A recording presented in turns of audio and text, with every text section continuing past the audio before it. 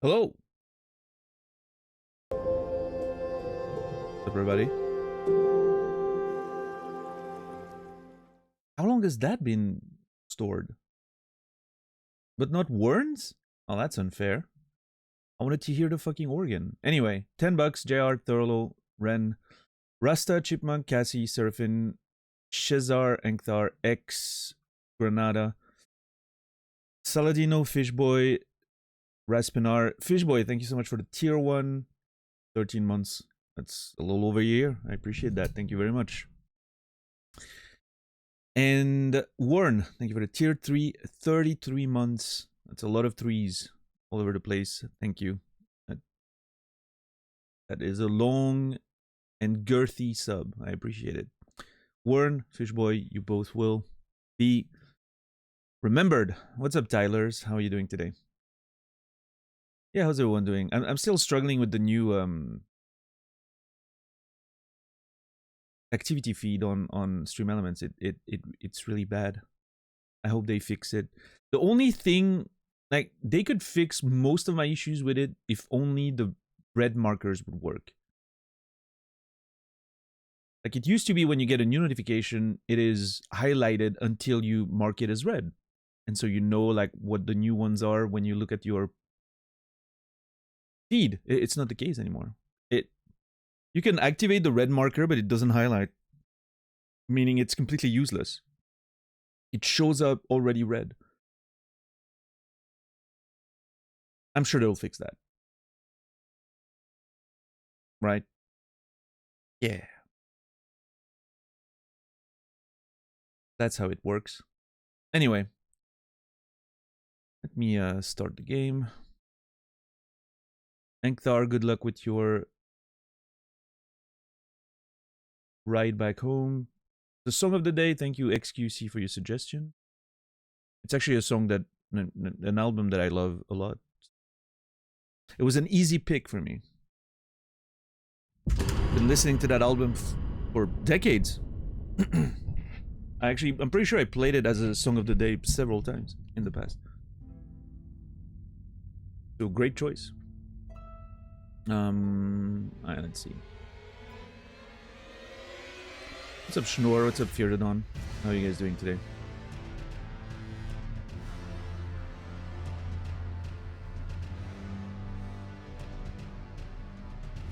What day is it today? Tuesday? It is Tuesday. I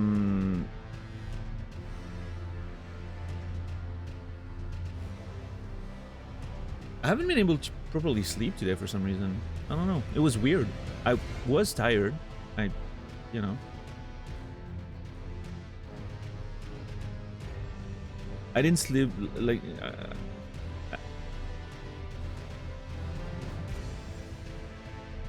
it's not like I napped or something. It's just...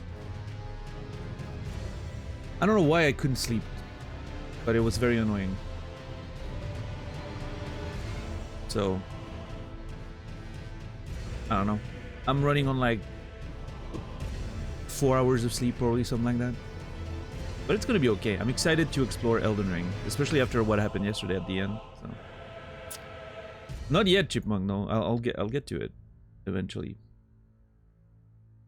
You know, the weekend had a lot of content to watch and stuff to do, so I couldn't get around to do anything.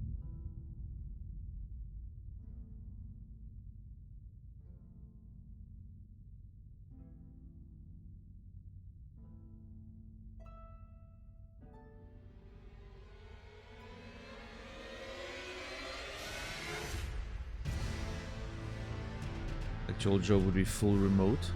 That's good. What's up, Shepard? How are you doing today? Let's see. Not even sure. I don't understand what's happening with my controller. I don't know why it's not charging. It should be charging while my computer is off. It's connected to the PlayStation. That's still in sleep mode. It's charging right now, in fact. But why didn't it charge overnight? I don't get it.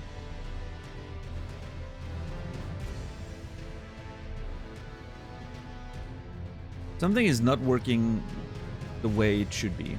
I don't know. Maybe because it's not linked to the PlayStation anymore?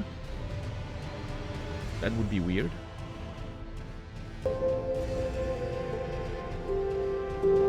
Fufox, thank you for the 14 months tier 1. A long time right there. Thank you so much for the resub. Fufox, you will be remembered. What's up, Stoner? PlayStation update added the option to turn off the power after X amount of hours. Yeah, but why is it charging now then? Because now it's connected to it. I still think something weird is going on. I don't know. Like I haven't turned on my PlayStation in months at this point. Last time it was turned on was for Until Dawn, so you can. Well, actually no, Last of Us 2. So you get an idea of how long ago that was, right? That was in January. I haven't turned it on since January. It's still charging my controller most of the time, but for some reason, I don't know. Anyway, it doesn't matter. I don't know.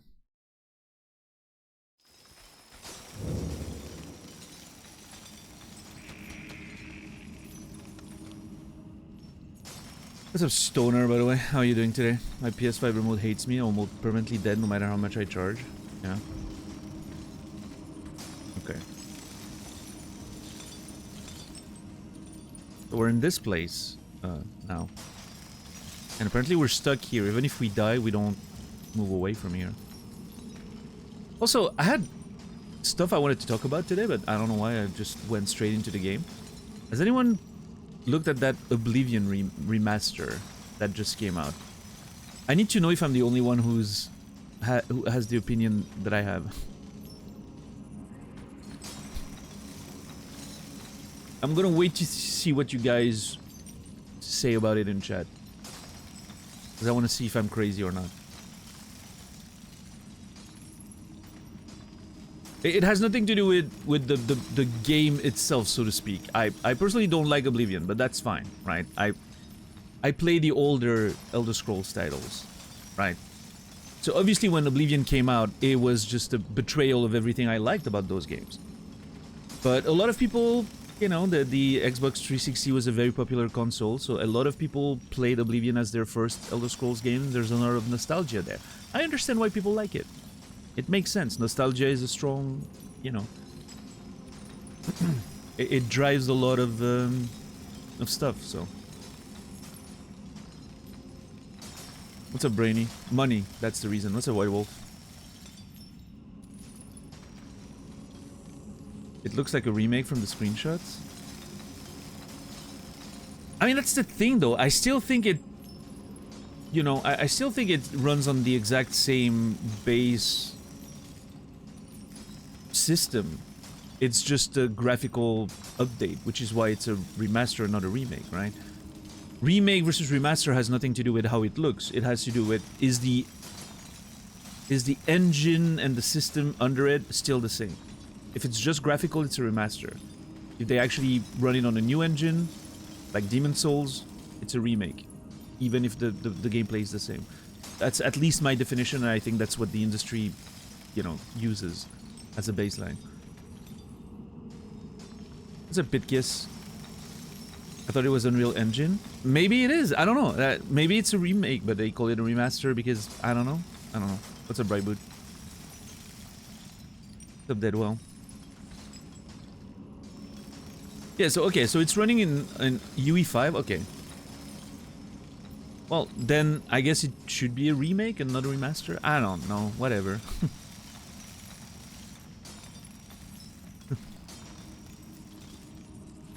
Why was there no marketing done for it? I don't know, shadow dropping. I mean, they did a hell of a lot of marketing yesterday with the, you know, leaks happening, which I'm sure were intentional, but sometimes not marketing a game is the best way to market it. Yeah.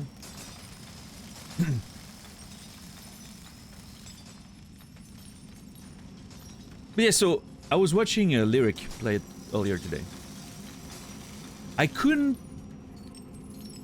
Every time I saw a character on the screen, and again, I don't think that's how they did it, but every time I saw a character on the screen, it screamed AI facelift to me. Like, it screamed like, oh yeah, all the updated, like, facial animations, textures, and everything were AI made, but it just looks weird. I don't know.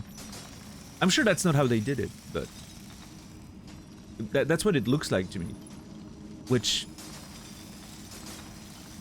to me, screams one thing. It doesn't scream like it was done with AI, which I don't think was the case, right? I think they have more respect than that to the craft. But it screams art direction's just kind of gone, right? It's just like a bland... I mean, Oblivion always looked generic, so I guess it kind of makes sense, actually. It always looked like your generic medieval fantasy thing.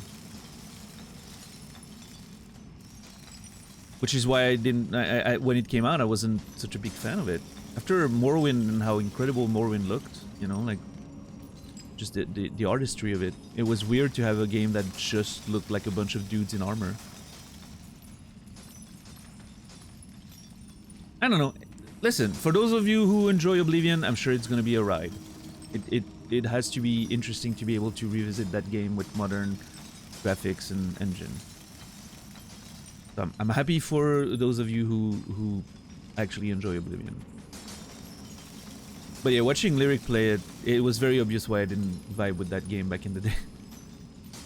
The instant that fucking dialogue wheel popped up, I was like, oh, I'm having like flashback of how bad that system was. To this day, I still think that dialogue wheel thing is the first, like, one of the easiest thing I've ever seen in a game to exploit, because I remember very clearly exploiting that shit in a way that, you know, allowed me to just max my dialogue with every character like I met without even putting in effort, because I was a, you know, I was a much younger person. I didn't really think about all this, and I was just clicking things and trying stuff out, and it was so easy to just break the system. It's somehow running the original game with UE5 graphics on top from what I read. Okay. What does that mean, though?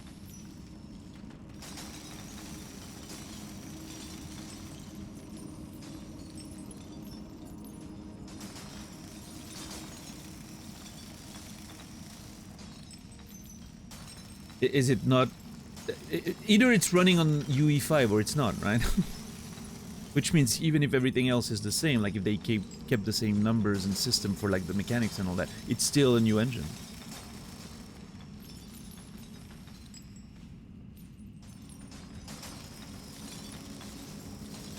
Is it really Oblivion if it doesn't run on Gamebryo though? Was that the name of the game? Oh, the engine? I think it was, right? Oblivion Gamebryo. Yeah, it was.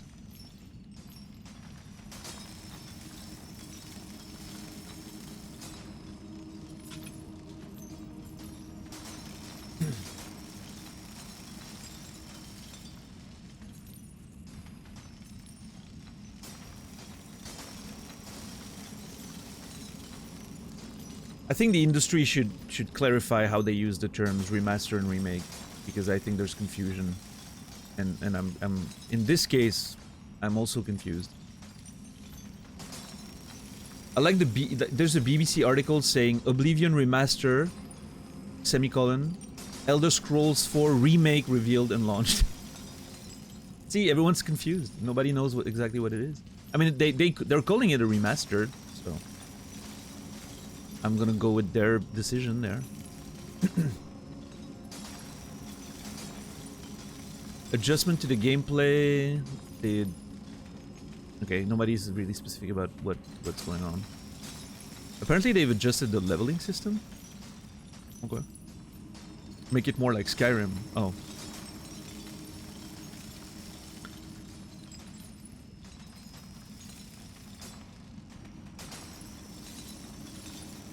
Okay, hold on. I think I found the information Stoner was mentioning. They're not calling it a remake because it's using the OG engine. It's running on Gamebryo for all the game logic, but UE5 for the graphics. What a strange... I really wonder how that works. I need someone smarter than me with more game development knowledge to tell me exactly how that works. That's interesting.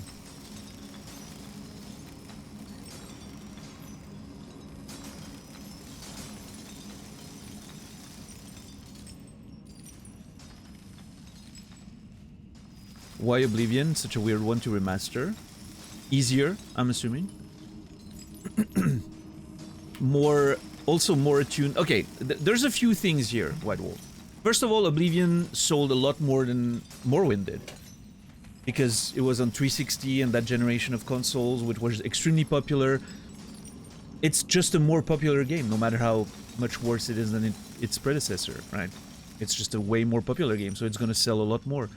And also, it's more attuned to modern consumers, you know, tastes. I think Oblivion ride the back of success from Morrowind. I don't think that's true. I think the game just got, like, blew up because it was a big open world RPG on a very popular generation of consoles.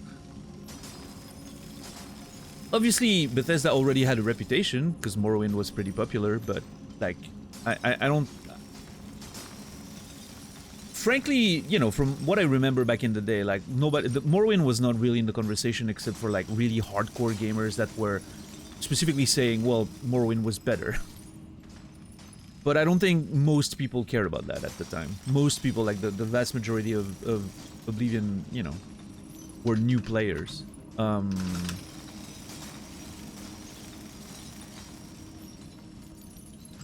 Let me just confirm.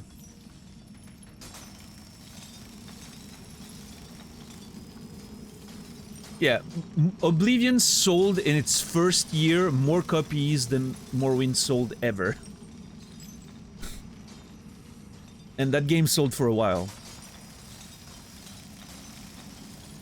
Ultimately, like, it sold double what more than double what Morrowind sold.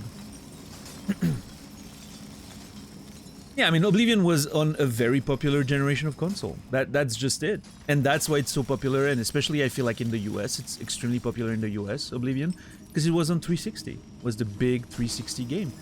And the 360 was incredibly popular in the US. It was an incredibly popular console. What's up, Hobbs? What's up, Glegger?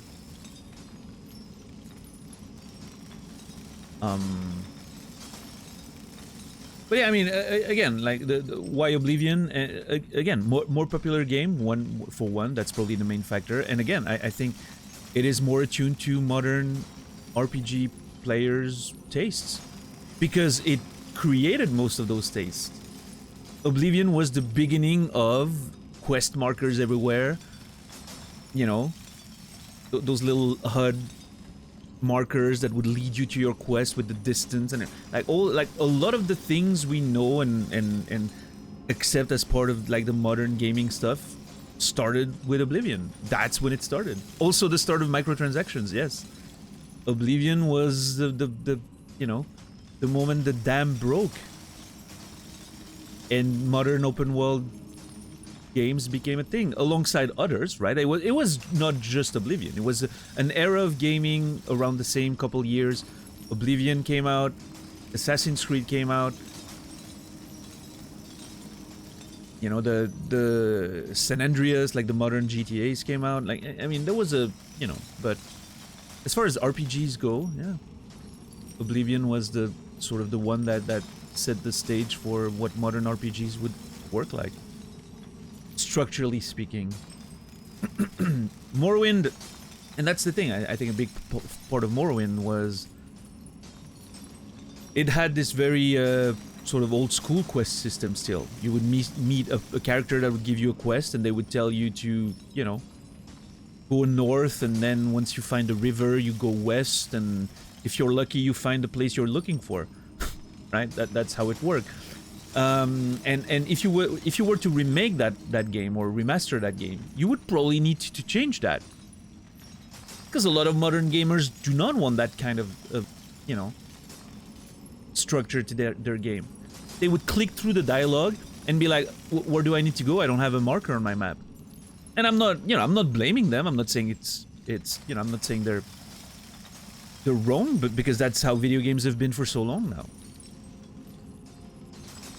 So like, you imagine all the Skyrim players going back to Morrowind, just clicking through the dialogues and then being like, okay, where do I go now? It's not on my map. So they would need to remake all of that, right? They would need to actually like go in depth in the game system to change those things and make them more acceptable for modern consumers. And that costs a lot of money, making a game that's already less popular a much less attractive proposition. I'm not saying Morrowind will never be remastered or remade. I think there's a chance they might do that at some point. In fact, at the rate it's going, we'll get that before we get Elder Scrolls 6, which I don't personally fucking care about.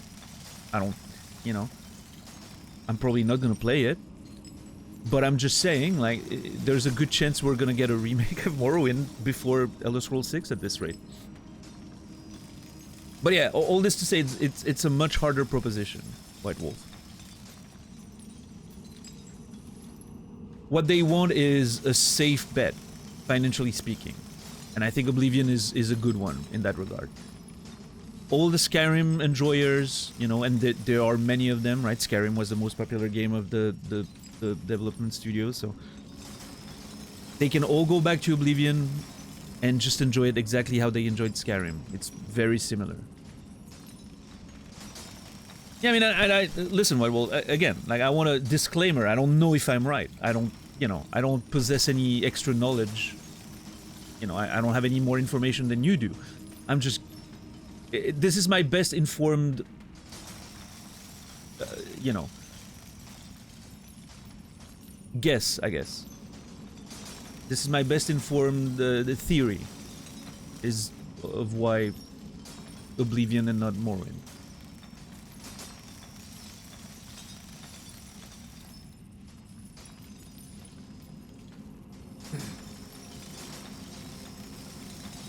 My nose is runny today for some reason. Elden Ring is somewhere in between the two with its system, I guess. I mean, I think From Software is kind of doing their thing on, you know, a very unique thing on their own.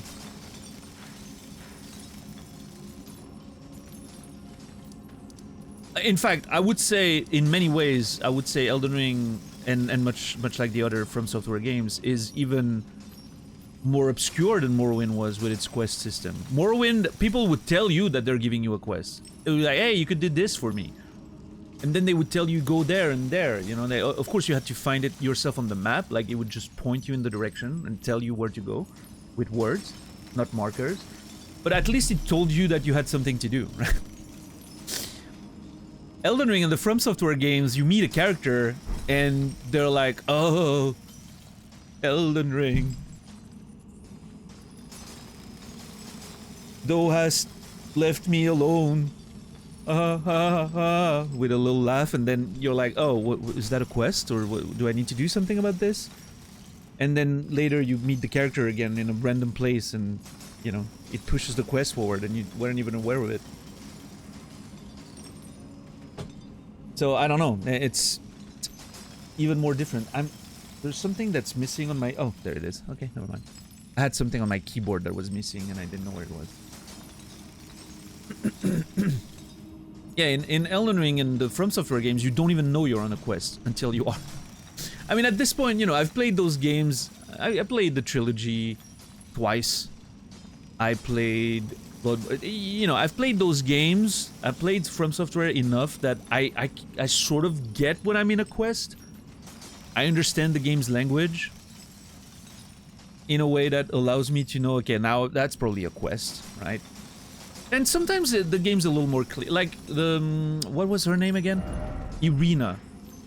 The Irina quest was pretty clear, right? Hey, I have this thing, bring it to my father, is over there, right? That was very, I think, explicit, which is rare in those games. What's the other quest we're on? Oh yeah, the buck quest, right? Little nerd told me like, oh, I need to go back to the cave to find my tools or whatever. So I'm assuming it's gonna be over there. I haven't gone back to it, but I actually realized yesterday as I was winding down and closing the streams and everything, I was like, oh shit, I was at the church. We were so close to the coastal cave. I could have went there. I was like closing my notes and I saw the note of having to go back there. So yeah, we're gonna have to do that. Okay, we're gonna have to do that once we're back in Limgrave, which, like, I have the note here, right? Like, go back to the coastal cave to maybe find Buck, which, you know. But yeah, we have to go. We're gonna have to go back when we're back to in Limgrave. But I don't know when I'm gonna be back in Limgrave. I'm all the way over yonder now. It's a fucking like it's further away than I've traveled in the entire game so far. Yeah, that's funny, Pitkiss. But at least the first one, like, we were allowed to just go back, right? There was a little thing to do, and then it was like, well, okay, just go back. Which, okay, fine. This one, I'm like, I'm stuck in here. And trust me when I say this, I'm not... Even if I'm allowed to teleport back again at some point, like when we're out of this place or we find a grace or something, I'm not teleporting back. You can trust that I'm gonna embrace the spirit of adventure and just... I'm gonna properly, you know, enjoy the ride. We're over there now. I don't know how we're gonna get back or when we're gonna get back. Maybe we'll just find roads to make our way back or something, but there seem to be roads, right, going from this general direction. So, yeah, we'll see. But I'm gonna embrace the spirit of adventure, and we're gonna make our way back organically. That's what I want to do. What's up, Swanson Games? You will eat those words? Maybe so. But it doesn't matter. Because that's what the, you know, that's what immersion and adventure looks like. If I say I'm not gonna fast travel, I'm definitely not gonna do that.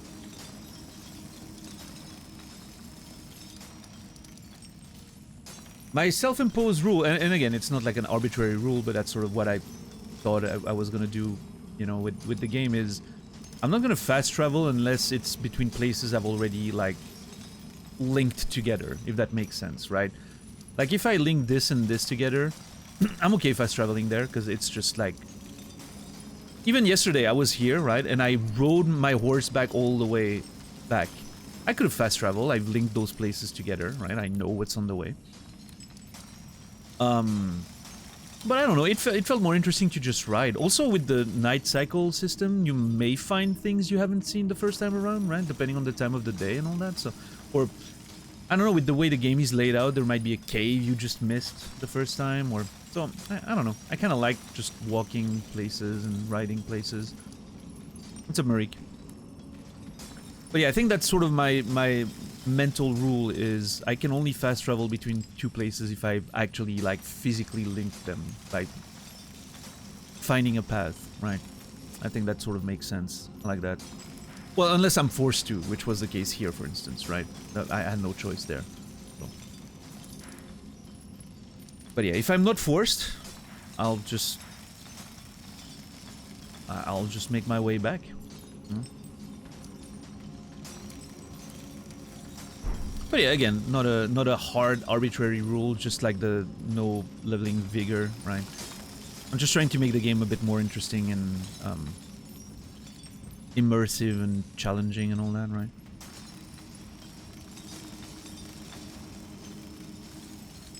Alright, hey, at least I have an upgraded weapon. Thank God I upgraded my weapon before doing anything else. Although, those dudes do not care much about my thrusting attacks. It just bounces off of them. But I don't know if I should use like a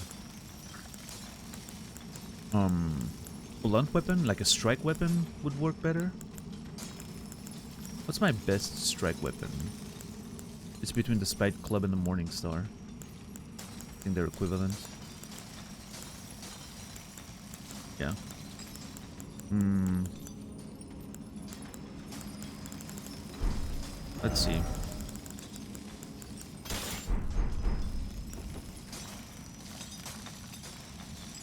Which one is longer? Oh, club slightly longer, it looks.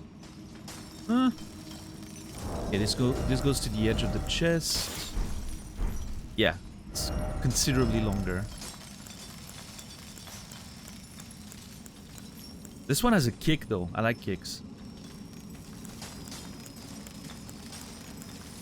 But yeah, it's the exact same total damage. Yeah.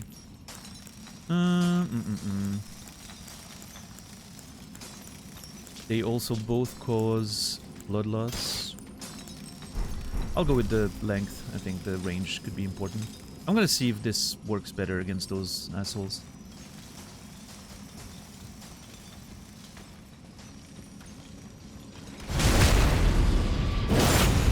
Oh, okay. Oh, Jesus! Yeah, okay. Striking weapons, good against those guys, apparently. Unless that's because it was a kill shot, but I don't know. Where's that thing? Okay, it's up there. Dude, that thing is terrifying. It's shooting things. I don't know what it is. What the fuck is that sound?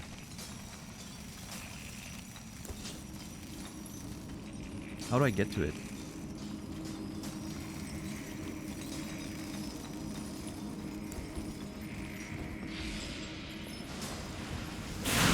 Oh my lord, what the fuck?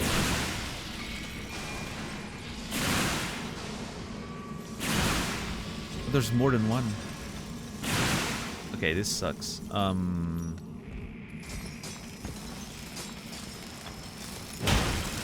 Yeah, okay. Striking weapons against those hard-skinned dude, really good. Cracked crystal, I have to read what that is later.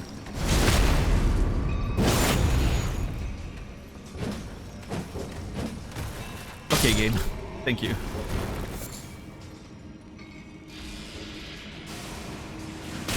Ow, ow, ow! Where are you shooting me from?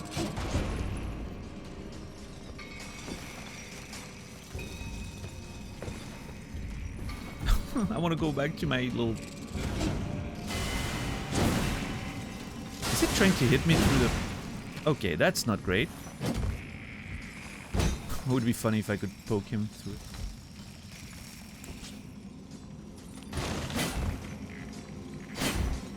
No, doesn't work. Oh, I broke my little... Okay, this place is not ideal.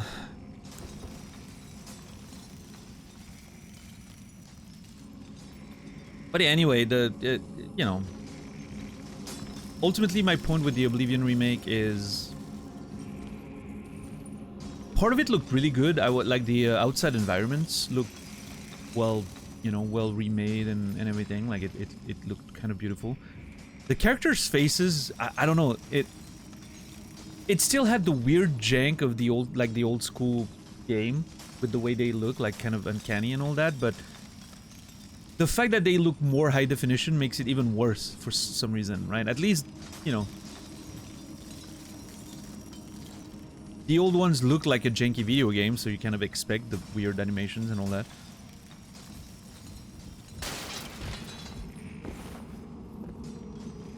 What are you doing, sir?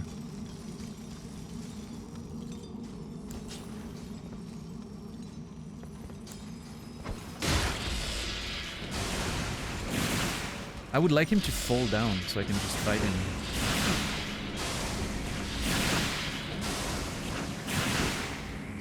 Fuck is that?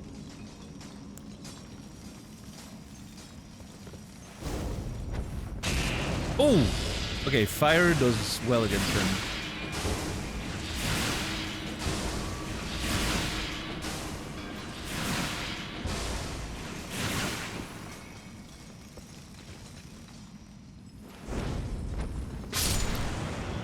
Nice, okay. Oh my god, this is disgusting.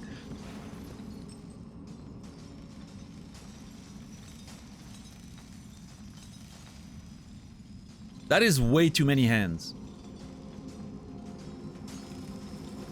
Sort of a centipede-looking thing. Ugh.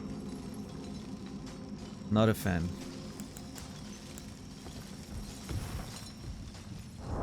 Okay. Craft more of these. Seem to be good.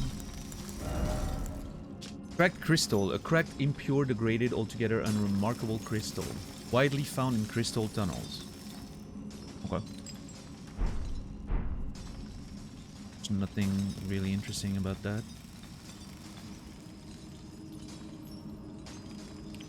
Okay, so I think I need to kill this one first. Yeah, all those other ones are working, so I'm not too worried about them. It seems like... Huh. It seems like those weird centipede guys are sort of...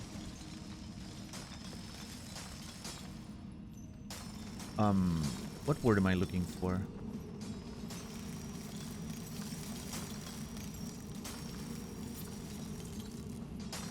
Quartermasters? I get like they're you know, they're the ones like running the operation there, watching over the enslaved miners. Overseers, yeah. Wait, is that a bus bug down there? I'm not sure. It has the golden hue, but that could be just a light.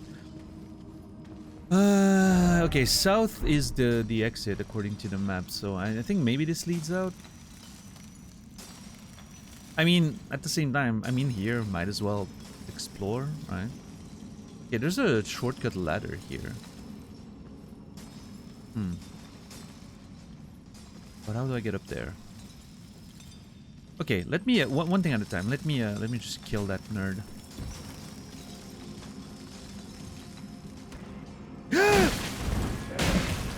Fuck.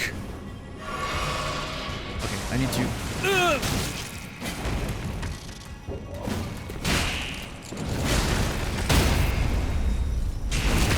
Well, that went south real quick.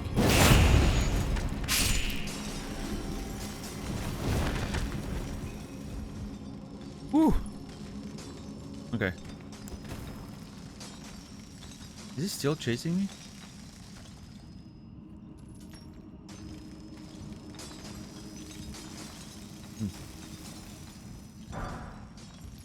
Golden Rune, level 5. Okay, there is a... No, okay. I thought that was a bus bug. It's not.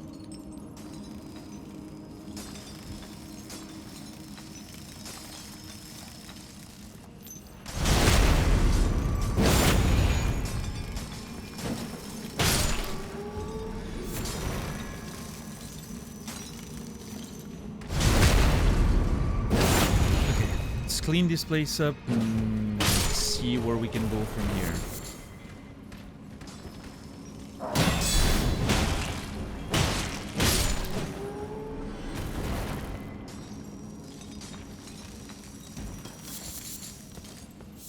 So it seems like I'm gonna need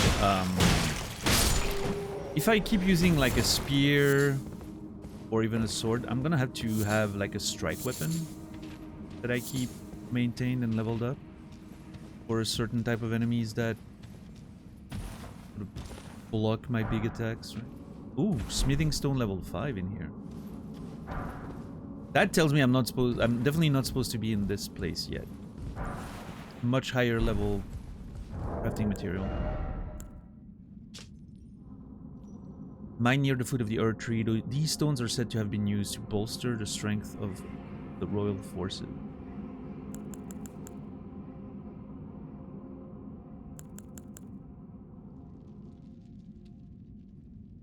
Piece of glintstone tinged with unstable magic found in crystal tunnels. Poor quality and thereby easily broken. A sorcerer wouldn't give it a second look. Where are my upgrade materials? There, okay. Okay, so the first two say the same thing. Smithing stone found through the lands between.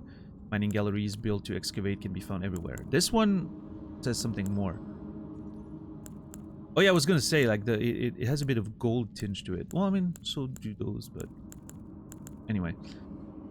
Stone used to smith a variety of armaments. A rare specimen, it is tinged with gold. Strengthen armaments up to +15. +3, +6, +15. Okay, so I'm assuming it's 3, 6, 9, 12, 15. Right, we're missing 3 and 4. Those 9 and 12. Cool. Mined near the foot of the Erdtree, these stones are said to have been used to bolster the strength of royal forces. Okay. Alright.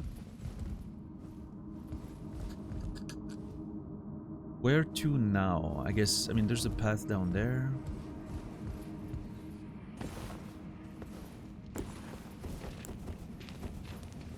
Oh. What's up, Tixar? How are you doing today?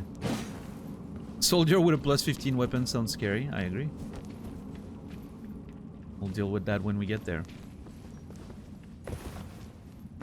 For now, I need to find a way out of this. But since I'm here, I mean, I want to kind of clear the place at the same time, right? Oh, passage there too. Oh, never mind.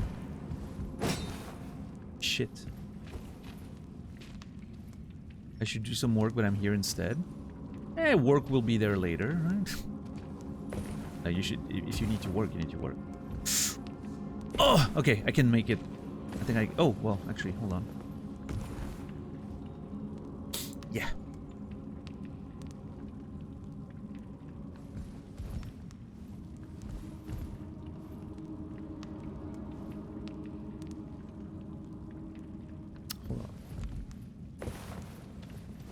But yeah, I hope everybody is doing well today. I wish I had more sleep. But other than that, I mean, I'm super... Oh, no!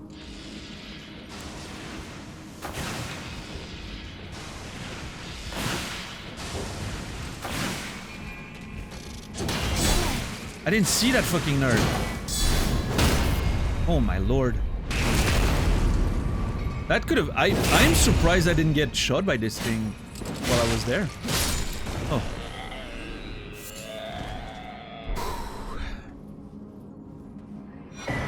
I do not want to die and have to redo this entire fucking thing.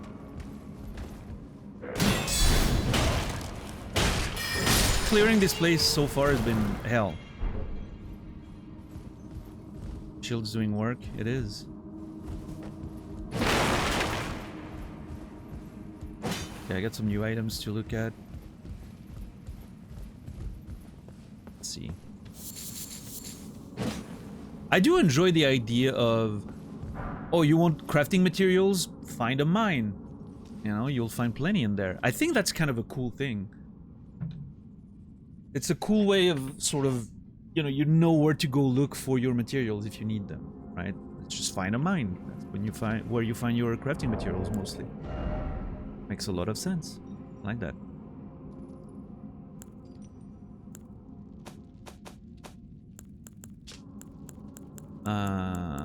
Okay, it's the same. What's up, Infamous? How did we end up here? We opened the chest. Okay, listen, it was a whole saga.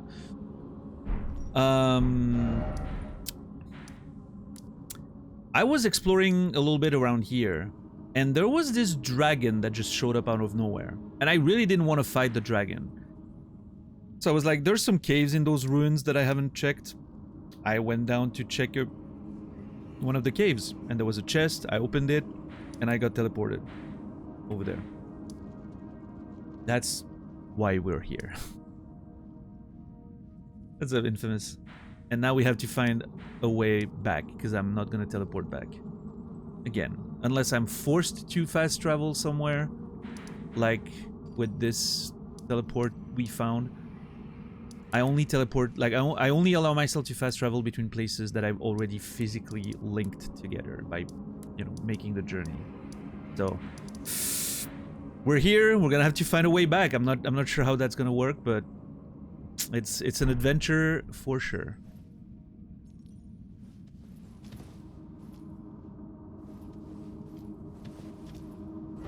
It's a good rule. I think so too. Yeah. I mean, again, it's I'm not making it like a completely hard, arbitrary rule if I find myself in a situation where I really, like, it's making the progress more annoying than fun, right? But for now, I find it fun. I like the sort of exploration, the spirit of adventure. So.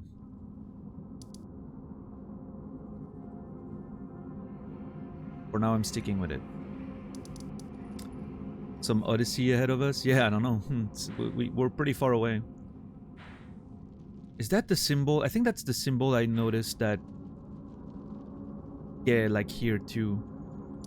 I think that's where you find the maps. That's where I found the map here, and that's where I found the map there. I think it was... Where was it? Here. I think it was here.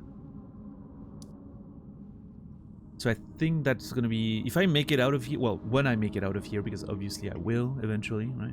When I make it out of here, I think my first order of business is finding the map. That's gonna happen.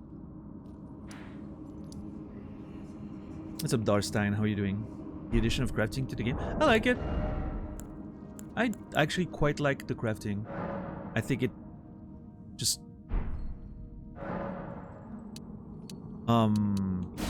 It's an interesting way of making all those items you collect meaningful, and obviously there's a lot of items that I'm never gonna craft because I won't need them, but everyone's playthrough is gonna be different, so you're gonna need different things. I don't know, it sort of... I feel like it brings the whole open world thing together a little bit.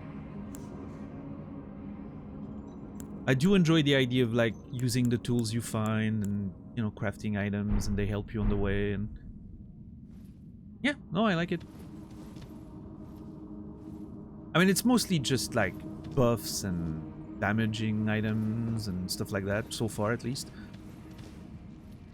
But like I'm not getting the feeling like certain games where you craft like utility stuff, like you know, a bigger bag or a bigger whatever, right? Like it's not that type of game, of course, but I don't know. It makes me think of we were talking about that yesterday, like Outward. I'm thinking back to Outward, and I'm like, man, I wish I played more games like Outward. The idea of like preparing your trip, right? Outward was really about that for me a lot. Like you had to manage your bag and the space you had, and so when you were going out on an adventure, you needed food, you needed water, you needed supplies, you needed, you know, utility items and all that, but you couldn't fill your bag too much because then you couldn't loot anything. So you really had to prepare well for your trips, and I think that's something that I enjoy in a game. I feel the same when I play something like The Long Dark, for instance. I played a little bit of The Long Dark in like survival mode. I haven't played the story because I feel like I want to maybe do that on stream one day, but like the Long Dark survival mode, I think, you know, when you're moving between like hideouts or whatever, like bases or places you've established yourself a little bit, you really want to prepare for the trip, right? It becomes a matter of how much can I carry with me, while at the same time having room for new stuff and not being too slow and all that, right? Subnautica feels a bit like that to an extent. Yes. But yeah, I like games like that. I do enjoy games where you need to put some thought in the journey ahead, preparation. I don't really have that with Elden Ring. I think Elden Ring, you know, you have infinite backpack capacity, so it doesn't really hit the same, but okay, I'm worried about the fact that this is committal. If I cross this, there's no coming back unless it brings me up here for some reason, which it might. So you know what I'm gonna do? I'm gonna do the non-committal path first. I'm gonna go down there, which also I'm thinking this might lead out. If I find my way out of the cave, at least we know where the way out is. And then from there, I can come back in and investigate the place properly. What's up, Brendan? How are you doing today? Thank you for the raid. Appreciate you. Outward was fun, but too much jank for me. I get that. It is a janky game, but in a charming way. Outward, to me, in fact, we talked about Morrowind earlier today. Outward reminds me a lot of Morrowind in many ways. The way the quests work and everything, very similar. The way the dialogue work with the NPCs and all that, very similar. And I think that's part of the reason why Outward wasn't more successful. I think it's a little too... I hate to use the word, but it's a little too hardcore for a lot of like the modern mainstream audiences, right?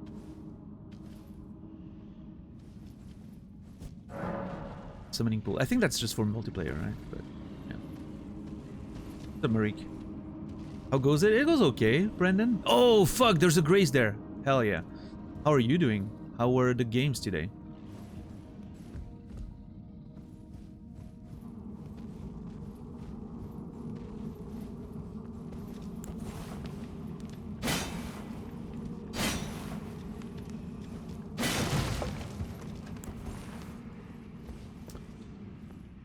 A game where you have to pay attention to that and where the inventory is unlimited. I don't enjoy typical survival mechanics. Yeah, that's fair. I think Elden Ring, you know, for me, my personal taste, right, lacks a little bit of the, you know, preparing the journey. Because, of course, the unlimited inventory makes that superficial. Like, I don't need to think about what to bring on my journey, right? But I do need to, you know, like, look at what items I can craft and all that, which is kind of cool, but... Yeah, I typically like a little bit more preparation in my video games. Have we found secret walls yet? Nope. Hell yeah, Brandon. Enjoy the run, man. Thank you again for the raid. What's up, Brian King? What tunnel? Celia Crystal Tunnel. All the way over yonder. We got teleported. We need to find our way back. Okay. I'm gonna touch the Grace, but I'm not gonna sit down because I don't want to respawn everything. Oh, is that the way out? Oh, it is. Oh, already. I was expecting... This wasn't hard. We made our way out so fast.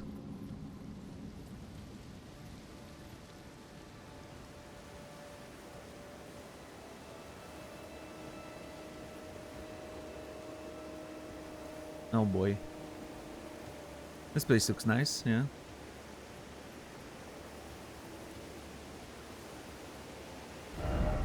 Middle of the night.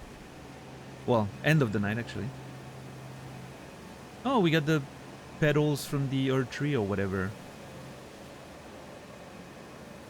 Which apparently gives me a buff, and I'm still not sure what it is. I mean, it shows that item there. Where is it? I do have an item that looks like that.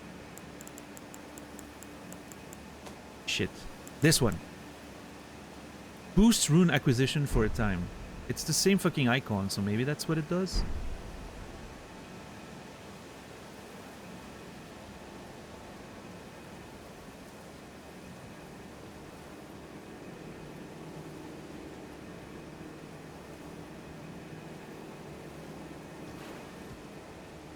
Is that one of the... Oh, I saw that giant skull. I mean, maybe... I don't know if it was exactly this one, but I saw a giant skull like that from a distance. Like, in one of the first streams from Limgrave.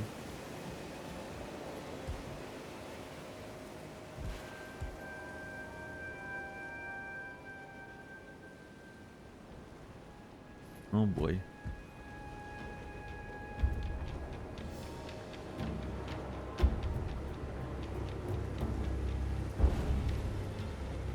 The fuck is this place?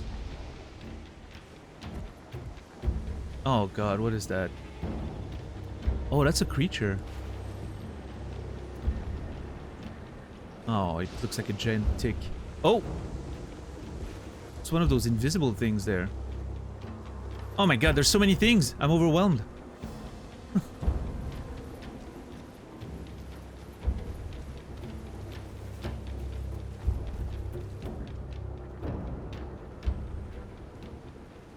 There's a tower up there?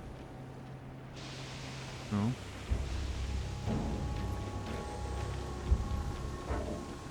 Also, I'm considered in combat right now, so I can't even bring up my map. Hold on. Toxic mushroom. I have... There's items in my inventory that I need to read. What's up, Abydos? How are you doing today? Can you imagine the smell? Well, not really, no. I mean, swampy, I guess. Like a bit, you know, that weird humid salty smell. I don't know.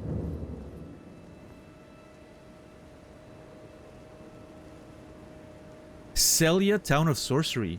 I have notes about this place. Here. Celian sorcerers were assassins, often hunted or other sorcerers.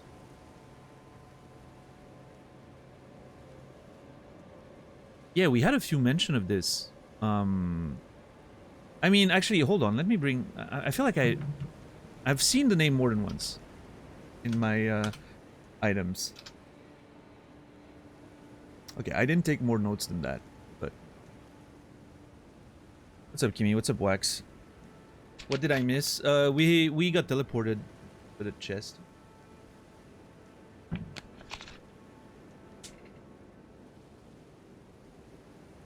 I was really thinking it would be harder to get out of the cave. I want to go back in, though. I need to actually investigate the whole place.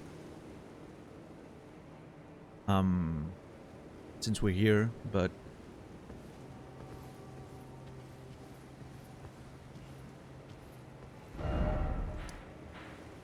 Celia, Town of Sorcery.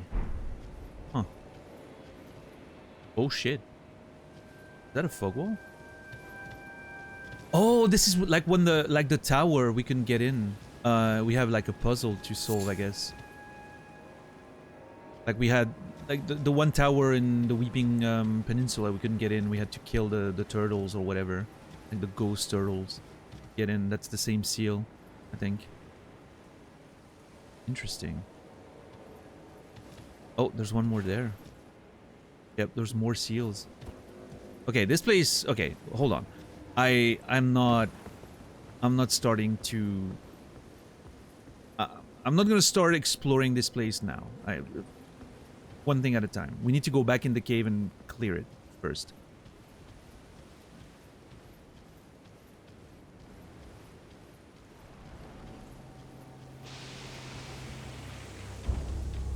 But I kind of want to go all the way down to whatever this is. Oh god, this is hell.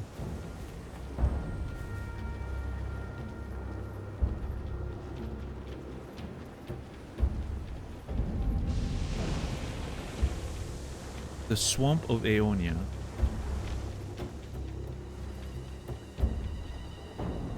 Hold on. Let me go back to Kaled. Okay. I'm getting all the where am I? There's like 3 different fucking names. I think Kaled's the big area, the big region. That's...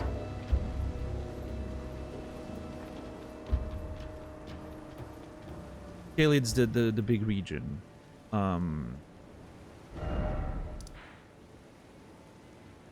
Okay. So we got Limgrave. We got the Weeping Peninsula. Which is interesting because like Limgrave has this big marker. The Weeping Peninsula doesn't. I wonder if it's considered like a sub area of Limgrave, maybe, which is why it looks like very similar.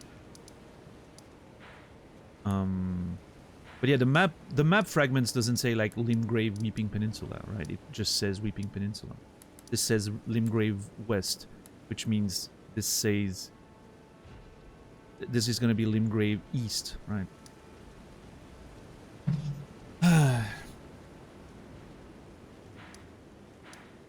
And this is Kaled, I guess. And now we have Celia, and we have the fucking Swamp of Aeonia, or whatever.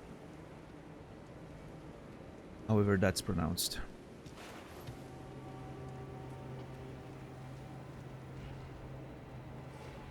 Well, shit. The journey home's gonna be interesting, let me tell you. But first, let's, you know what, let's clear this, let's clear this place. I wanna clear out that dungeon before we leave. So it's gonna be a long road home, yeah. How are you, DJ? I have therapy this morning. Good luck with that, Kimmy. That's good.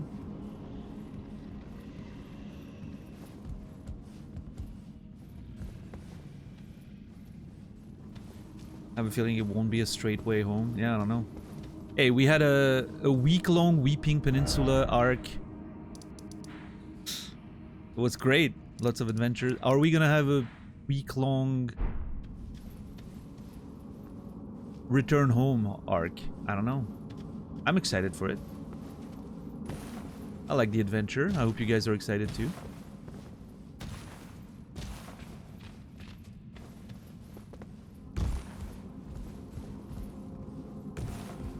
I think I can make that jump over there.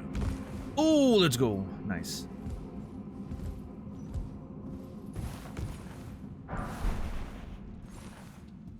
Oh, yeah, I need to read items. Hold on. A rune arc. A shard of the shattered Elden Ring. Oh. A shard of the shattered Elden Ring. Grants the blessing of an equipped great rune upon use. Even if no great rune is equipped, it will slightly increase the maximum HP upon use.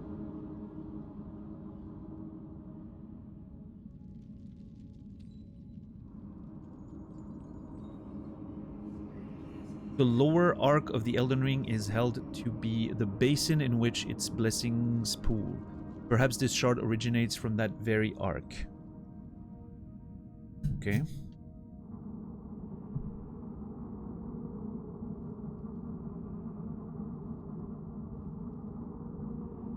Increases maximum HP upon use.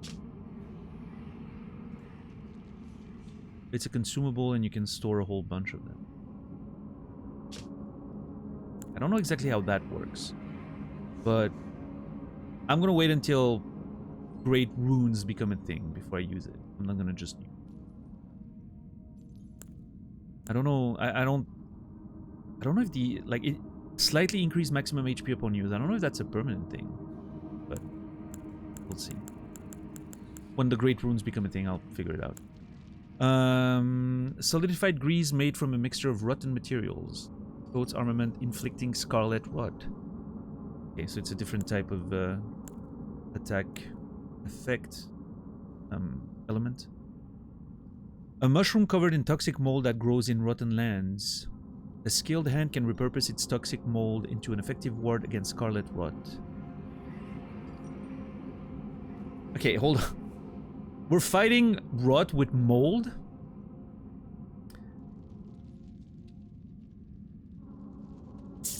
This is some grandma medicine type shit if I've ever seen any.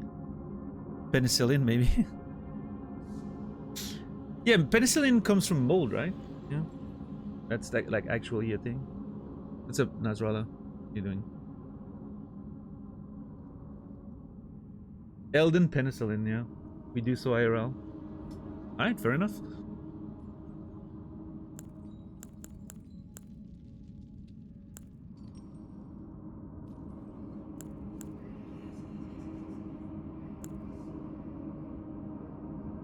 What's up, Trim? I'll stick to the pre-made stuff. Yeah, where's the nearest pharmacy? Can we get some actual, like, you know, packaged medication with a name brand? You know, something that feels safe. Scarlet Rot is such a lovely name for an affliction. Yeah, I think it's pretty cool. Also, it looks disgusting, like the barnacles and all that.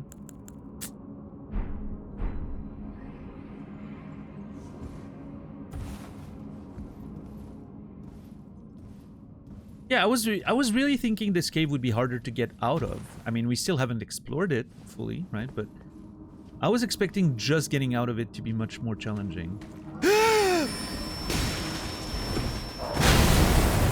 Holy fucking shit!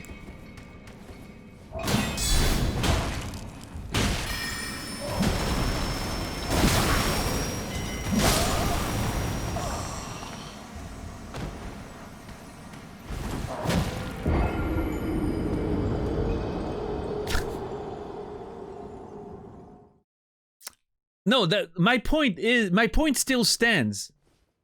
I'm out, right? I have a way out. My point stands.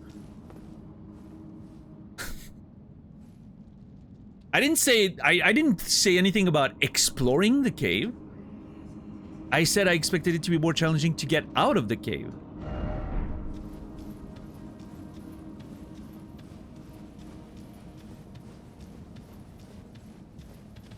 Oh, what a lovely red. Well, that looks neat.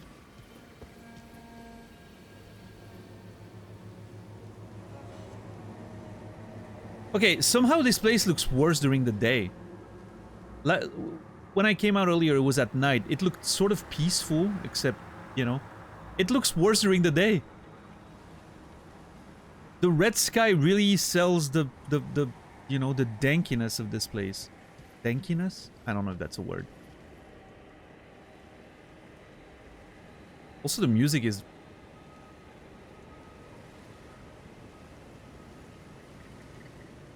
Hold on. I need to hear more of it. I feel like like one of these sounds is reminds me of something. But yeah, look at this, like all like those barnacles or whatever you call that. It feels very it looks like this on this the rut stuff, right? I don't know how to call it, but I can sort of feel like the texture of this place, like I crumbling a little bit, you know.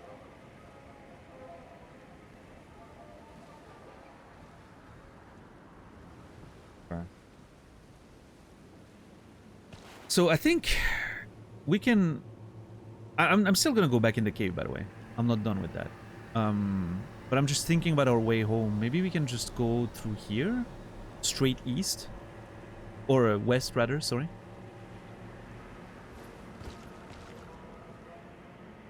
But I kind of want to explore this town here, since we're here as well.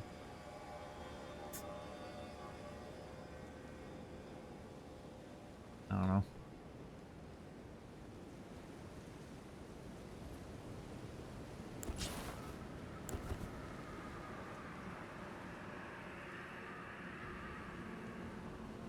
I don't hear it again, but there's a sound in the soundtrack there. There. That sort of high-pitched, almost sounds like a voice choir, like delayed choir weird sound. Reminds me of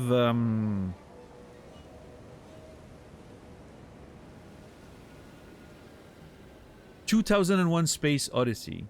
You know the sounds at the beginning of the movie when they find the monolith? It kind of reminds me of that.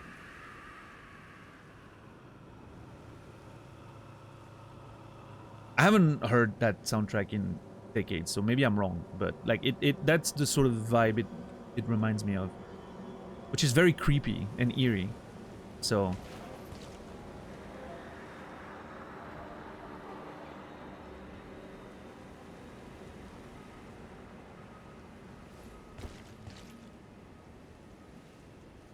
anyway, let's go back in.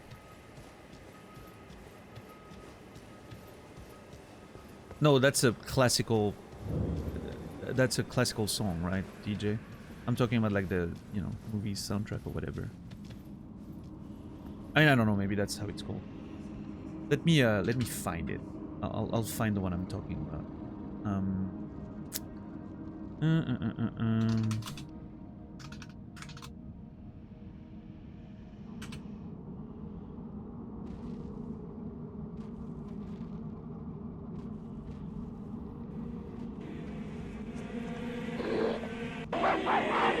That sound. Is that part of that song, DJ? Maybe I'm wrong.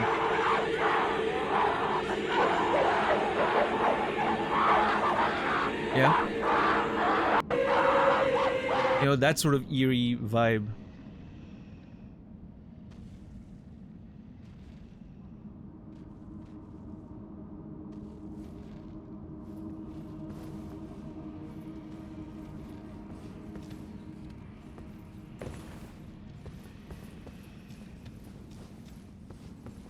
But yeah, if that's part of the Zarathustra composition, I'm not aware of. Reminds me of a Metroid Prime game that scared me as a preteen. Walking through the RE4 village vibes. Not the part you were thinking of. Yeah, I was thinking you were thinking more about the like the classical soundtrack. I'm really thinking about that small part at the beginning, right? when the apes get closer to the monolith and they sort of hear that, like the choir of voice like increases, which is such a nice. I don't like 2001 Space Odyssey very much. I think it must have been a very like impressive movie when it came out, but watching it, you know, much later, of course, like with all the sci-fi movies and everything we've had since then, it sort of felt a little dusty and old. But that part of the movie I always think is very impressive, because I don't know, the way, again, like the apes get closer and closer to the monolith, and those voices like increase and everything, like it really adds to that eerie factor of we don't know what that monolith is. But as we get closer, the voices increase, and like sort of its influence increases with it, right? That's sort of the idea of the music being combined.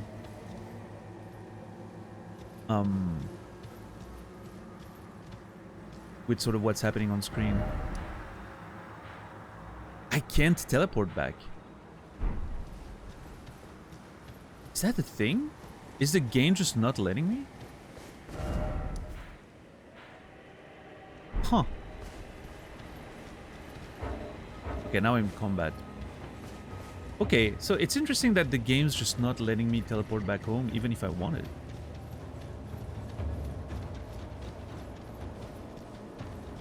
I mean, I wasn't going to anyway, right? Like I said, I don't want to fast travel between locations that I haven't physically linked, unless I have to, right? But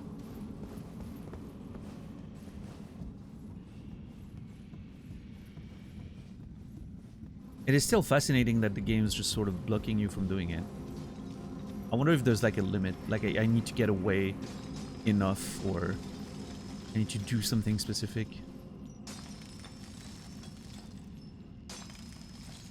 The ambient effect implies an actual effect. Yeah, that's a nice combination between the soundtrack and what's actually happening in the story, right?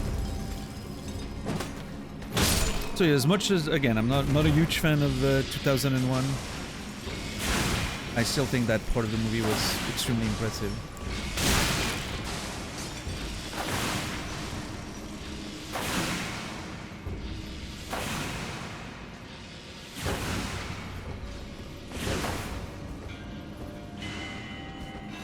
I hate those things. Can I say it? Can I say that I officially hate those fucking assholes?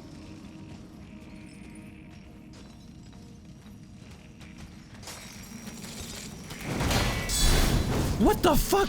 How elusive are you? At least they're not too tanky, right? But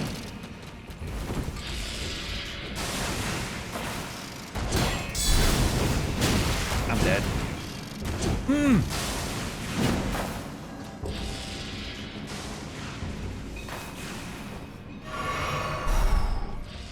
Holy shit.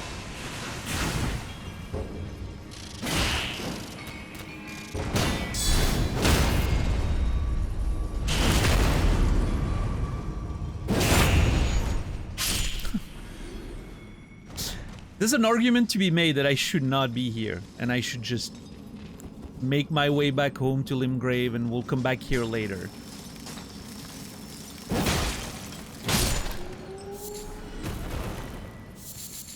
But I'm unfortunately extremely stubborn.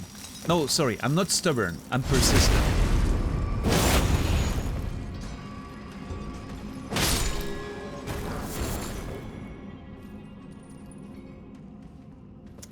Thank you, 10 bucks. I'm not predictable. I'm consistent.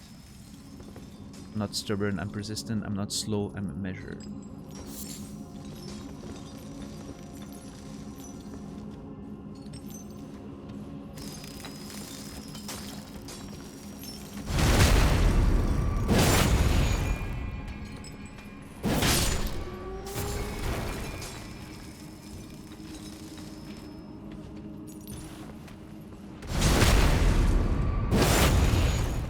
Maybe the line should 10 bucks. Maybe the copy paste should be, instead of I'm, it should be Daniel is, right? As a sort of, I don't know, I'm thinking out loud.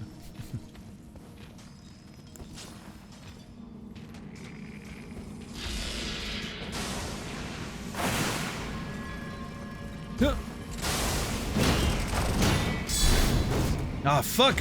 Ah, great. Asshole.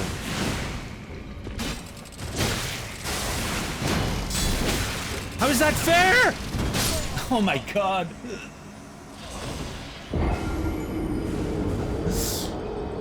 Ah. What club am I using? Just a regular spiked club. And the reason I'm using it is because the normal spear bounces off of the mining guys. Because they have a hard skin or whatever. And the club goes through. Also, I just noticed I had 6,000 runes there? Which means the fucking enemies in this place give a shit ton of runes? No, I had it early. I had it for a while.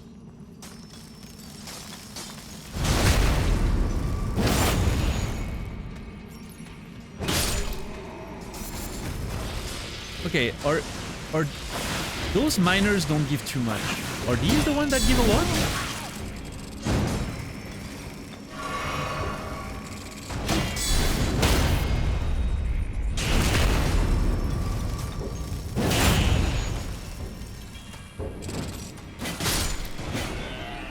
Only 600. Wait.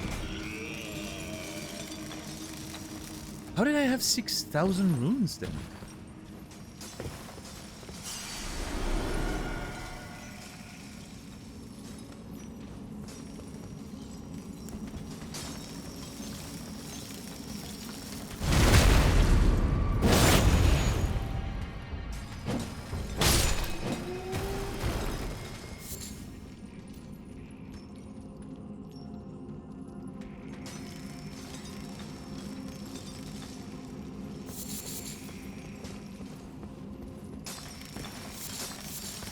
I am so confused.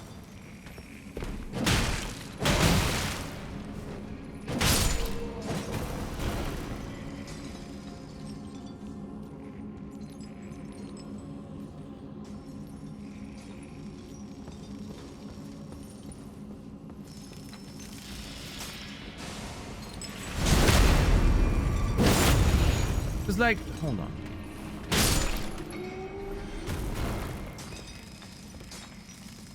We lost runes in there, right? I had my runes on the ground because I got killed by that one enemy.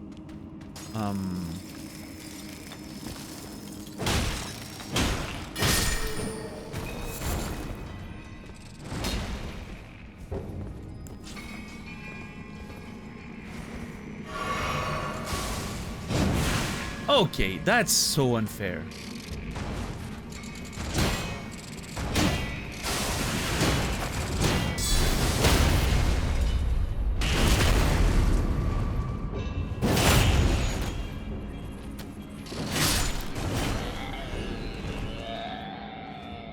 Unless I somehow kept the runes that I should have lost in there?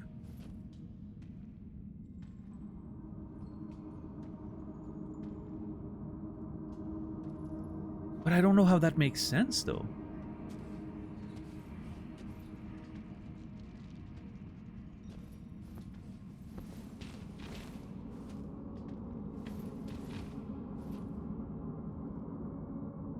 Can someone find me a clip of when I died in there to the big guy and I respawned to the race? Just to check something? Must have been like 15 minutes ago or something.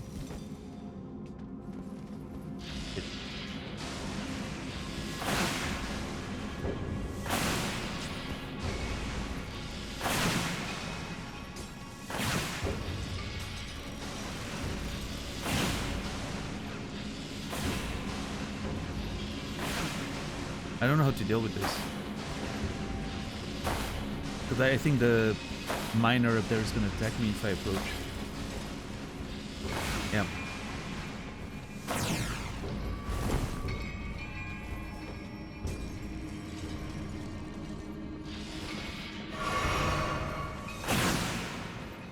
Do I just go in? I think I do. Fuck. Oh shit! Oh, I'm so fucked. I'm probably dead. Okay, I'm alive. Let's go. Oh shit! Hold on. It's a Bergen.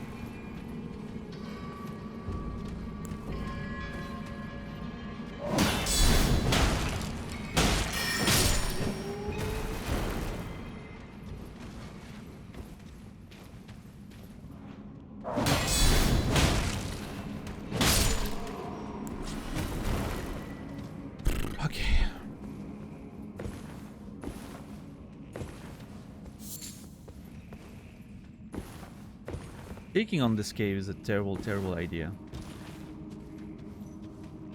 I should just, like, the smart man would just go back to Limgrave, walk back all the way to Limgrave, torrent all the way to Limgrave. You know, I can just jump on my horse and make my way back there. And then I won't have to think about this for a while. Even just going back to Limgrave would probably be a fucking challenge.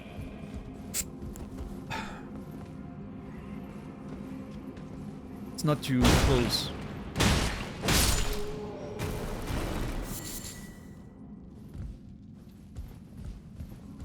Okay, so I find a shit ton of those cracked crystals, which makes me think those are not very useful. It's just a crafting item, okay. It's not like a upgrade item, as opposed to the stones, which do not respawn, apparently. So okay, I don't need to obsess too much about those cracked crystal and collect them. The stones is the one we want, but they don't respawn, of course. That would be too.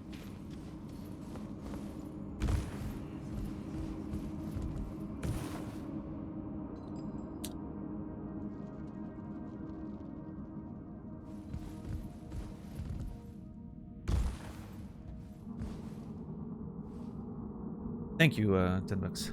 Let me check that.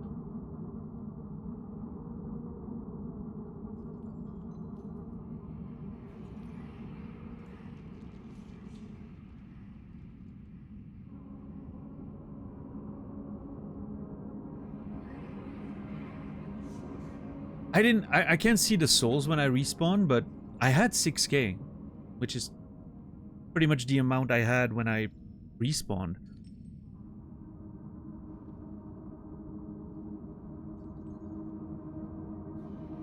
Oh, hold on, I wonder.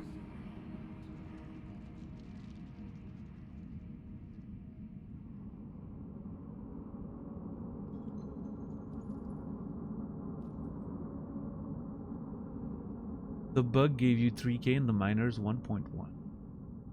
That's so weird. I don't understand what's going on with the amount of runes then.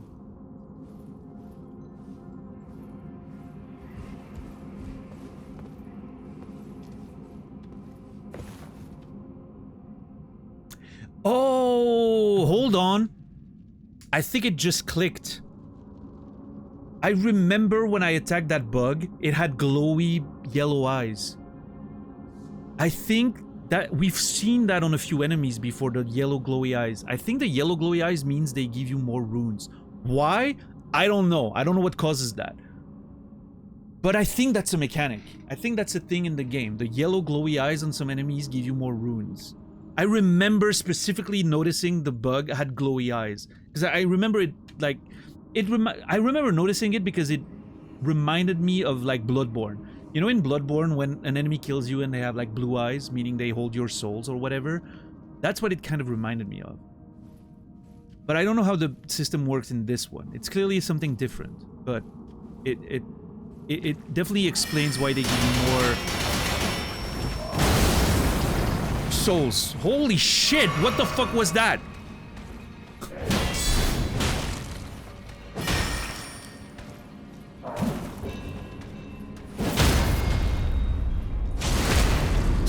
My shield did not protect me from whatever that was. Oh my god. Yeah, I guess his drill must be magic damage, because that went straight through my shield. I only have 55% magic negation. Oh my lord. It is kind of cool, though. It is kind of cool that the drill is just gonna go through your shield. Makes sense. Love that.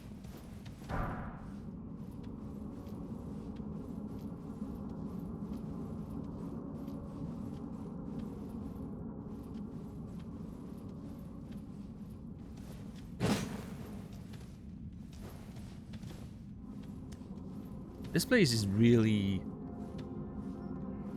not very welcoming. What of all the places to send the player unexpectedly with a trap? How about a nice, you know, little like friendly place? right? No, the fucking hell on earth cave. I mean, it wouldn't be much of a trap if you know, if it didn't send you in a terrible place, but I wonder if that's how they... I wonder if that system is meant to... You know, lore-wise, I'm trying to think about it. We know this is right next to the Town of Sorcery. Celia Town of Sorcery. So what if that chest here was rigged by some of the sorcerers here? And they're doing that in order to get slaves. People get caught by the chest, you know, random people from Limgrave. They end up in this cave, and the freaking centipede bugs or whatever just enslave them for the sake of the town, you know? Mining crystals and whatnot that they need for their spells, or, you know, whatever magic power they need in the town. Like, I wonder if that, historically, that's the way sort of the system worked, right?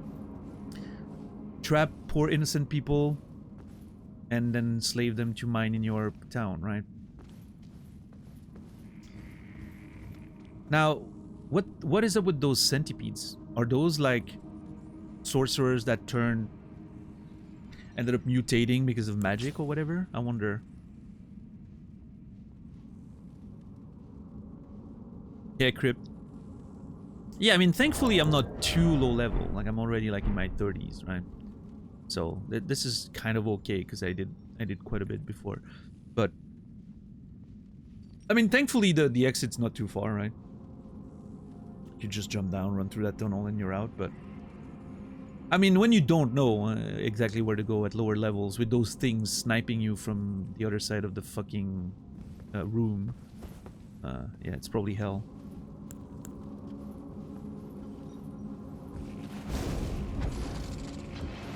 I mean, I will say, my character has an arm on him. Like, Jesus, those throws are... The fact that they avoid, though, that they dodge your throws, is vile.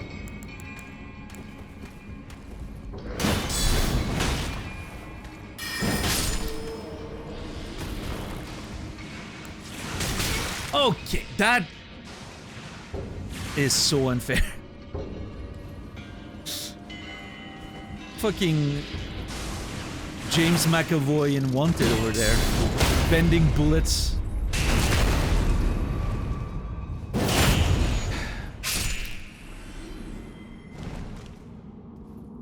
I mean, I don't know. I don't. These things don't look like they were ever human, but who the fuck knows, right?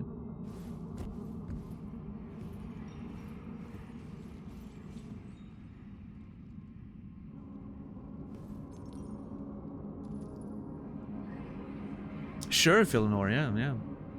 But I mean, also, I think there's an interesting factor here, which is, for a lot of people, this will be their first From Software experience, because Elden Ring was so, you know, marketed, and it was reaching a whole new audience. So I think it's important to still have those teaching moments for new players.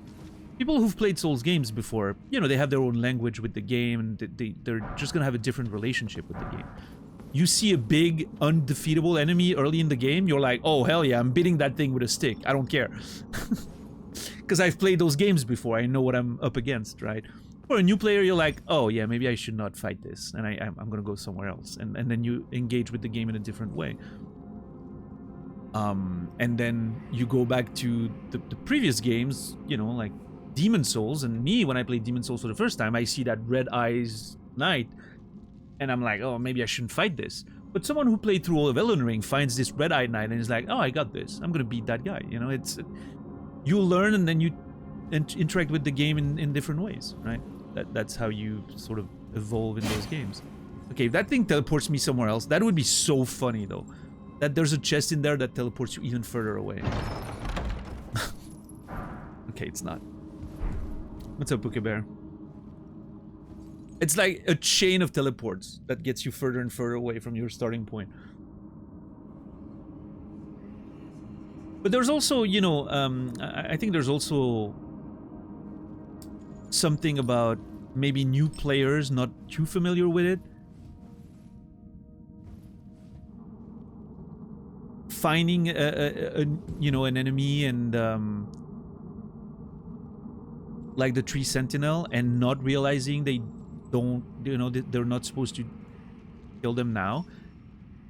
And they've heard this sort of reputation that From Software has of like, oh yeah, those games are difficult, right? And then you're a new player, you never played these games before. You find a Tree Sentinel and you're like, oh wow, these games are really hard. You know, I didn't expect it to be that hard. And then they just stop playing because they think that's the game. So I think there's a, you know, there's a little risk there as far as teaching new players. But I guess that's part of the experience. You got to learn by yourself. But the Red-Eyed Knight until I killed it, assumed it would have something really cool behind it since it was so hard. I mean, it does, right? Like the, well, not something you can access right away, but it ends up being the place where you find the secret boss, right? But you can only get there much later, of course.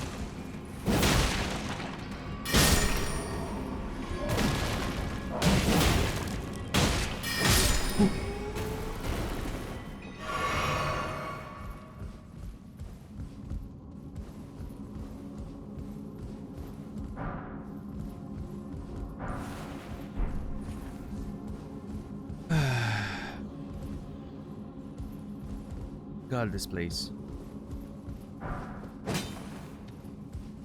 Okay, so there's a whole down area here. What is this?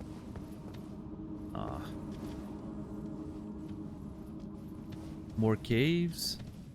Ah. I hate this place. I should really listen to the smart part of my brain that would encourage me to just go, oh wait, never mind. I was like, I need to explore this whole area down there, but no, this is where we start, and that's the ladder you kick, and now I can have a shortcut to here. Awesome.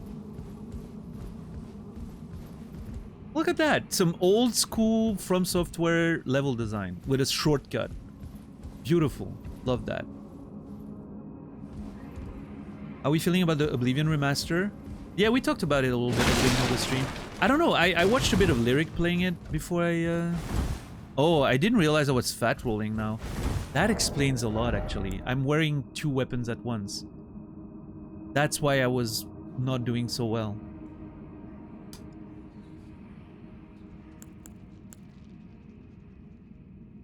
I still feel like I need both weapons, though. I'm gonna remove my helmet for a little bit. Yeah, I mean, it is just Oblivion with better graphics. They apparently fine-tuned a few of the systems. But, I mean, again, I'm not a fan of Oblivion, so I don't care much for it. But, what I was saying earlier in the stream, and I'm sure that's not what they did, but I was watching Lyric play it, and some of the outside environments look really good, but, like, the characters, the way the faces look and all that, it made me, like... It felt like it looked like they, AI... They used AI to remake the faces.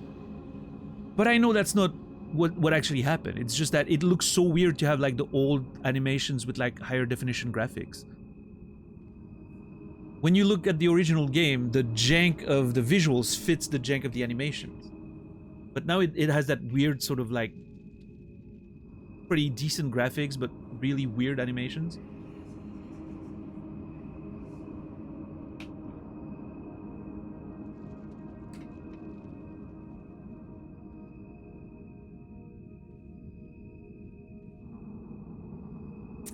Yeah, I mean, again, that's what I was saying earlier, Crypt, and I guess Philanor as well, is Oblivion was incredibly popular because it came out on 360, it was like a whole new generation of gamers. So for many people, it was their first Elder Scrolls game, and for many, it was their first open-world RPG even, right? And so I think there's a huge factor of nostalgia here. Obviously, you know, if you're like me and you played the Elder Scrolls before that, Oblivion was kind of the... For many people like me, older folks, Oblivion was sort of the beginning of the end. Like, that was the beginning of Bethesda doing questionable things and, you know, the modern RPGs with markers everywhere. And so it definitely wasn't, you know, Oblivion wasn't it for me. Like, it was definitely, it was an absolute disappointment after, sorry, after Morrowind, so... But you know, obviously, I understand that for many people it is a huge nostalgia rush, and I'm glad so many people get to enjoy the game again. And I have a few friends that are really excited about it, and I'm so happy for them. And I'm gonna enjoy watching them play it for sure, even if the game's not for me.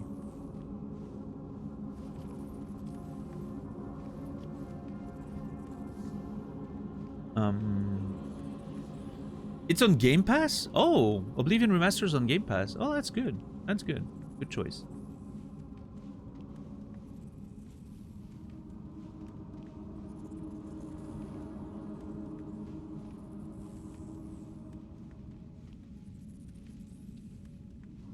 Yeah, Crypt. Yeah. No, that's great. That's great. I'm glad so many people get to have that experience again. You know, as much as I'm not a huge fan of remakes and remasters and all that, because I would always rather have new IPs and new interesting games, and I definitely can understand that nostalgia. I mean, I had the same nostalgia for Final Fantasy VII Remake, or you know, there's a lot of games these days that play on that nostalgia factor, and it's definitely working on me. So even though I think I have that sort of opinion about the industry and where it's going, I still get those feelings as well, of course. And I think a lot of that's also a point I made earlier, is a lot of Skyrim players will probably be able to, you know, people who only played Skyrim in that series, which there are plenty of people that started with Skyrim, are going to be able to go back to that Oblivion remaster and pretty much get a fresh new experience like the one they liked so much with Skyrim, because it's a very similar game ultimately, right? Oh my fucking god, what is happening here? So yeah, I think that's also a huge factor, like of Skyrim fans being able to play a new game. Something that is not Skyrim for once. In that from Bethesda, you know? In that Elder Scrolls series. So I think that's good. So as much as I personally am not a fan of Bethesda, you know, I have to be happy for the people who are gonna be able to enjoy that. So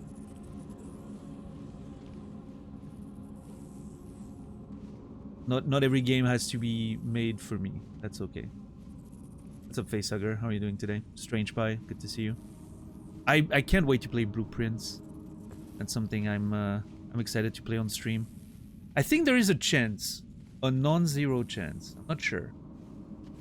Considering how long Elden Ring is going to be, if I, you know, if the entire journey goes at this pace, we're gonna be here for like, what, like a year? 6 months until this journey is over? I don't know. It's not impossible that at some point I take a little break to play Blueprints for like a couple weeks. And then come back to Elden Ring. We'll see. We'll see. What's up, Quasi? How are you doing? Yeah. I've heard mostly good things about Blueprints. I know it's not a game for everyone. That's what I've heard. Like, some people will probably not enjoy it. But most people seem to think that I will, so that's good. Okay, that is hell right now.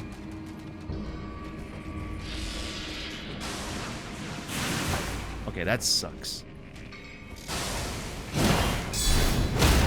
Okay, whew.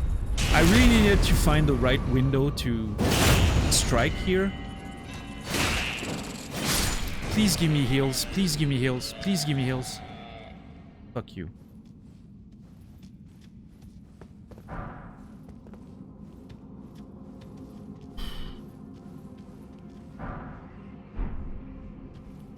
Dragon Wound Grease.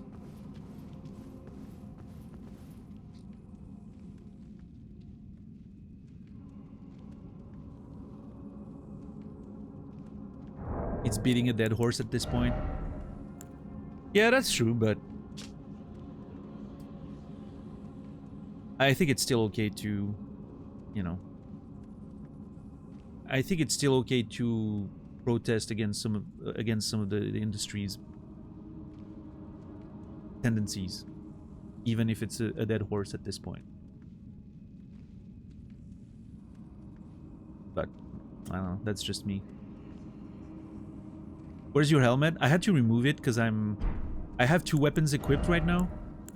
Because my spear doesn't do much against the miners. They have hard skins, so I need the club to like damage them properly. So I'm equipping the two weapons, and if I had the helmet on, I'm too heavy, so I removed it. Just temporarily, yeah. Does that auto-equip? Never equip those things. I mean, they don't weigh anything, so that's fine. We also have this spell I didn't read. One of the Glintstone sorceries of the Academy of Raya Lucaria. Imbues the ferrule of the caster's staff with magic, then thrust it into the ground to create a massive magical shockwave. Hold it to continue moving without striking the ground, and then push the end of the staff into enemies. An enhanced version of the Glintstone's Miner's Stone Digger sorcery. So that's kind of the digging thing the dude used on me, I think. That magic shockwave that he was using, and then he can dig into me. And it's funny that it's basically they use that spell to mine, right? They use that spell as a utilitarian tool in this mine. But obviously it can be used for war. I think that's kind of cool.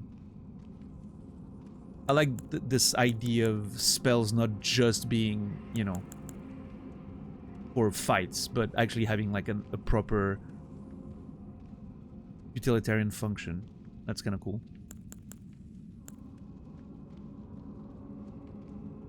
Right, sure, Philanor, yeah. Solidified grease made from gravel stone mixture. Both armaments granting an anti-dragon effect. Oh, dragon wound, anti-dragon, okay. When dragons were born from their ancient kin, they lost their stone scales, which can now be used to cause them mortal harm. When the dragons were born from their ancient kin, they lost their stone scale. So we know the ancient dragons... I have notes about that. We know the ancient dragons were ruling the world before the Erdtree. And there was this mention of them being like a wall, like an actual wall to their lord because of their stone scales. So then new dragons were born from that ancient generation of dragons, but they lost their scales somehow? And now you can use like those stones to upgrade your weapons and make more, create more damage to dragons themselves. Actually, I want to take a note of that. Hold on. That here, there. Oh shit. Grab two. When quote unquote new dragons were born from them, they lost their stone scales, which now causes them harm. I don't know exactly how that works, but that's interesting. Yeah, I was thinking about that. Seath, the Scaleless, right, was one of the dragons in Dark Souls 1, and he was unique in that he had no scales. But I think that was part of that was because he was doing experiments, like he betrayed his own skin, or maybe he had no scales first, and that made him different, and he got, you know. I don't know exactly the lore of Seath anymore, but yeah.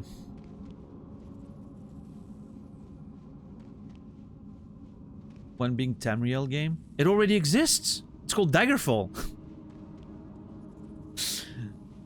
But that's, you know, I don't think that's the game you want when you say a big Tamriel game. You want something more modern. I get that. But I was such a fan of Daggerfall because that world was so huge back in the day, you know? I don't think I can kill two of them. Unless I stun one of them right away. Maybe I get a chance. I'm so gonna die. What are you using for those notes? Oh yes, Scapel is what I'm using. And then I'm integrating it in OBS with some, like, you know, overlay magic. Some OBS shenanigans. But yeah, the program is Scapel. It's a one-time purchase, and it's great. Yeah, I'm dead. I really needed to get that hit. Shit!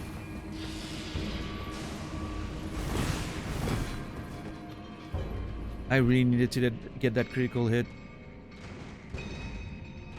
Daggerfall was mind-blowing back in the day, didn't age too well. I think the dungeon crawling in Daggerfall is still kind of cool. But you're right, there's a lot of stuff that didn't age too well. I agree. God, I'm so dead. I am so toast.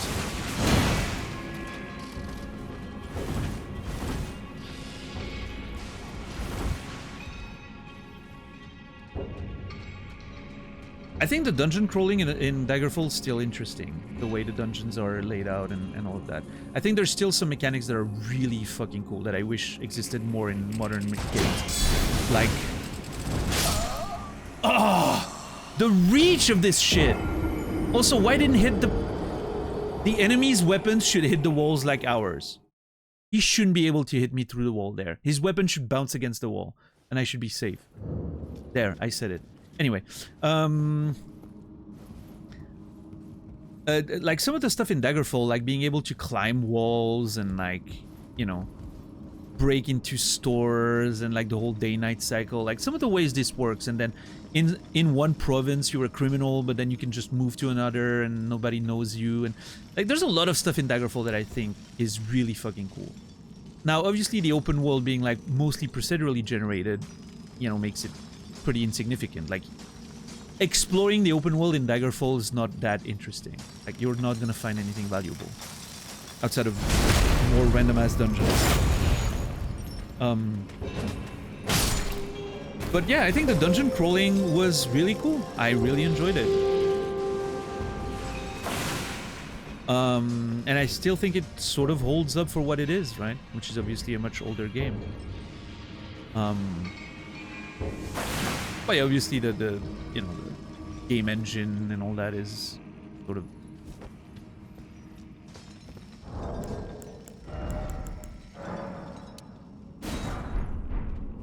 You know, it's a bit old at this point. Warren, thank you for gifting a sub to Philinor. I appreciate that. 530 total gifted subs. Thank you, Warren. Philinor, you will be remembered.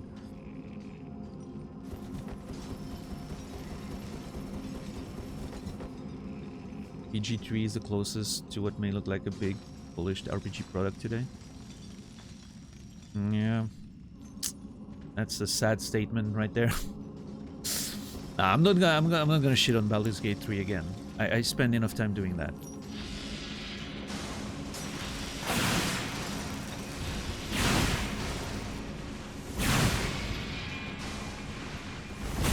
How did I deal with this earlier? I don't remember.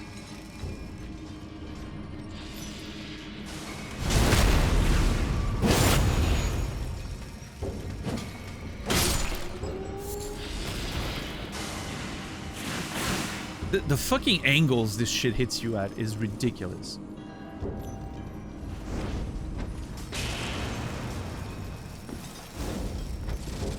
Fucking asshole.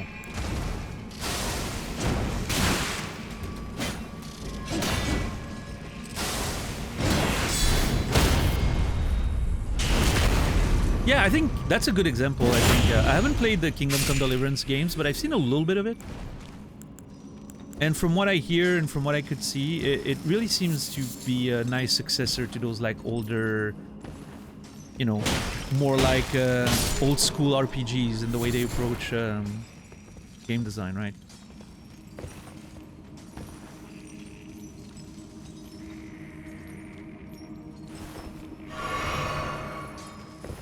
But Elder Scrolls fans 1 is an awesome Elder Scrolls game. Yeah, but also I think...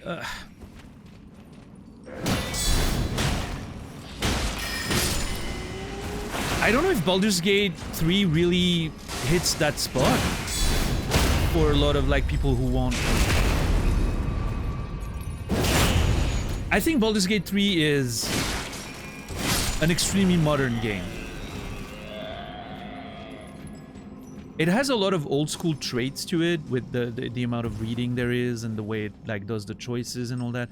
But it's a very modern game in the worst way possible.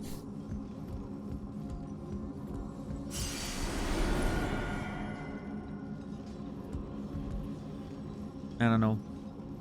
I think Baldur's Gate 3 is a dating sim. It's not an RPG, and I stand by that. And I tried to play it as an RPG and it didn't work. I'm gonna play it again as a dating sim, and I'm sure I'm gonna have a great time. Oh, you can backstab them. Fuck, if I had known that. Well, I'm glad I tried. Now I know. Bye, nerd.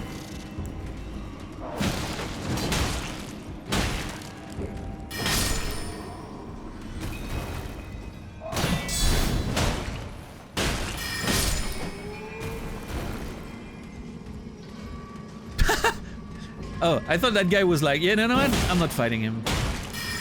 But no, he came back. Okay.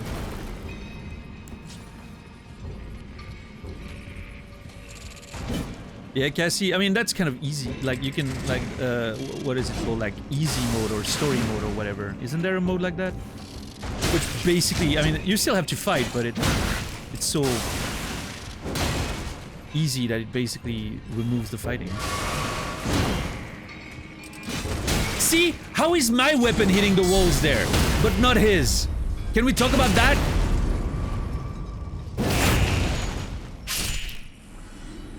I'm not asking for much. I just want it to be fair.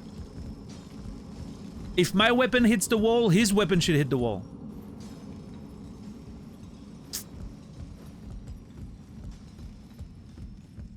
But yeah, no, I mean, I have my opinions on Baldur's Gate 3. I'm glad so many people enjoyed the game. I think it's great that a game like that can have success in 2024, 5, 3, whatever year it came out.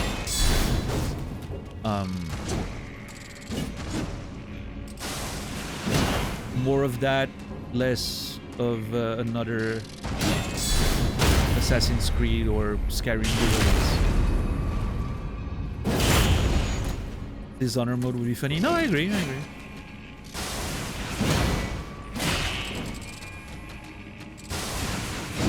See, look at how. Okay, game, you're gonna have to work with me there a little bit. The enemy's right in front of me. I'm using the targeting option. It targets that enemy all the way back there. And also, I'm here and I'm trying to poke through, and it like bounces my weapon back, and his weapon goes all the way through and hits me here. Fucking insane.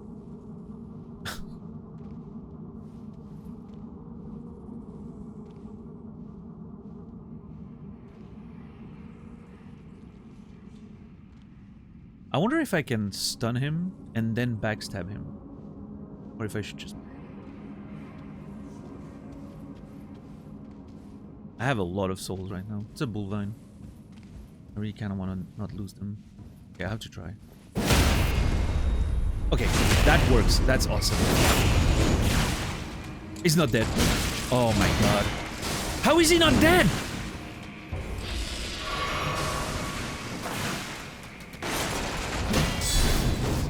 Okay, that's so fucking unfair!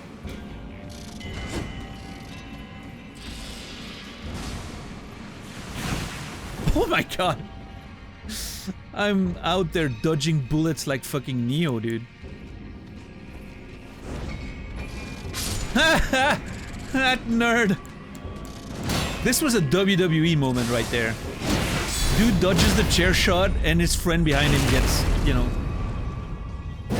takes it to the face.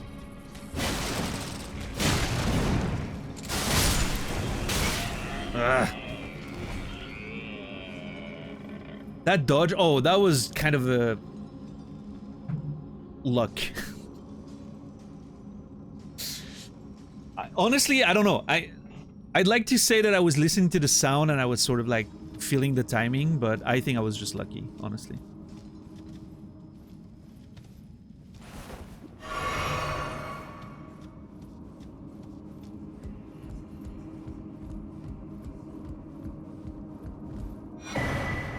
The Faithful Canvas Talisman. Okay. What is that? A talisman bearing an icon that depicts a group of masked figures. Raises the potency of incantations. The figures represent the flock at prayer, their firm belief in the intangible inspiring even the solitary founder of their religion. What is faith if not an affirmation?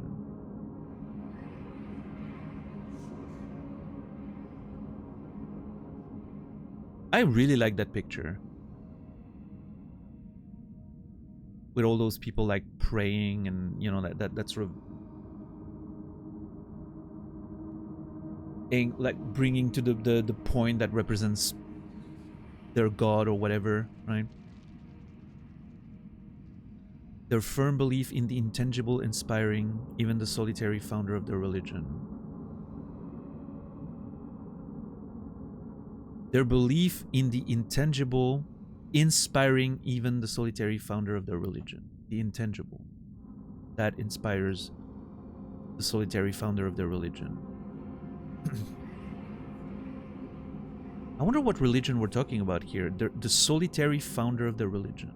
What is faith if not an affirmation?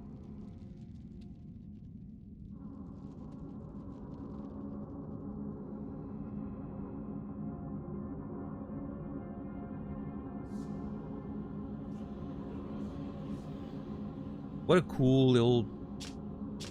I like the lore. I like the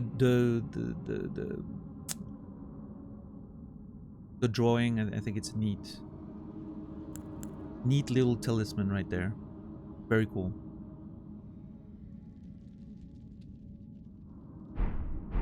What is faith if not an affirmation?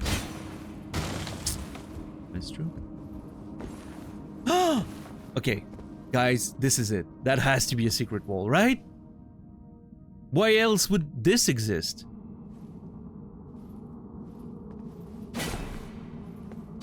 Come on, game.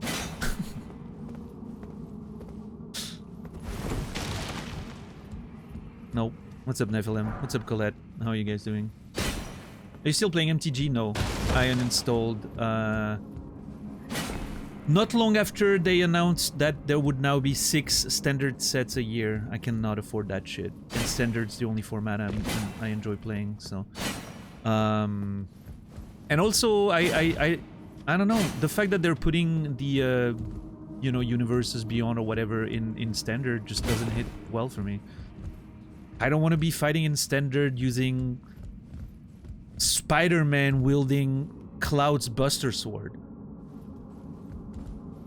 And being countered by a fucking SpongeBob looking, you know, card or whatever. That is not the standard I enjoy. So yeah, I uninstalled Arena and I'm probably not playing MTG for a while. I'm sure one day I'll get the itch again, but...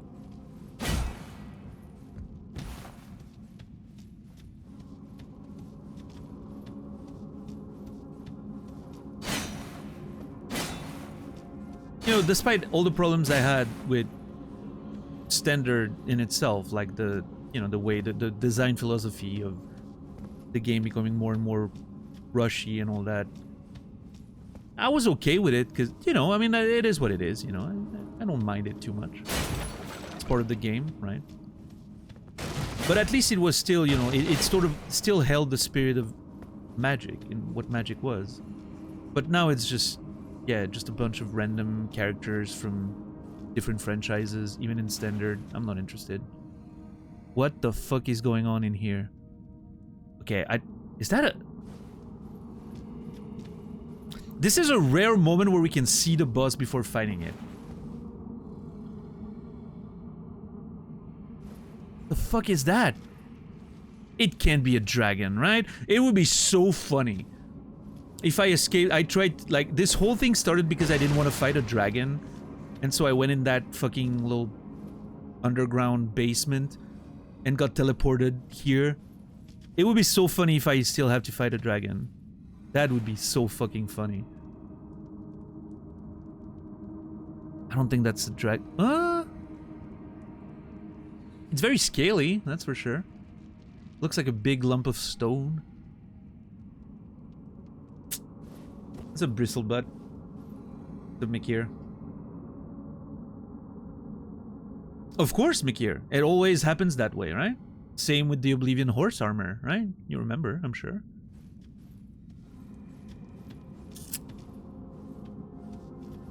And listen, I'm okay with them doing universes beyond stuff. I think, you know, at the end of the day, they need to make money. They need to make a profitable game. I get that. I understand. It's the way the world works.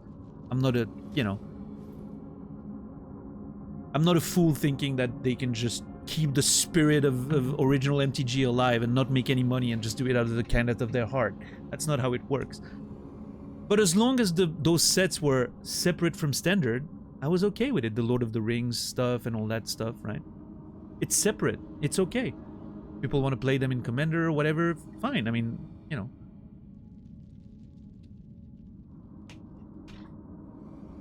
But having those sets in standard now, and 6 of them, fuck that shit.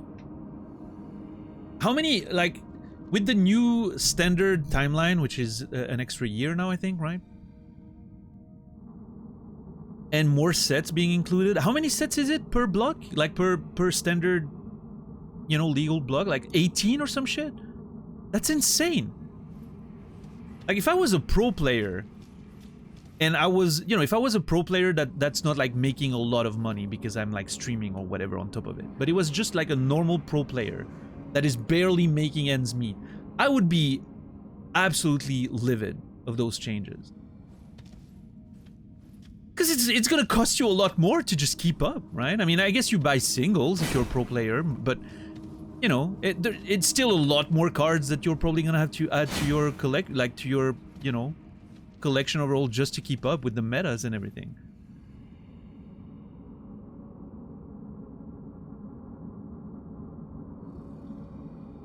Yeah, Makir. 13 to 18 sets now. Not long ago it was 5 to 8, yeah. But anyway. Old men yelling at clouds. That should be the theme of the stream at this point. I should replace my bio and just put old men yelling at... old men yelling at capitalism in my bio. That should be my entire about section.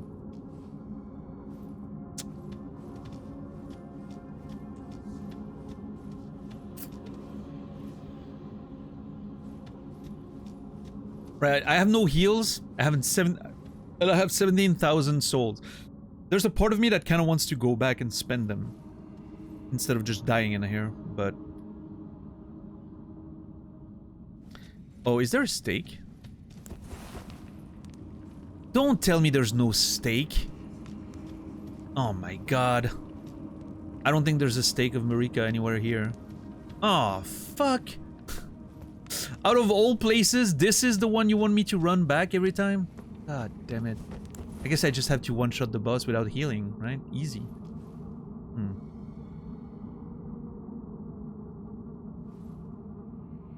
What's up, Jode? How are you doing?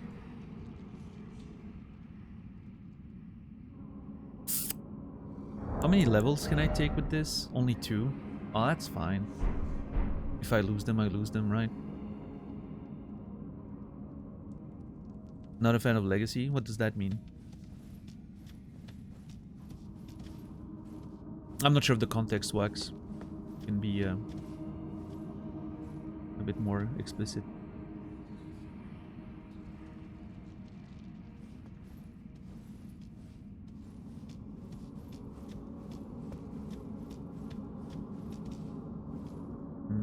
Oh, the MTG format. Okay, I didn't know if you were talking about like something about the Elden Ring. No, I'm not a big fan of I mean, would I enjoy playing the game with only like the original couple sets, you know, back in the day, like the one that I played when I was in middle school? Probably for nostalgic reasons. But I think the game was pretty broken back then, you know, like especially with like modern knowledge. Going back to those formats would be kind of funny. And now, you know, formats like all the like the timeless formats, or the what's it called? What's the equivalent of timeless again? In paper? I don't remember. But anyway, I think, you know, those formats tend to, in many ways, be a worst version of vintage, maybe? I don't know.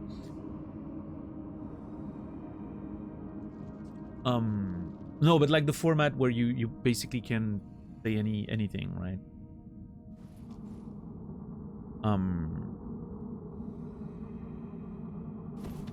But like stuff like modern and stuff, you know, those formats are just worst version of what I hated with modern standard, with like the new, you know, more recent standard, was that it's way too fast. Everything is just so overpowered, which makes sense, but standard was sort of keeping it together a little bit, you know.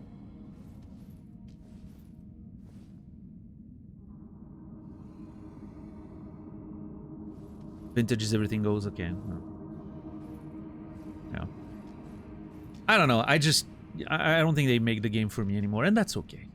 That's okay. Hasbro can keep making money on, you know, Marvel fans that are excited to see a whole bunch of franchises and all that, and that's totally fine. I'm okay with that. It's just not for me anymore. That's okay. It frees up some time for me to play other things. That's great.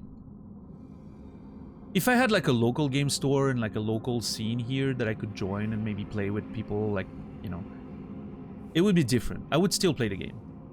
Probably like, you know, as a social thing.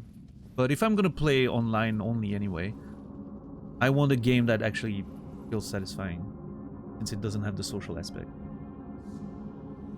Oh, I don't think they have Tigzar, not yet at least. I'm sure it's gonna happen at some point. I'm just saying in general, you know, the idea. It was just a little way of me to say like modern audiences that like those crossovers everywhere, and I don't know. I know plenty of people out there that just enjoy collecting all these new Magic sets. They get super excited every time they announce a new franchise. Doctor Who, awesome. Lord of the Rings, awesome. Final Fantasy, awesome. Spider-Man, awesome, right? They're so all excited about that. And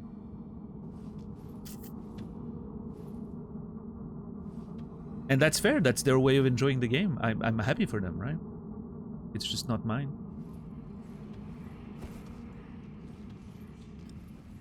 A part of what I enjoyed in Magic back in the day was the lore and the stories and everything, right? So I don't want Spider-Man to just shoot a bunch of gooey white stuff at Liliana, you know? It's not my MTG right there. And yes, I picked my words very carefully there.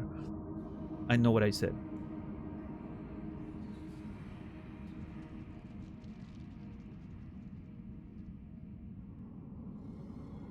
Alright, well, let's fight this and see what happens. I'm probably gonna die. And then I'm probably gonna lose my runes, but that's okay.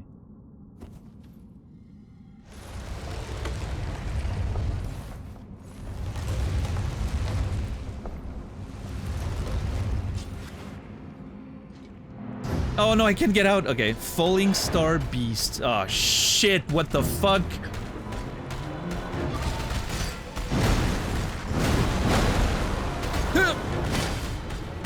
I do not do a lot of damage. Oh my lord, yeah. What the fuck was that?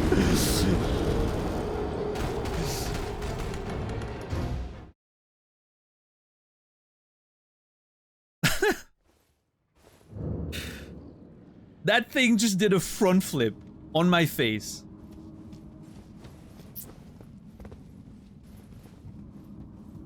Oh boy, that's...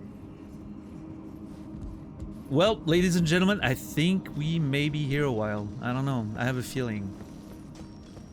Can I sneak my way up there without getting spotted? That'd be great.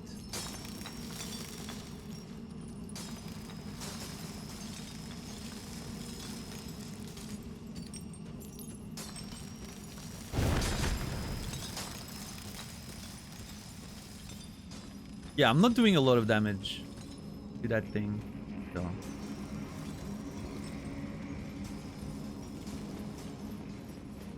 Moon Soul of the top row?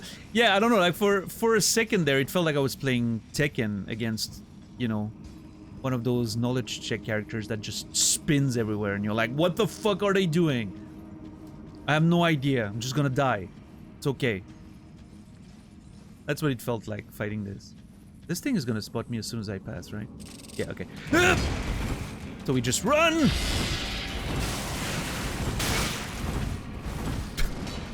Just get in! I don't care! Just get in! Ugh. Okay, at least we can make it back to the boss without, you know... Oh, come on, dude! You can't be serious! Oh my lord! Okay, let's see. 51 with a poke. How does the striking weapon do against this hard-skinned animal?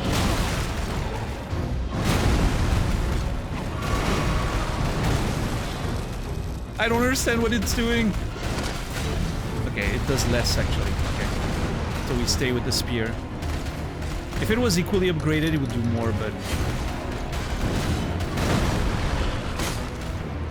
Yeah, I am not doing a lot of... I don't understand the timing of this thing. It's hitting later than I think. That's what I get from this. Oh my god, dude. Oh, I understand. This is a Monster Hunter fight. I need to think about this like a Monster Hunter fight. I got this. Yeah, it's like a big puppy with fangs and no eyes. Oh, I just noticed it doesn't have eyes. Like, it's just a fucking... It's such a weird creature. It's like a cockroach's, you know, face on a weird dog's body. Or bull body, actually. Looks more like a bull. What the fuck is that?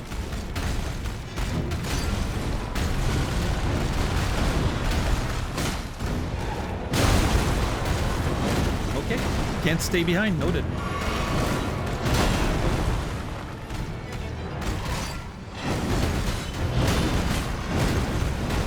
Oh my god.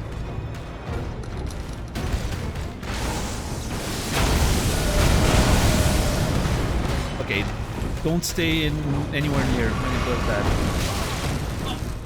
What?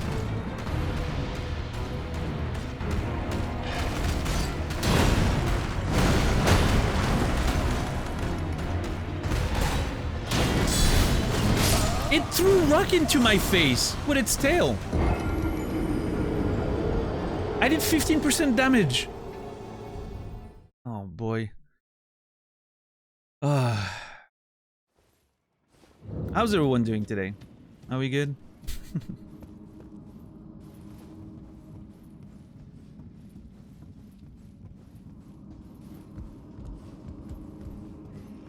I'm gonna try with the striking weapon, because maybe, just maybe, there's a chance that the stagger will be higher, which means, you know, ultimately more damage. Yeah, and there's a run back. That's the worst part. If there wasn't a run back, I'd be okay with this. An antlion, yeah, that's a good reference. Good trooper for sure. Hell yeah, Trim. Proud of you, dude. Let's go.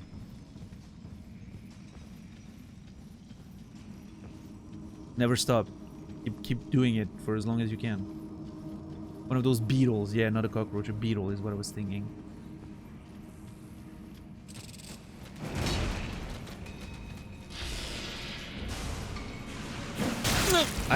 I was trying to roll and I pressed my R1 button by mistake.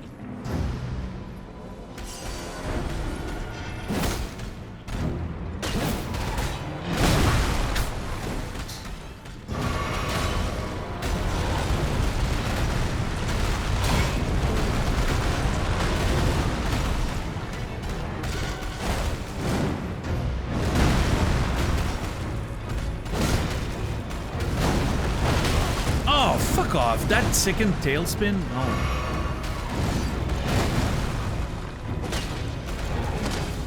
I feel like I'm doing nothing. I'm like...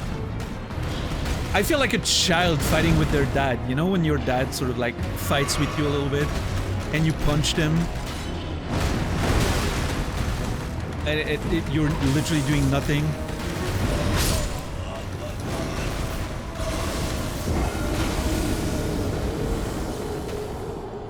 AV punches. I need to use barricade shield. You know what? I'm going back to the spear. Barricade shield and the spear. And I'm putting my helmet back on. What's up, Avian? Well, yeah, but that's part of the, you know, that's part of my sort of self-imposed rule. Which, again, not a hard rule. If it ever gets more frustrating than fun, I'll definitely level up my vigor a little bit, but for now, it's still fun. I enjoy having to actually learn the fight rather than just chugging my way through, you know, brute forcing the fight. Yeah, that's one of my so far 2 self-imposed restrictions. The other one being no fast travel between points I haven't physically traveled yet, unless I am forced to. You know? But if I can, you know, if there's a physical way to get to a place, I'll do it. No fast travel. Unless I've been there already, right? Like right now we're over here. I'm not gonna fast travel back if I can. If the game allows me, right? I'm gonna manually go back all the way.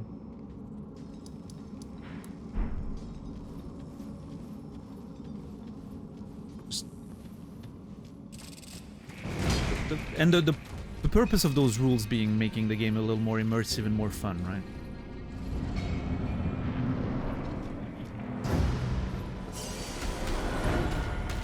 To me, there's something really fun about having to, oh my lord, what the fuck? That's something new. It can spawn fucking things under me now, not just under, oh god. Every new attempt, I'm seeing new moves.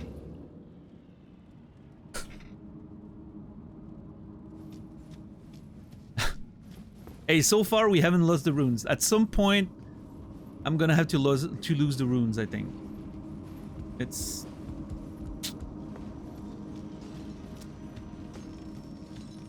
Losing the runes is gonna be the first step towards enlightenment and actually getting to win this fight, I think.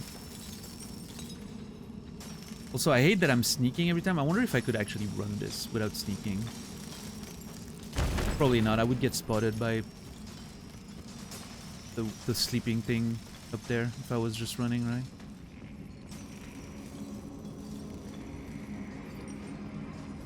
Yeah.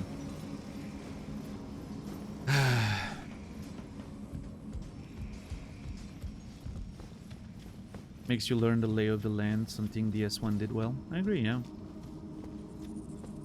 And I mean, again, like it increases the feeling of adventure, right? I mention that all the time, like that spirit of adventure, which is something I really enjoy. Not being able to just fast travel back to where you were.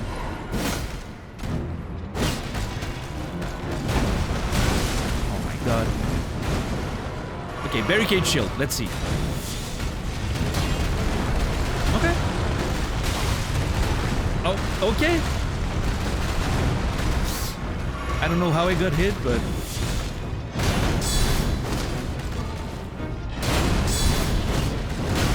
Ugh. Oh, what is this? Oh, yeah, okay.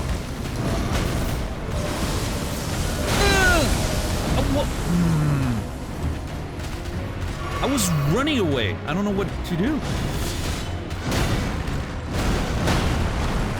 Oh my god. I get absolutely destroyed by those blocks. Like, I'm blocking and I'm backflipping like 3 times after blocking.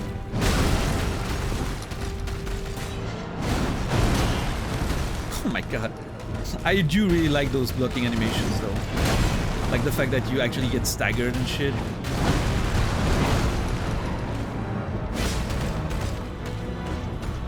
It's a nice way of balancing shields, I think.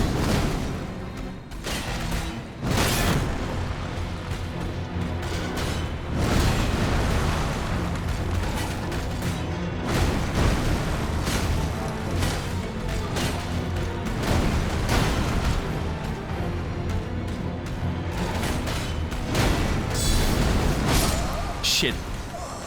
I shouldn't have done that. Okay, I don't think shield's the way there. I think we're gonna have to go two hands. I think we're gonna have to go two hands. And just, you know. What's up, Ruined? Clearly you haven't been listening to me or following the story. Do you think I'm that stupid that I'm not aware that I could just not beat the boss and leave? I've been outside of the cave. This is a choice, an intentional choice.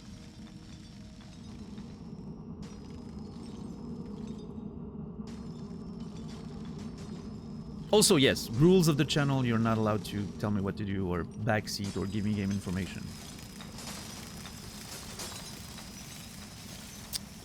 It's alright. You don't have to be sorry, I'm just saying. No hard feelings. But yeah, I'm persistent. If I find a cave, I'm gonna, you know, I'm definitely gonna explore it.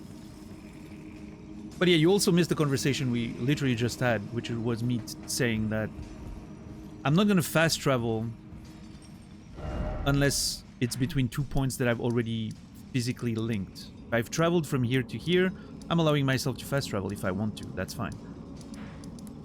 But in this case, I'm gonna, you know, I'm gonna explore the old-fashioned way. We're gonna make it back to the land by just exploring. Unless I really have to. Like, when we teleported here, I didn't have a choice. I had to actually teleport back, so... yeah. But if there's a physical way for me to go back somewhere, I'll go back. And why am I exploring the place? Because, I don't know, I found it, and I want to explore it. So I'm gonna kill that boss, eventually. Just gonna take a while. But that's okay. Okay, I'm going two hands. I think blocking is not the way there.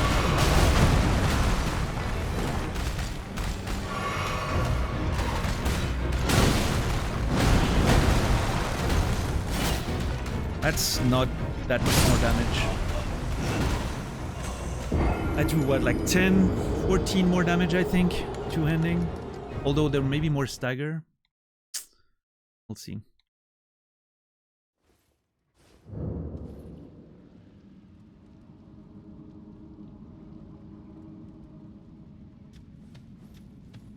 We're blocking with our face. I have to learn the timing now. I can't just block with my shield. But the shield strat wasn't doing much. Most of his hits would stagger me so much that I wasn't able to punish him. So I don't think the shield's gonna do anything against this one.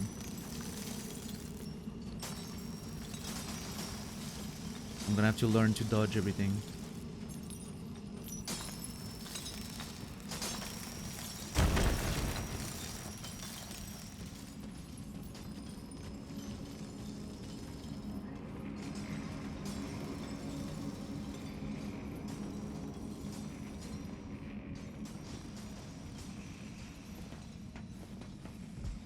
Also, speaking of which, I was outside the cave earlier and I wasn't able to... I checked the map. I wasn't... Not that I would have done it, but it didn't let me fast travel. I guess I need to be further away from the cave, maybe? Not that it matters. I'm not going to use it, but... It's interesting that it didn't let me do it from just outside the cave.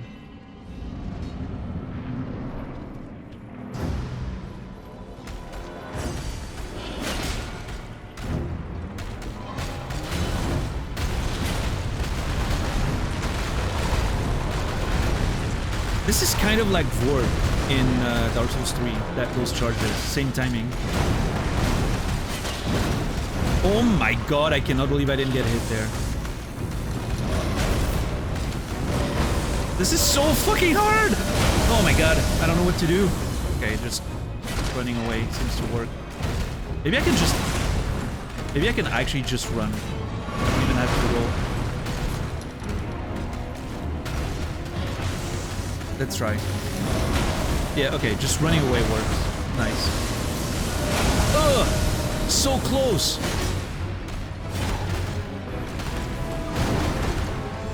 That tail attack has a lot of delay on it. I need to be careful.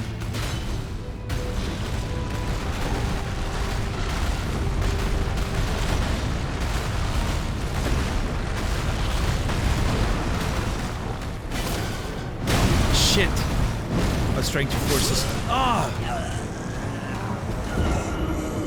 Fucking tail attack. Oh boy.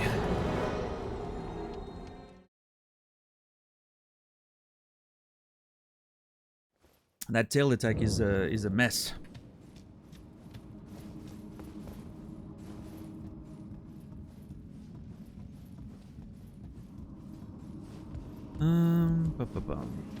Let's see. What's up, Squeegee? How are you doing today? Spent many deaths on him? Yeah. First boss type that made me stall? Yeah. It's evident. Yeah, it's definitely it definitely looks like a little step up compared to everything I faced before. The one enemy that the one boss that caused us the most attempts so far is the ancient hero of Zamor in the Weeping Peninsula Everjail, right? But I could see, you know, I could, even from the first few tries, I could see something. Like, I was like, okay, we're doing enough damage. I mean, it looks like it's gonna be okay. This one here, I can tell that I'm gonna have to actually, like, proper learn the fight to just be really good on defense. Because I'm gonna need a lot of opportunities to do damage, because I'm not doing that much damage, so... I'm definitely gonna have to get the moveset down and be able to dodge everything.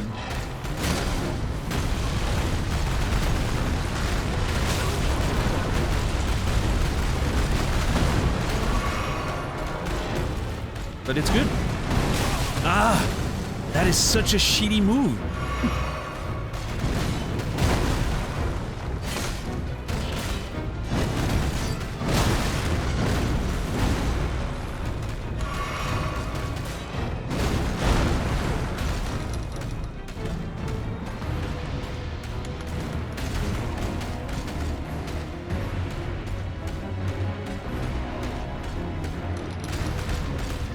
This thing slow walking me down. It's just slow walking me. What, sir?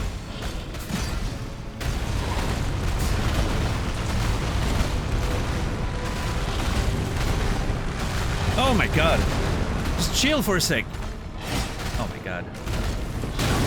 Yeah, delayed tailspin. I need to be careful about that. Yeah, we switched from Elden Ring to Monster Hunter. It definitely feels like a Monster Hunter fight, for sure. Okay, no double attacks. Okay, no double attacks. That's a rule. No double attacks.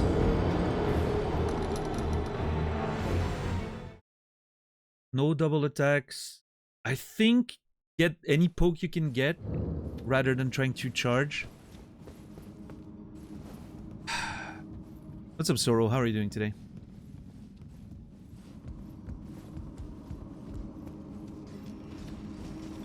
It is a weird-ass boss, that's true.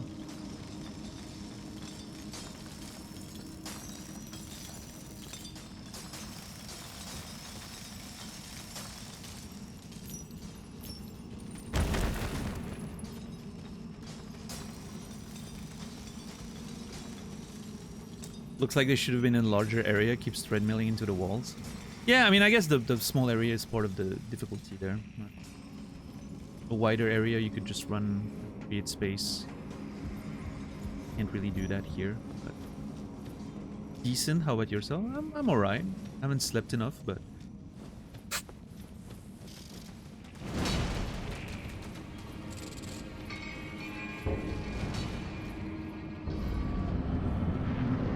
At least the run back, while it's a little long, is pretty safe at this point. I think, can I do double attack at the beginning? I think I can. Okay, and that... Shit. That's the Rux? Maybe? I think? I don't know. I'm just gonna have to assume it is.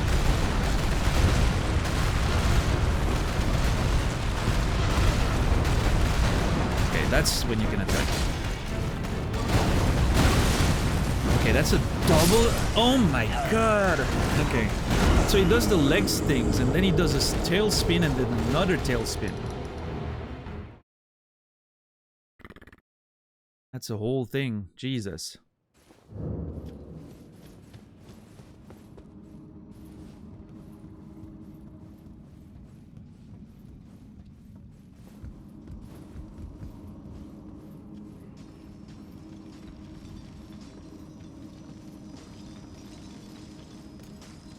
Chat, I think it's time to find a couple of interesting topics of conversations, because we're gonna be here a while. Seems like we're gonna be here a little bit.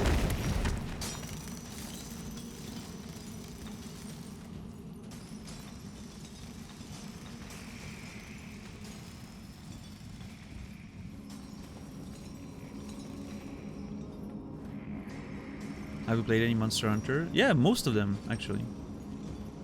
From all the way back. When I really started playing was on PSP.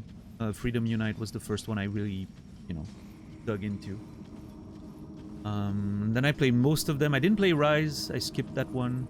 But yeah, most of them. And I haven't actually played that much of Wilds yet. I'm not vibing with it too much. What's my level? 34, I think. One thing I could do here... Hold on. One thing I could do here is use a twig. I do have a twig. Use a twig to just spend my souls. And then I don't have to worry about them anymore.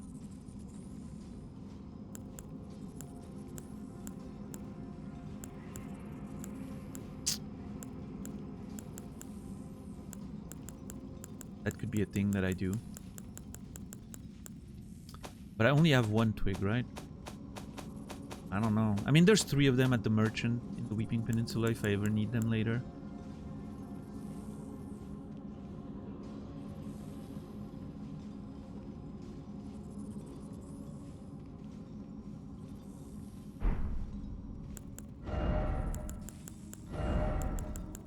Yeah, I think I want to do that. I want to use the twig. Just to get my souls out so I don't have to worry about them anymore. Have you ever summoned any spirit? I have summoned spirits in the open world just to see what they fight like. But I'm not going to use spirits for bosses. Just not how I enjoy playing.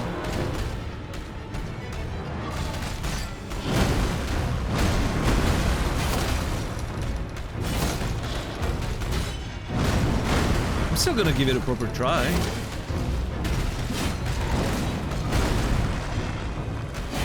Oh! Where's the weak point? Okay.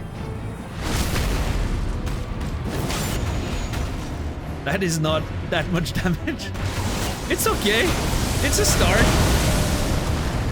At least I know it can be stunned. That's good for morale.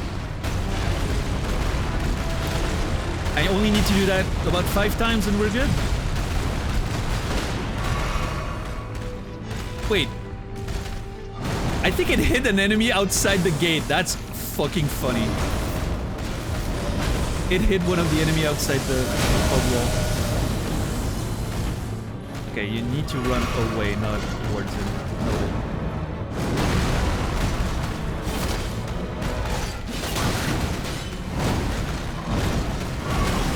Oh, you asshole.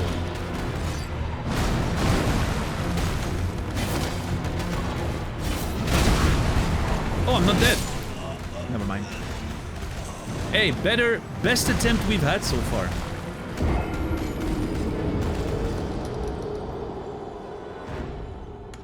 The stun was good. Okay, so at least I know I can stun it. We're fine. Now that I know I can stun it somewhat easily, we're gonna be more than okay. I wonder... I wonder if this is a... How many more runes do I get? I get 24 extra HP. That's not a lot. There's a part of me that kind of wants to go Scar Seal. Okay, you know what? I'm gonna try the Scar Seal just to see how much more damage I take. If I get one shot, I can't use the Scar Seal yet. But if I don't get one shot, then it's fine, because one hit, I need to heal anyway, regardless, right? So, let's see.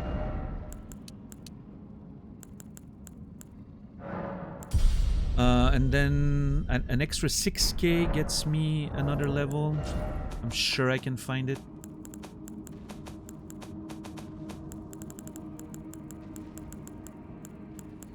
Yeah. How do I get there? That's 16. Then two of the other ones. Two of these.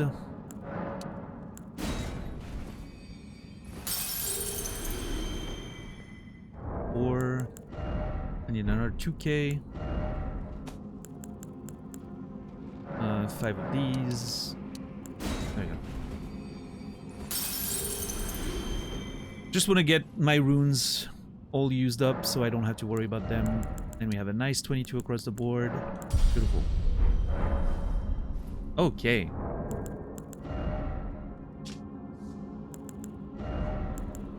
Yeah, I gained a little bit of attack by using the Scar Seal, so let's see what happens. Let's see what happens with it. Make sure that I heal. What's up, Simmons? How are you doing today? Yeah, I think we're good.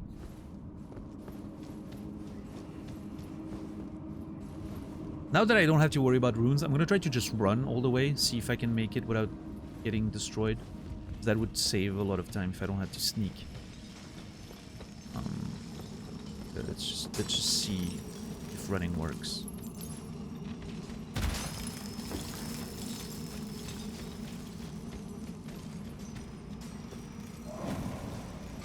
Whoops.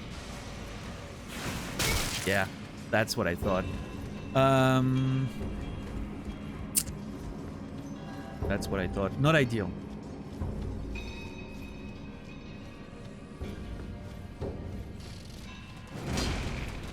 Don't want to start the fight with damage on the board already. Ugh. Dying after working on my legs yesterday? Hell yeah. Good luck. Good job. Okay. We do a little bit more damage. It's not insane, but it is something. And I don't die in one hit. Okay, great. No, this is fantastic.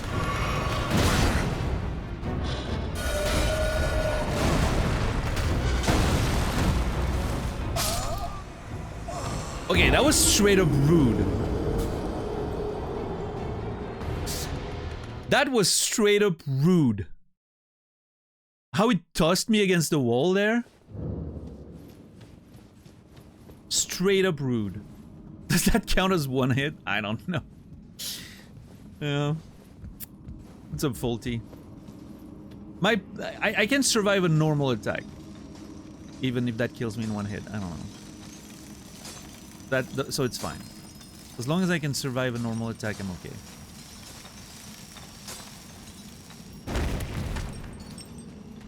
I'll take the damage buff.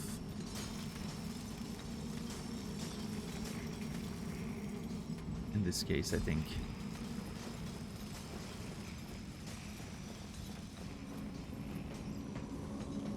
I could probably... Hold on. I could probably, if I remove the shield, does it change my roll? Not really, right? Maybe I'm keeping the shield. I think there may be situations where maybe I want to equip the shield suddenly in the middle of the fight to stop certain attacks. There's also, you know, I could see myself, if he gets really low HP, suddenly taking the shield just to secure the win. For those last few HP.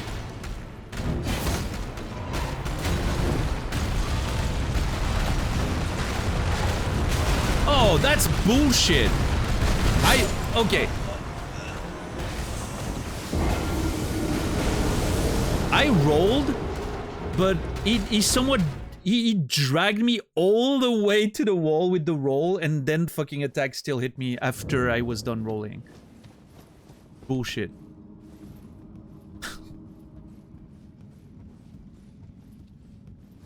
How long have I been on this boss? Not too long. Half an hour at this point, maybe?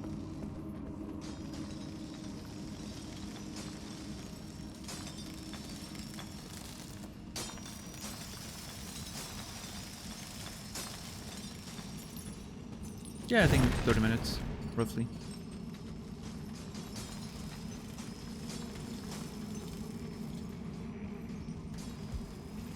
This is only the beginning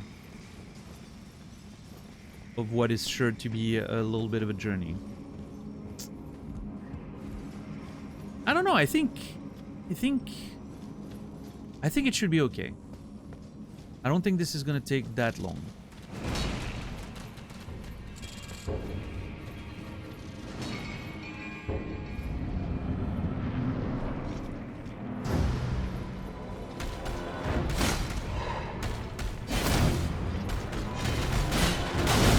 Shit, I was greedy there.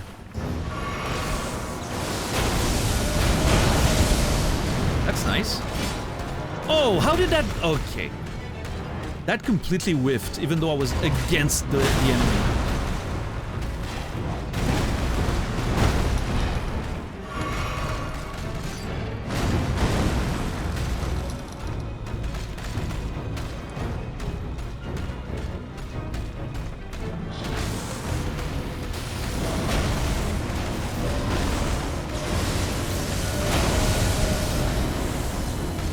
Come on, stun him.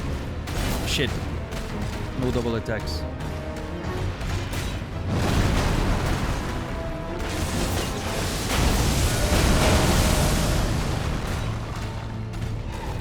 Oh, fucking asshole. And I didn't get any damage. Okay, so here I rolled back, and I think I rolled into the stones as they were moving away. So I need to roll forward.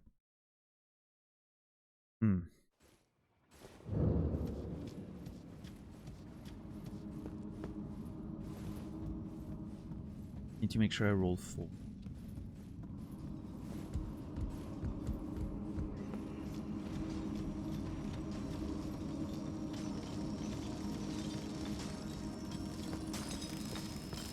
What do you think about his name?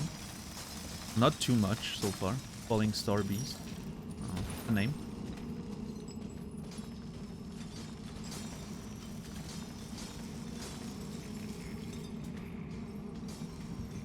I'll have time to think about that later.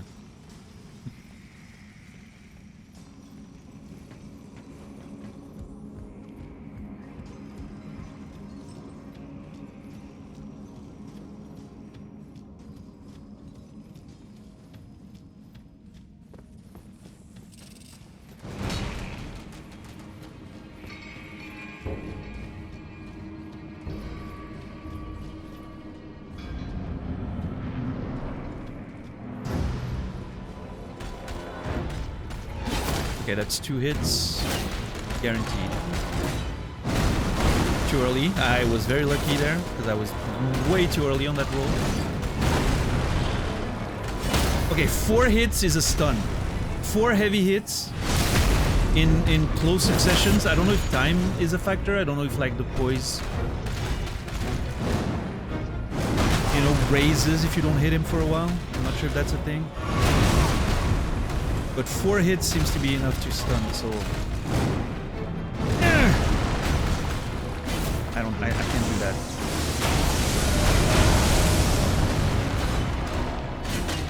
Yeah, just a little attack there. Can't be too greedy. That's a roll in. Fucking range of that spear! Okay, rolling back here is great. Allows me for a heavy attack. Shit.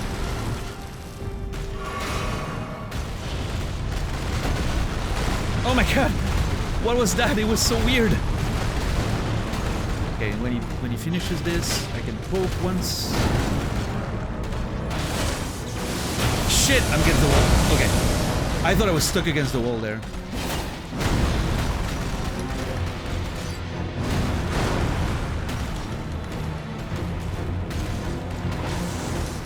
Run. That is bullshit! I can't do more than run away! I guess my direction for running away wasn't great. Oh my lord. Yeah, I'm gonna get smacked, but...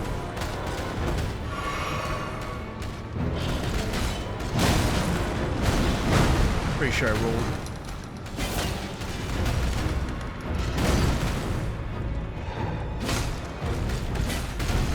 That was greedy. Hit. Fuck. Fuck. Okay. When he does the AoE around him, I need to just wait outside and then run in and I can do a heavy, I'm pretty sure. That was a pretty decent attempt. That's half HP right there. We're making some progress.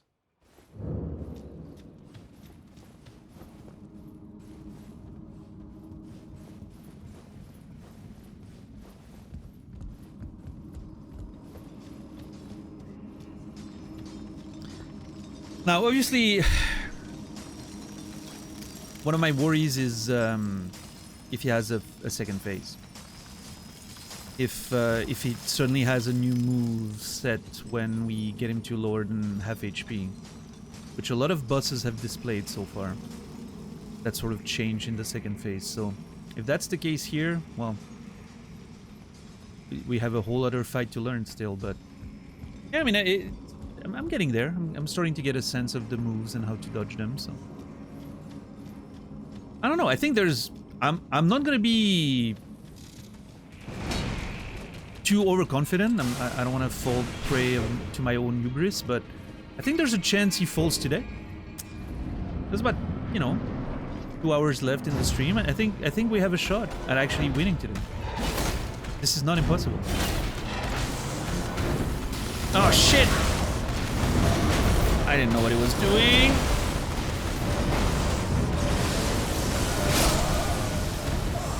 I was out of stam. I couldn't run anymore.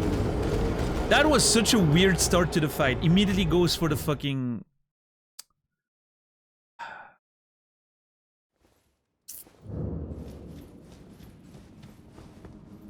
Game's just trying to make me lie. Yeah, I mean, I do think so. I am somewhat confident. There's a way for me to win this.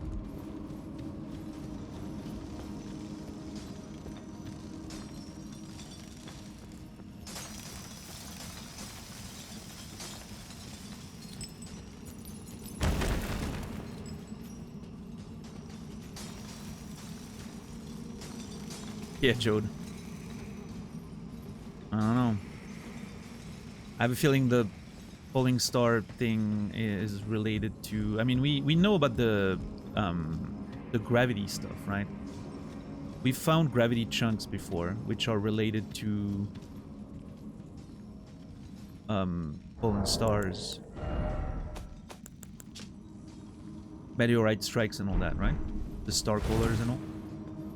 So obviously this could mean that this creature fell from the stars, and that's why it has gravity spells or whatever.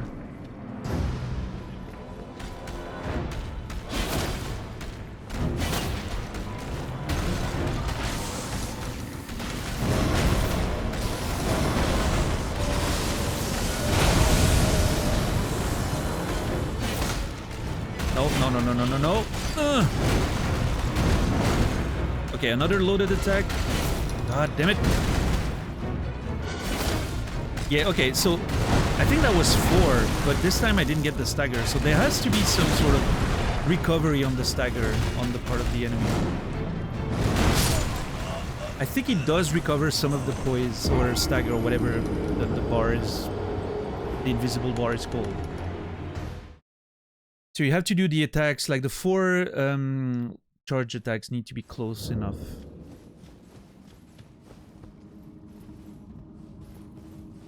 It's full of people who finish the game at level 1, so it's not impossible. Well, I mean, the difference is most people who do that, not all of them, like people have finished the game without upgrading anything, but most people who finish the game at level 1 and do that stuff like really efficiently, they use all the meta tricks, right? a whole bunch of buffs and... So they're at level 1, but they're literally doing more damage than I do. Like, way more. Infinitely more damage than I do. Because they just use all the little meta tricks. Now, again, of course, some people have beaten the game without upgrading anything, with literally their fists. So, of course it's possible, but... Those people know the fights in and out. They know exactly how to avoid the damage.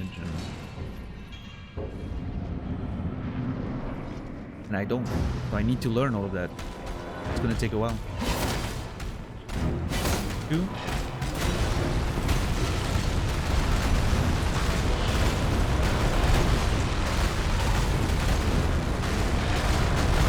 Yep, nice. 1.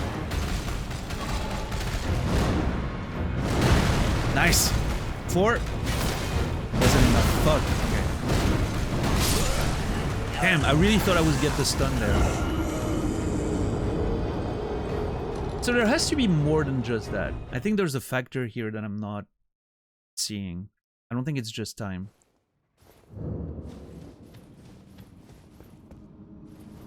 There could be something about the location where I'm hitting it. If I'm hitting him in the legs as opposed to the face, perhaps. But man, I can't really it's not like I can really pick my spots there. I'm just hitting him where I can hit him. I managed to stun him a couple times yet, XR. Pretty quickly actually, last time. 4 charged attacks and he was stunned, but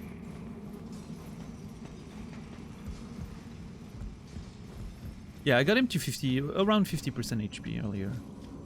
That's our best attempt yet. Today is the last day of class. I have so much to do. Hell yeah. I guess that's good though. Last day, right?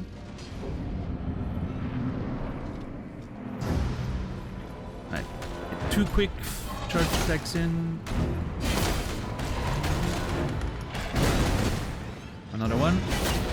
I'm gonna try. Shit! Oh my god, I'm so lucky I didn't get hit there. I should have been absolutely trashed here.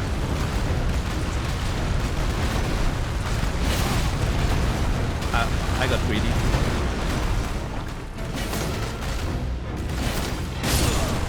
I went full greed there. I was like...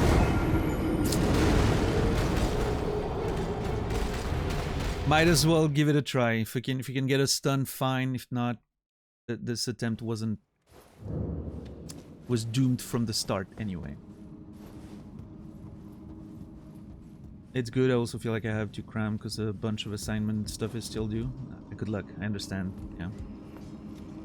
What's up, Mopo? How are you doing? You really like these guys? Yeah, I think it's an interesting fight. It's an interesting fight. Now, based on the fact you said guys, I'm assuming there's going to be more than one, which, you know, it is not that big of a spoiler considering, you know, many open dungeons, a lot of boss repetitions and all that.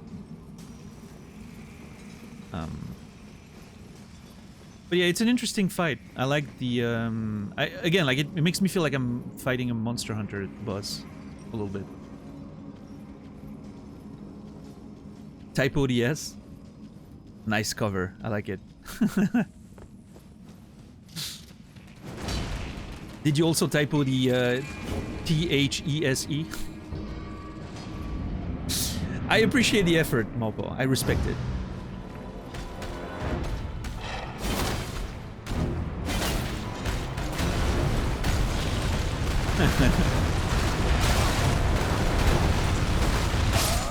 Ah.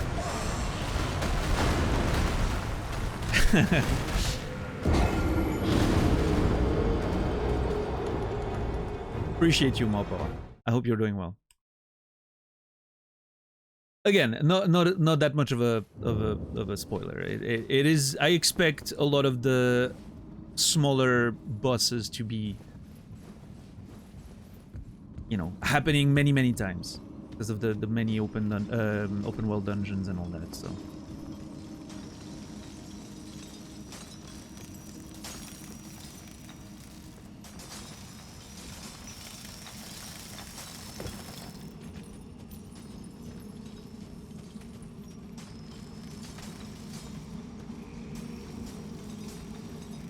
Yes, Simmons? I actually beat the tree sentinel naked with a stick in about, what, 25 minutes, 30 minutes on this run. That was fun. The moveset felt very instinctive to fight. I don't know. Although I will admit, I got lucky because the first time I saw phase 2, when he certainly has new moves, I immediately got the fight. I think if I died there and I didn't want to do that, and I had to do it again, I would have probably, you know, probably died a few times.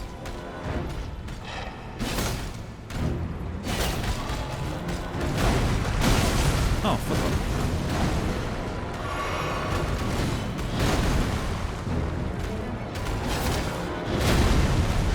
Can I do that? Shit.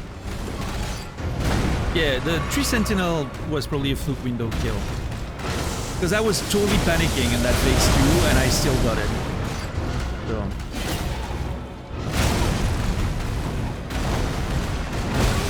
Oh my god. The tail spins are the worst. The tail spins are the worst. Especially when I'm in a corner like that, I can't see shit.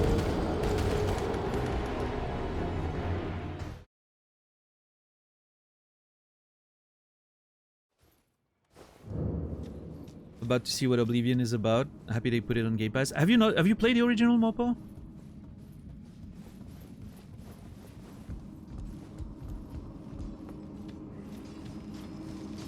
Hey Brendan, welcome back. How was your run? This is going well. It's okay. I'm having a few... We had a very good run, so it's expected that I get a few less effective ones. We'll be fine. Played the OG 14 years ago. Yeah, I watched Lyric play the remake a little bit. I think the outside environments and everything look amazing. I'm not a big fan of how the NPCs look though, but you'll make your own opinion. But I think the faces, the fact that they have these weird old animations on top of like something that looks visually a bit more modern is really jarring. But yeah.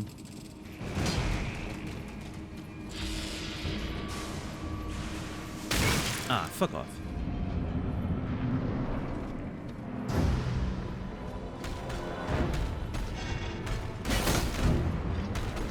I got stung by a bee halfway into my 3rd mile. Oh, that sucks. I hope the bee's okay.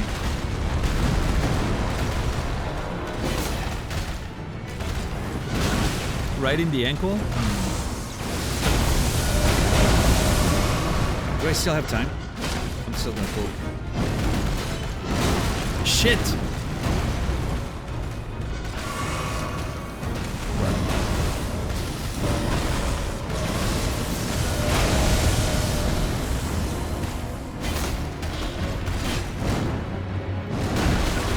How does that...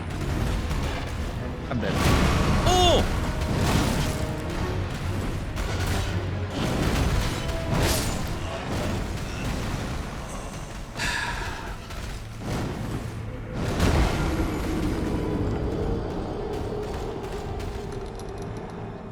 It was doing really well there until it wasn't.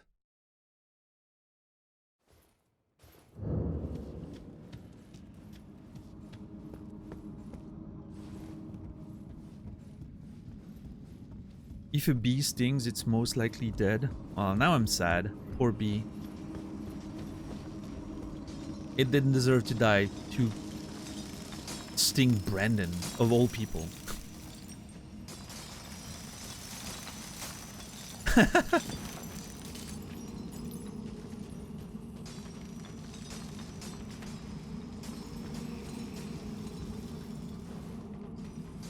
Bee son, nice.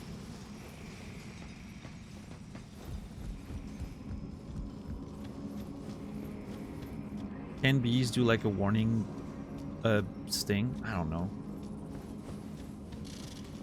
I got stung, but I'm not reacting strongly to it.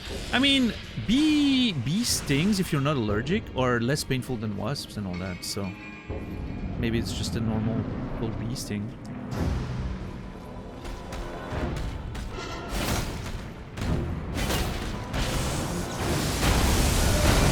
Okay, that's a great start to the fight. Hold on.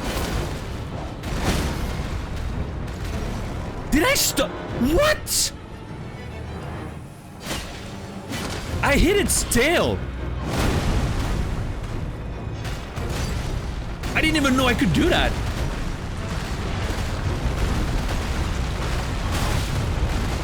But also I got screwed because he was against the wall and I couldn't...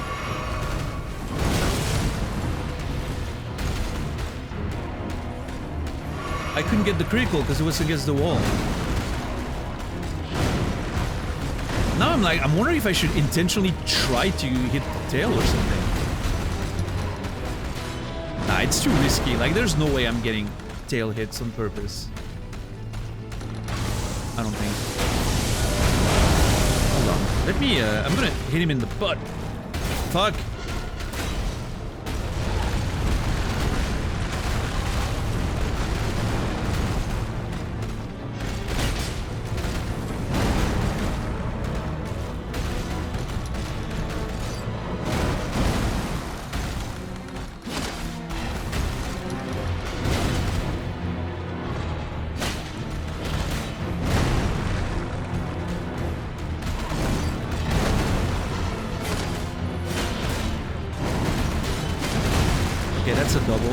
Triple, four. Okay, that's the whole fucking string right there.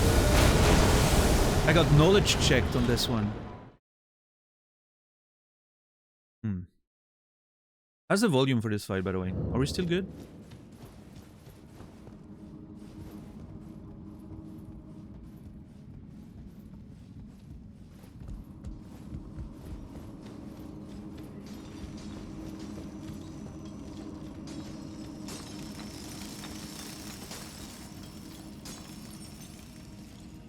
Landed on my arm, got brushed off, then it's stung me.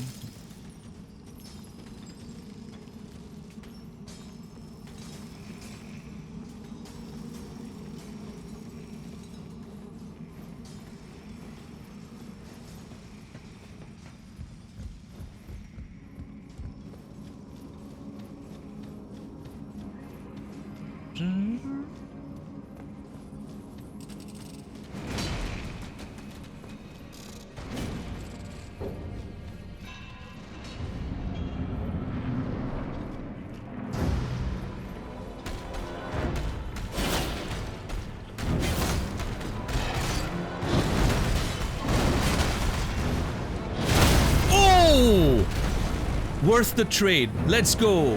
No, kill it in the... I hate when it doesn't lock into the fucking weak point.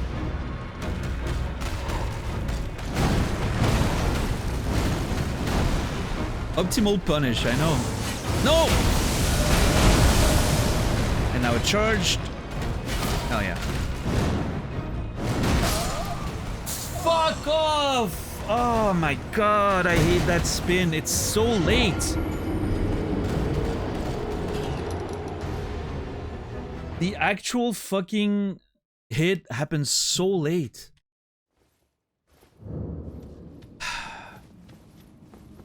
So nobody answered, but how's the volume during that fight?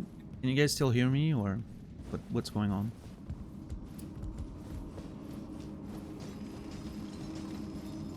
Seemed fine. Volume's good? Okay.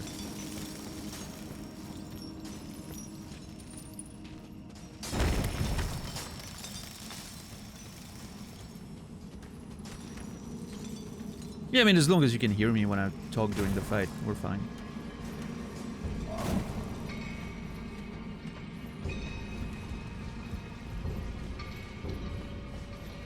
The game doesn't overpower your audible anguish at all. I'm happy to do that.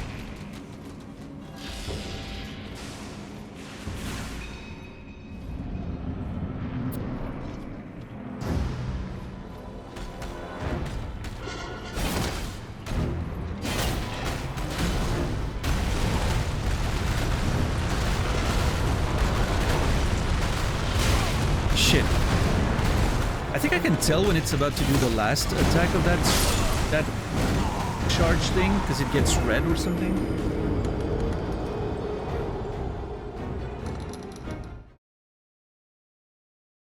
Do a shoot while you're fighting him? What does that mean? That doesn't mean anything.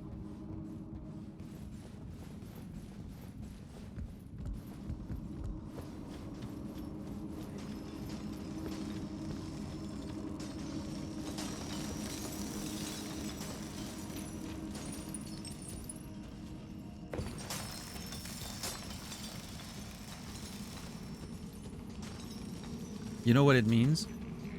I know you're trying and failing. Stop being such a nose. My god. Oh boy. So close yet so far.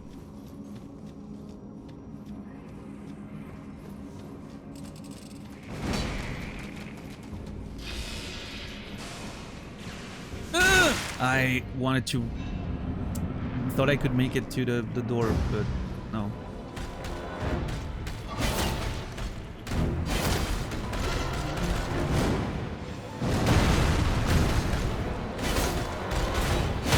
Oh, let's go. Okay, that's kind of the optimal start right there.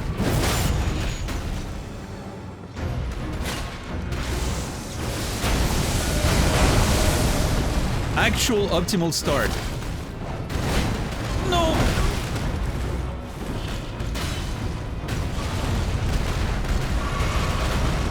Yeah, now that's the last one, right? No? Okay, okay, it is. I'm so confused by how this works.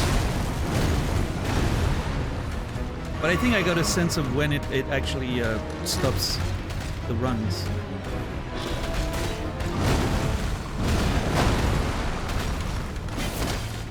Okay, that's a hit. Shit!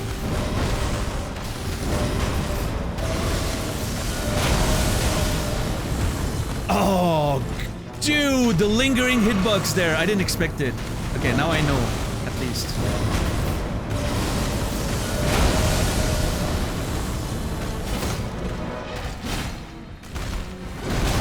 Delayed fucking tailspin.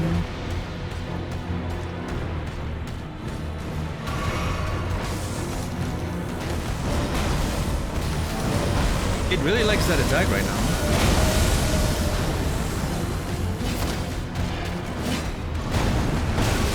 God, I hate that attack so much.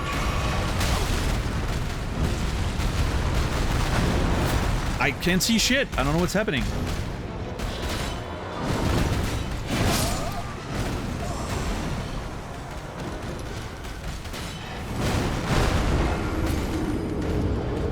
Okay, that attempt started that was the best start to an attempt we had, and then it just very quickly went south.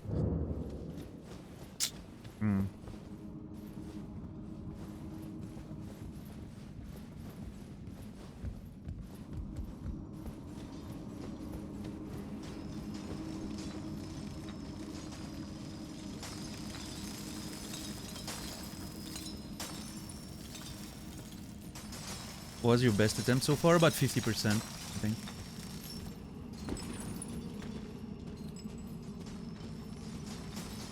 Roughly around 50% was our best.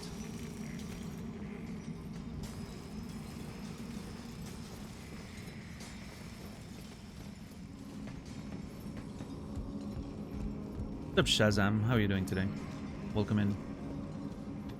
You got him? I think we'll be fine. It's slowly but surely. I still gotta be, my defense needs to be a little tighter. Not waste too many flasks on stuff that I should get hit by, like this, for instance. God damn it.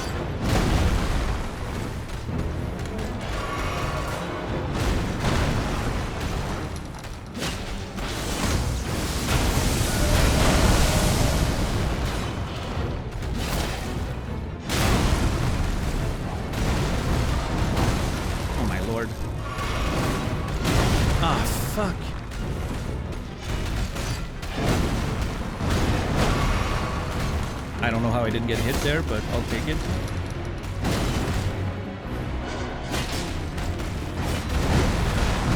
Oh!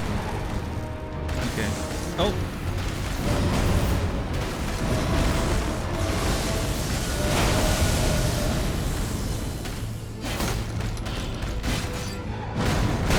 I didn't have any stam more left.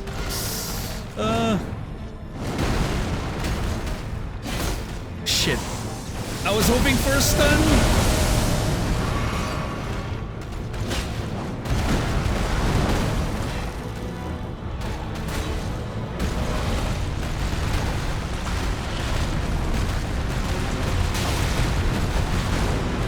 It hits you while it's running? That sucks. I really thought I had...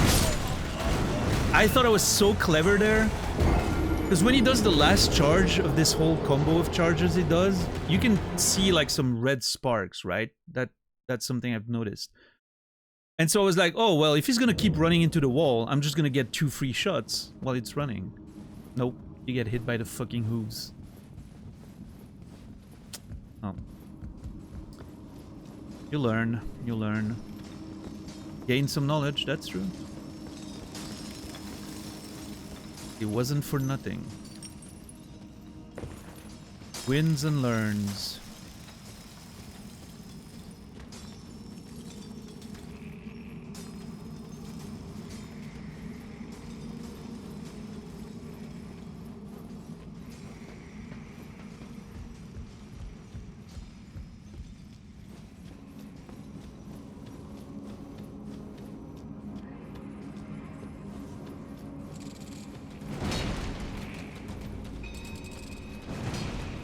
Okay, we're good.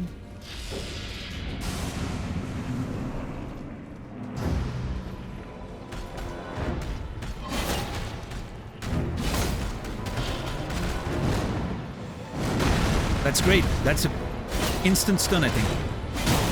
God, I was too late. Usually when he does that, I can get a stun right away.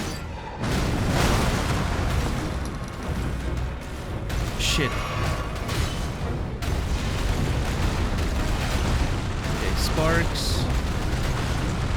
Oh, never mind. I think the sparks happen all the time. Huh.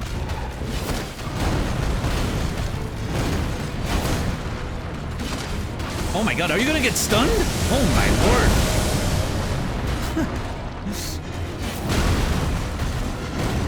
I feel like I did the work there, but I didn't get rewarded. Never mind.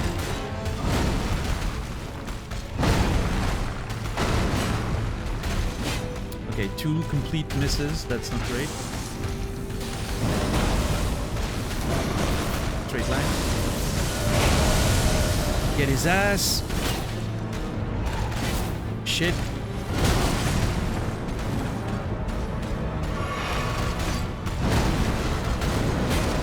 I can't see shit.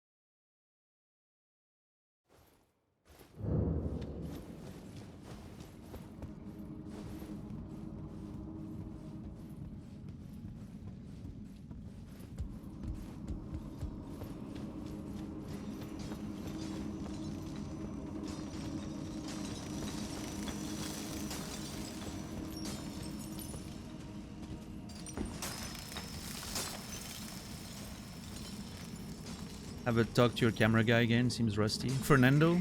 Yeah, Fernando's... Fernando... man. He's struggling during Elden Ring. Now, to be fair, he gets pushed into walls and everything by the enemies and all that, so, you know, it's a rough work for Fernando, but...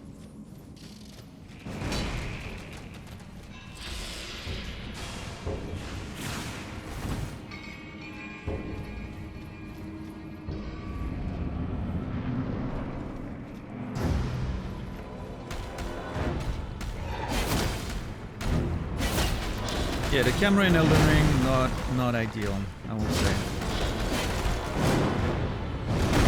It's trying its best, but it doesn't succeed.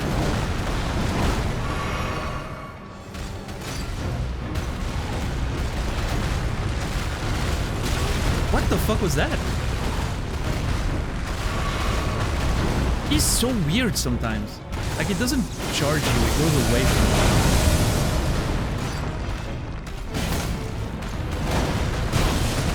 That is such a shitty combo. I don't know what to do with that. I think I got hit every time when he does that.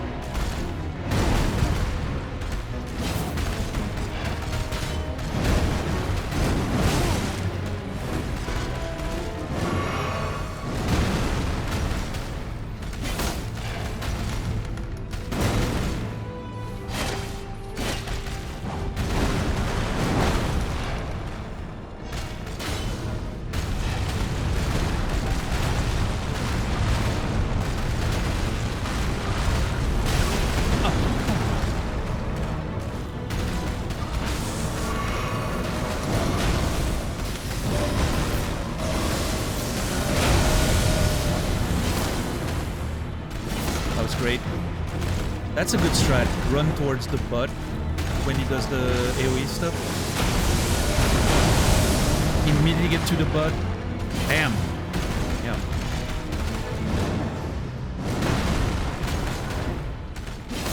How is that not a stagger? Holy crap. I've been hitting him with charged attacks so many times there.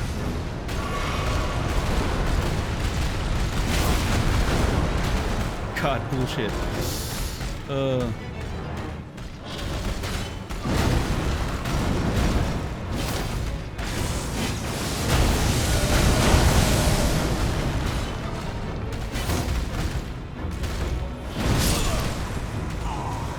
mean,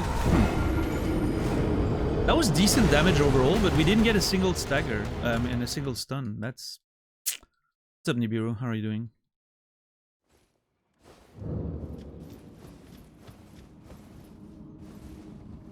The way he proudly prances when he does that triple spike from the ground, yeah.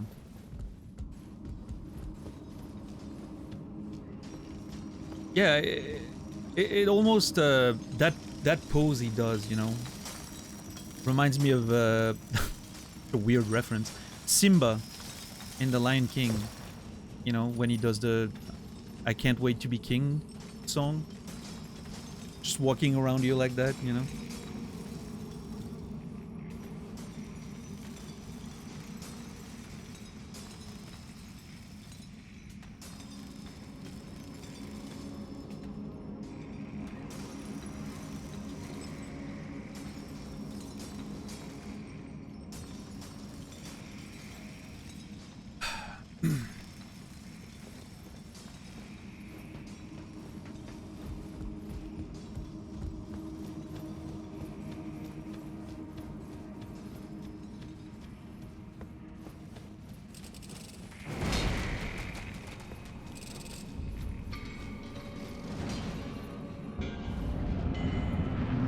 Alright, let's get it.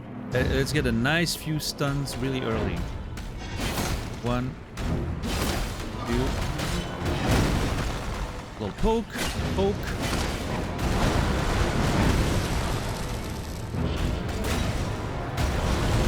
Damn it, that takes a long time. I hate that.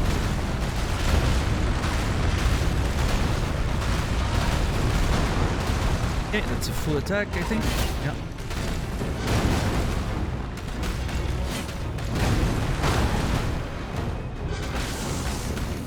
And I just can't wait to be king. You see it? It works.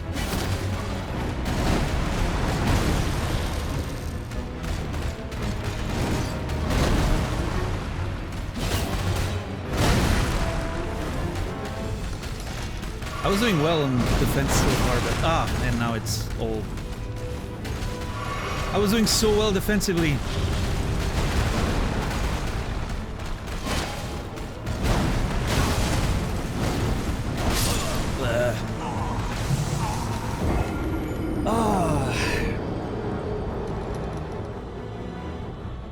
That butt stomp followed by 2 tail spins, I don't think I've fully dodged one yet.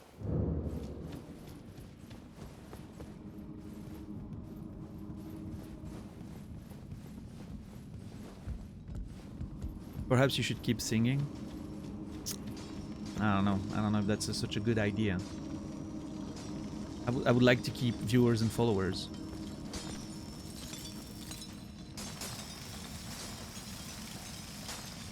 Have you tried reasoning with it? What's up, Mac Ace?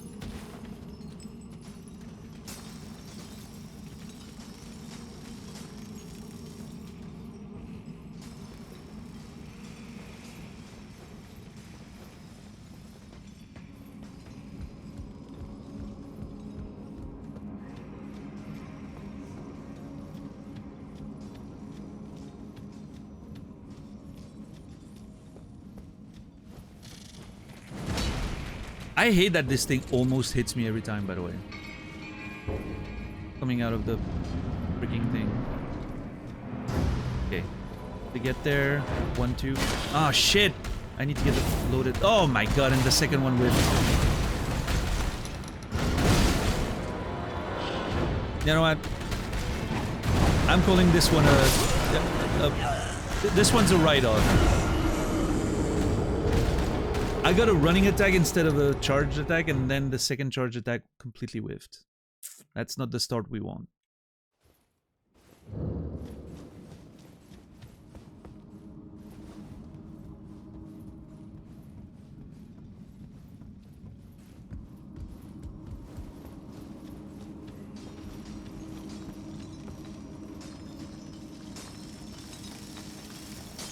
Not a saga?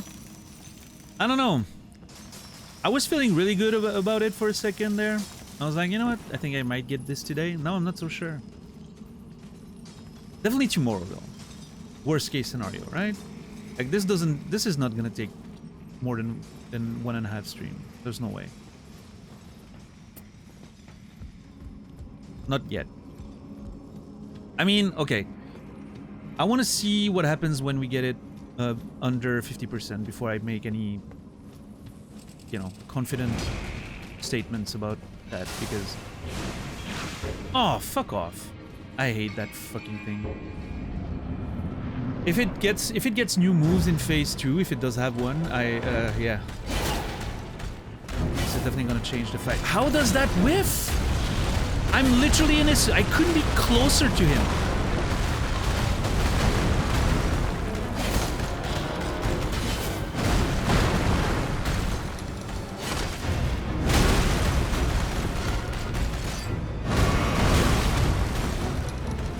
Yeah, and then we get into the loop of me trying to heal but getting blasted every time, and I need to stop trying to heal in the middle of, you know, in between moves. I need to heal after I dodge. In this game you can't get away with healing outside of a dodge. Like when you dodge, you have the opportunity to heal or attack, not both.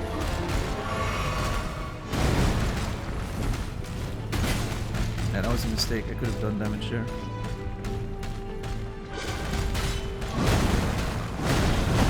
Okay, that's good.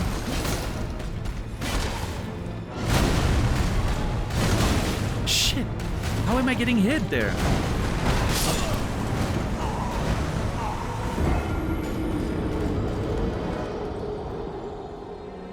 Fucking rocks, I swear.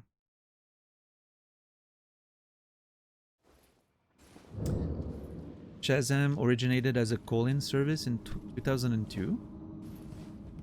Wait. So do you mean like you were supposed to call a number and make them listen to whatever you were hearing and they would tell you what song it was?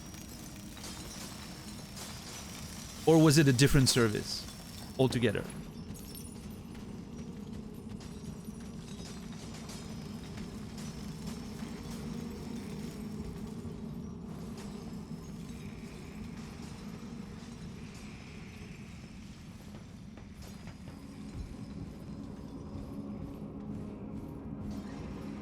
I'm replying to Nibiru right now. You would call them and make them listen? How does that work, though? Do you just have a bunch of fucking geniuses on the other end of the line? That all, you know, like there's a bunch, like 20 dudes and dudettes and everything, like sitting behind, and you make them listen to the music and they're like, anyone's got this? No?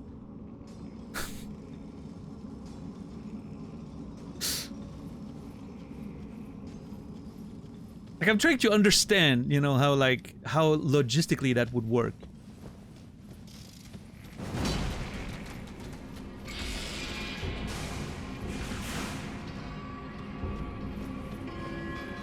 You got this, the nickname around 1995. You should sue Shazam, probably. I don't know. Isn't it like that? Wasn't there a thing about a movie called Shazam that everyone thinks exists but actually doesn't? Isn't there a story about that?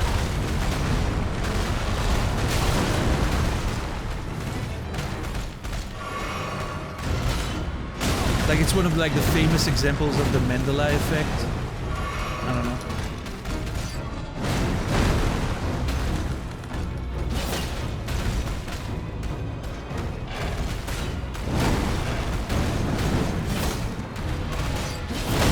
Ah, shit.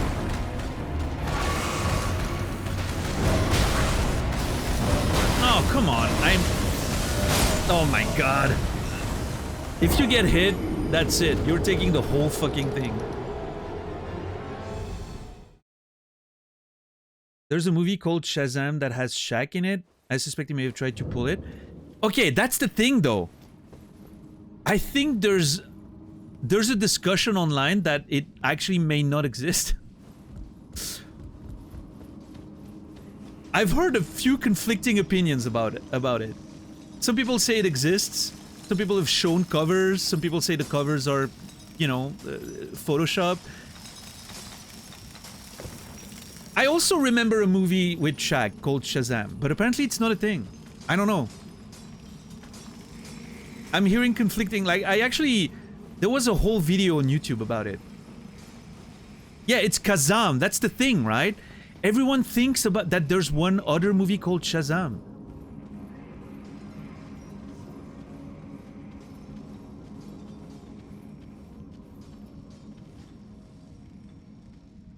But yeah, no, it's a whole thing. Wait, movie called Shazam. I mean, there is a movie called Shazam with an exclamation mark, but it's completely different. It's a 2019 movie. There's a movie called Shazam with 2 A's from 1996. Hold on.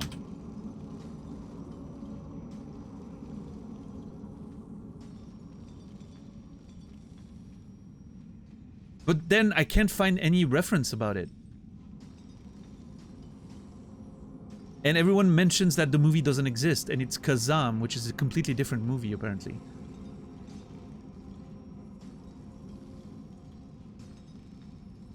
I don't know, something's happening with those movies and the confusion around them.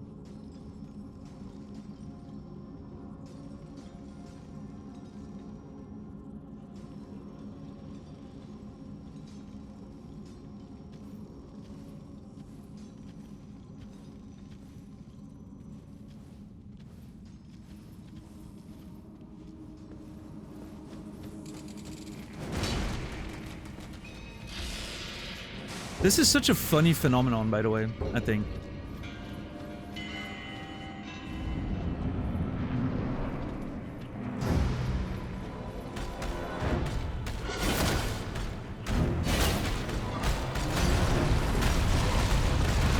But yeah, I remember watching videos about that when I was going down the rabbit hole of like lost internet media.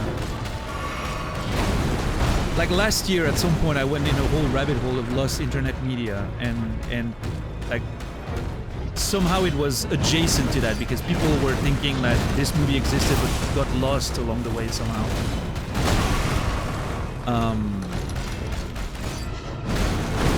But yeah, it's like that whole song, like the most mysterious song of the internet that eventually got found last year or earlier this year. I don't remember. Which is a crazy story, by the way, that 20 plus, like, almost 40 years later, someone finally randomly found that song that people have been looking for decades. By a random, unknown German band. And now it's a whole thing. Apparently, like, they re-released it or something. It sounds... just... What a crazy story. It almost sounds like a very elaborate marketing scheme to promote that band, but it's not. Like it's a search that's been going on for years. What's up, Captain Dax? How you doing? How goes the bus? I'm not sure. I thought we had it somewhat okay at some point. We had a couple of good attempts, and since then I've been struggling.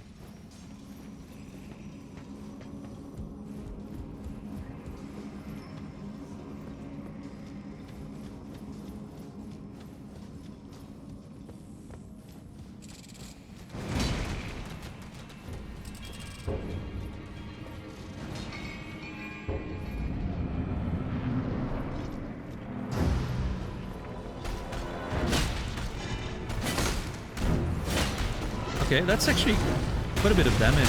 Oh, come on, I was stuck. Okay, I was literally stuck in him there. I couldn't move away.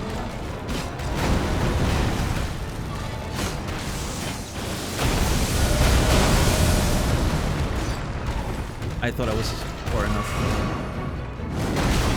I thought I was late enough. Okay, this attempt is an absolute mess. Worst so far. Yeah, that checks out.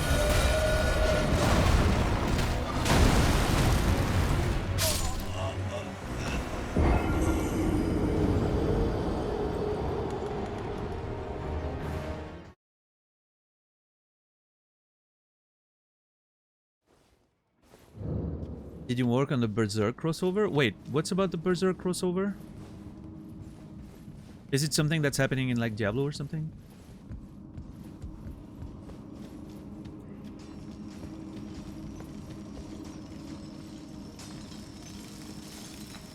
Diablo 4 is having a Berserk crossover? Wow.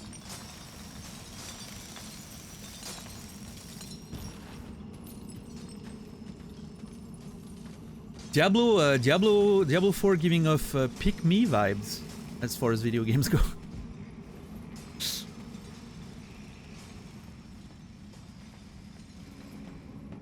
Look, I'm a fan of Berserk. Please love me.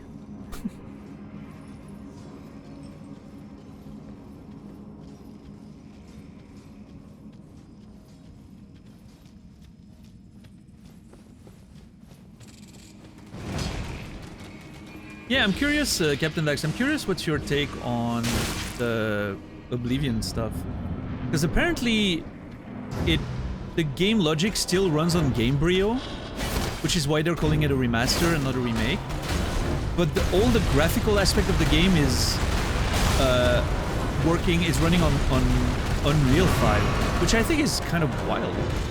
How does that work?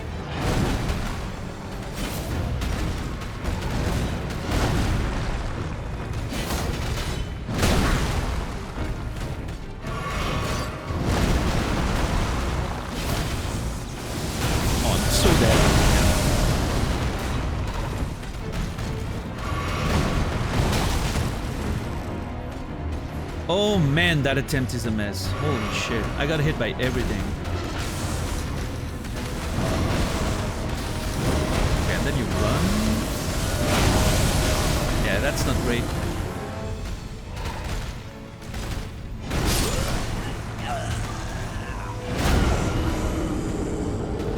Yeah, no, I mean, I'm not talking about that specifically. For me, personally, the way I'm looking at it is it's a remaster if it's running on the same engine, and it's a remake if it's not, right? That's my line, I guess, personally.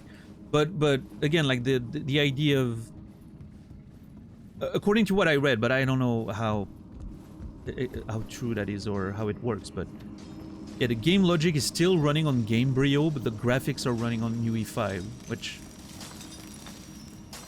you know, I didn't know you could combine those things in that way, I guess.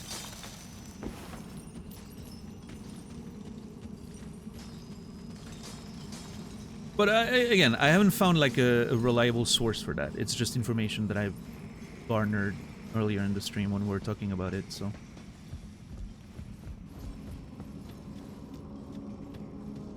Logical layer, representation layer.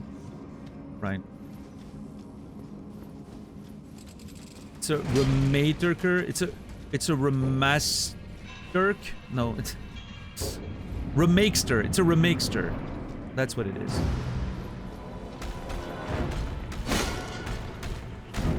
Yeah, that's, I don't know, yeah.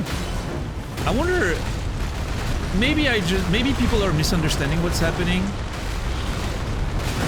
And so like the information that I read was wrong, right? Maybe it's just running on UE5, but what they misunderstood was that the sort of logic got ported to UE5 without changes in the systems and all that, right? I don't know. Or maybe that there's something like technologically that they're doing that could be interesting for future projects similar to that one, right? Maybe they came up with a way of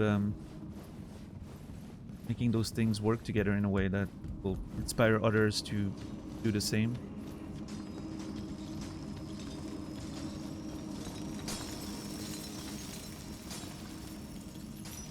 They remade all the assets. No. I mean, to me, again, like, I think really the line for me is like the engine it's running on, right? If you remake all the assets and everything, but it's still running on the same engine, like some modders do, right? Like, there's literally mods out there that do that. It's still the same game. It's still only a remaster. The remake implies that it's a whole new engine, even if it works exactly the same. Like, Demon Souls is a great example for me, because it is the same game. It pretty much... The values are the same, it plays the same, it works the same. But I still consider it a remake because it's running on a completely new engine, right? I mean, again, Captain Dax is correct. It doesn't really matter. I'm a nerd. I like defining things. That's so unfair. There's no way for me to dodge that, I think, if I'm in that specific situation.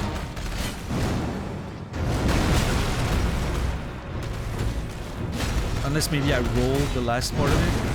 Yeah, maybe. Ah! He was behaving for a few attempts and now he's doing all the shitty, annoying moves.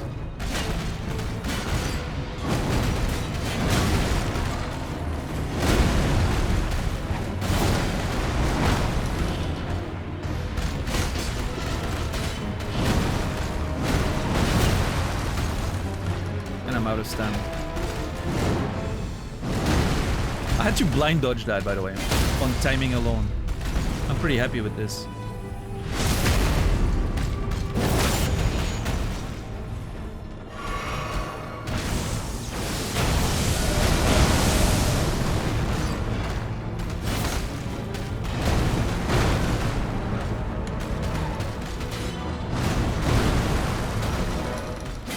Shit! Why does this fucking spear not have more range? It's a spear! Just poke the damn thing!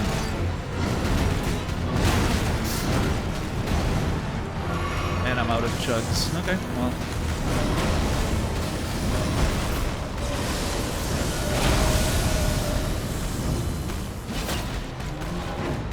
That was greedy as hell. I shouldn't have done that.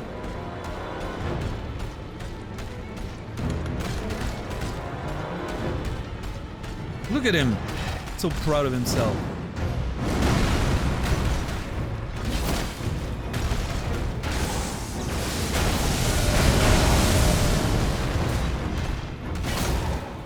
Ah! Shit! I would like to get him under 50% so I can see if he has a new moveset after that or not. That would be a good indication of how good I'm doing. If that's it, I think I think this is very doable in the next 2 hours. A little bit, Avian. I mentioned some thoughts earlier. I'm sure I'll get back into them at some point.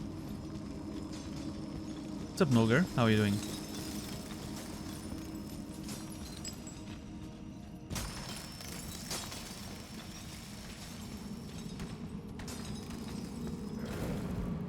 Uh-oh. I woke up. Yeah, I'm fucked. Okay, that worked better. I dip in and out of the stream and stuff. Yeah, it's okay. I'm gonna, you know, I'm gonna repeat myself at some point, I'm sure. I wanna kill it first and see what it drops, and maybe it will help me get more thoughts about it. Right now, I'm trying to keep my mental stack focused on the actual fight. And the random conversations in chat, which I always love. Ah, fuck, I thought that was the other one. That is such a bullshit hit. I hate it. Yeah, that one I deserve.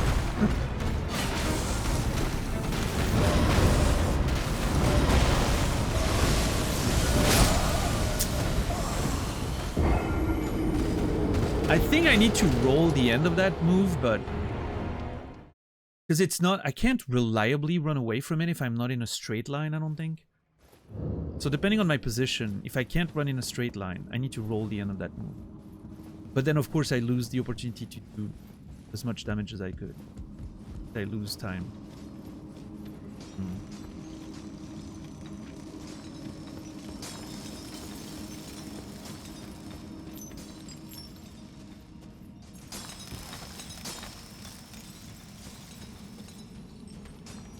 Oh yeah, that's a good question, Strange Pie. Is the horse armor in the game, in the remaster by default?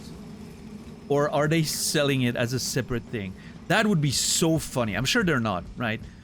But I would actually respect that. If they were selling the horse armor separately as a $5 DLC. There's a deluxe...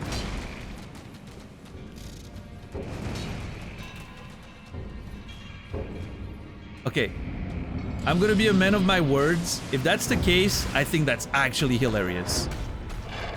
I think that's actually funny. I respect the hustle at this point.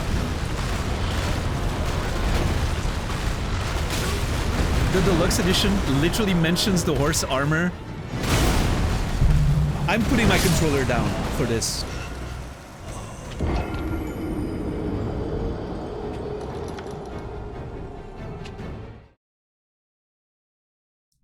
I need to look that up. Oblivion Remastered Horse Armor. Oblivion Remastered $10 DLC pack includes the new horse armor.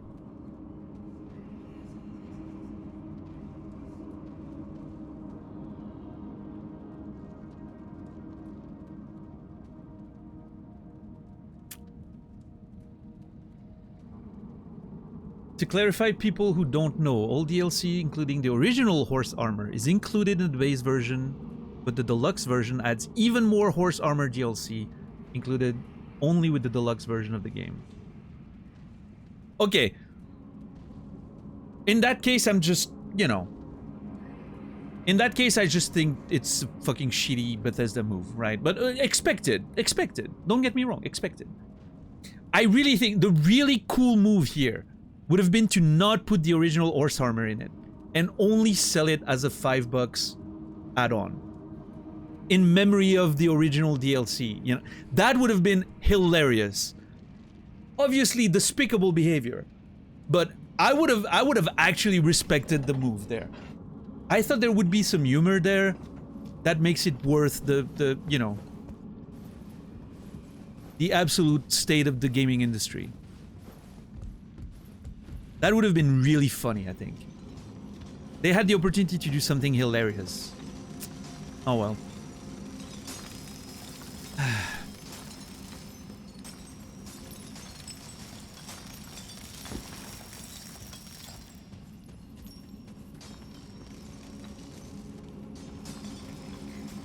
Adds new quest, weapons, and hilariously new horse armor. I mean, I think it's still kind of funny, right? 20 years later, Bethesda's selling more horse armors for Oblivion. Beautiful. It's poetic. Poetic.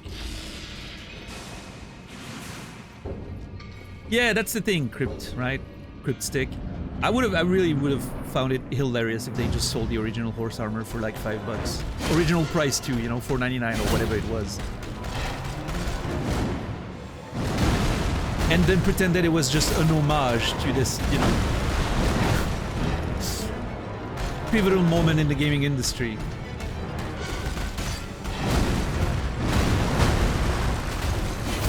I would have loved to see how the, you know, Bethesda fans would have defended that online. That would have been funny.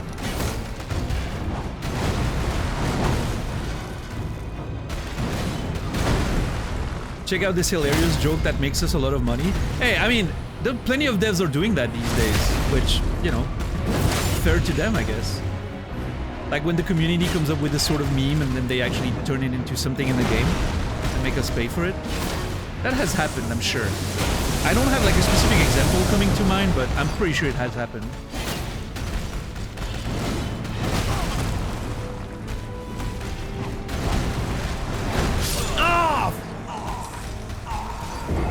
That was such a great start.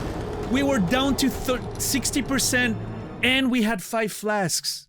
Fuck. That was such a great start.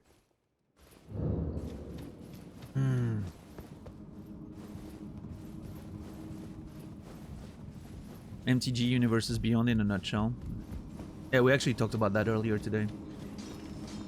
UB is the reason I stopped playing Magic. Not because I hate fun, but because they decided to put it in standard, and I can't keep up with it. Too many sets. I hate it. I don't want to play a game of standard Magic with fucking Spider-Man. I always use the same example, but Spider-Man using a fucking Cloud's Buster Sword. That's not Magic to me. Standard should stay true to the original story and core of the game. I think UB is great. They want to make money. People love playing with their favorite franchises. That's fine. But keep it out of standard. Anyway, old man yelling at capitalism. That's me. Hello. Nice to meet you.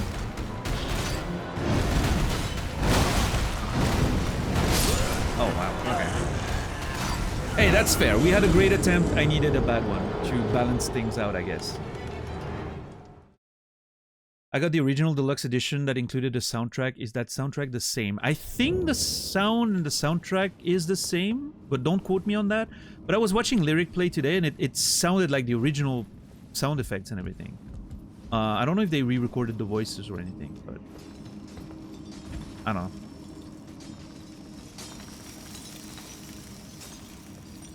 Right, Mikir, yeah.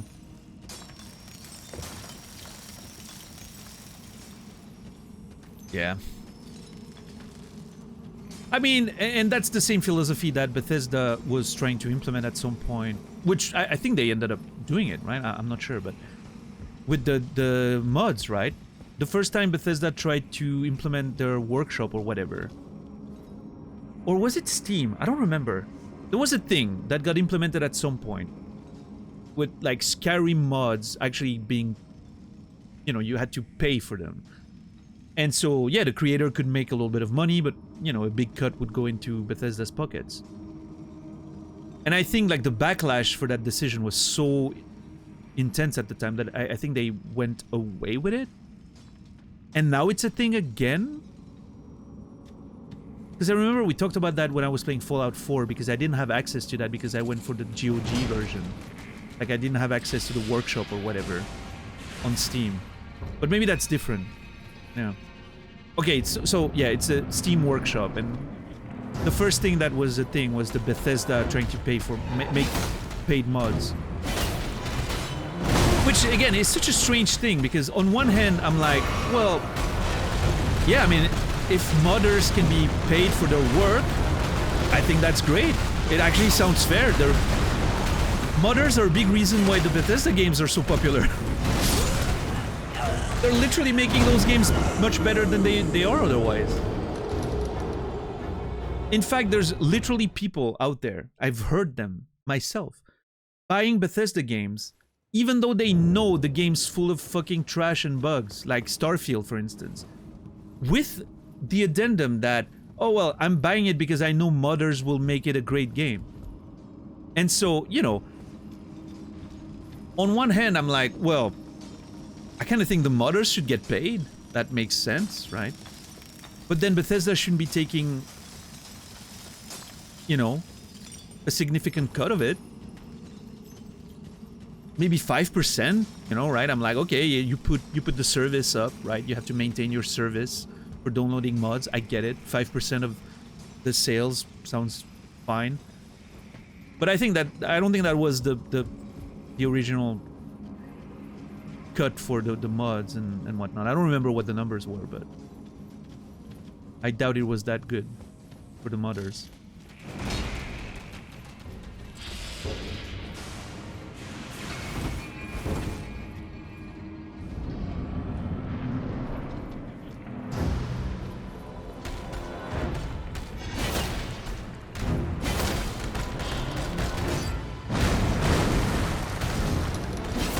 Okay, one more. I'm trying. I don't care. Ah, fuck. I was greedy. I'm dead. Oh! Okay, that was... I misread the limit there. I'm playing like absolute trash right now, by the way. How's everybody else doing today?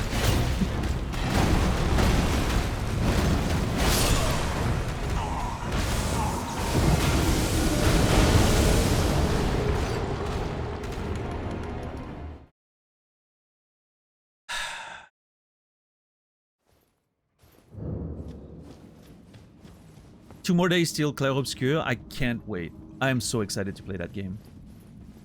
Yeah. That's gonna be my main off-stream game for a while. It's gonna be great.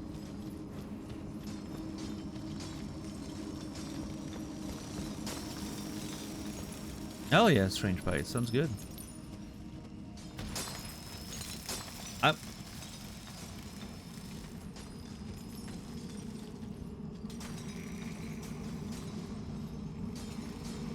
Not a huge winter person. I am a huge winter person, but I do like the summer as well. I'm an old weather person. I'm like a good pair of tires. That's a line right there. I'm actually pretty proud of that one.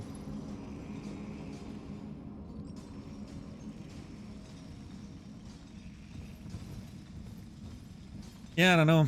Maybe I should take hints from Bethesda to make my stream more profitable.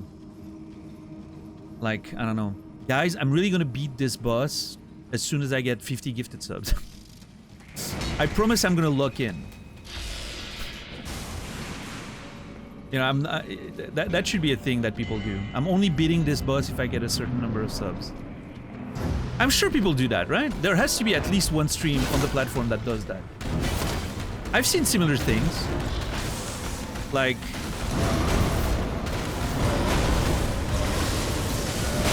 Okay, that hitting me is ridiculous here.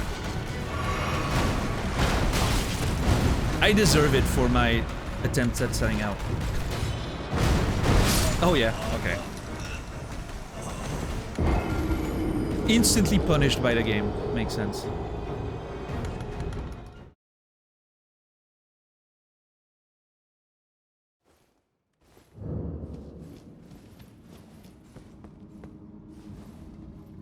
But yeah, I've seen like a few variations of that. And, you know, I'm not talking about like streamathons, for instance. Streamathons is a different thing, but like a regular stream, like every stream has a timer. And it only, you know, keeps going if people are subscribing or whatever. Like, not just a streamathon, like every stream. Which I think is such a wild way of doing it. But it seemed to work for that person. They were getting a lot of money. So. And the other thing I've seen, I think we joked about that one time, was that the person would go live and they wouldn't start playing the game until a certain amount of gift subs were gifted or you know, subscribed. And I remember we joked about that, and because someone was saying like, oh, when are you gonna start the game? Because I was talking for like an hour, as I tend to do. And then I think Ren gifted subs and was like, oh, you can start the game now or something. Or no, you can press the start button. And I pressed the start button, but there was another menu after that, so we just waited there for another 20 minutes. What's up, Thermo?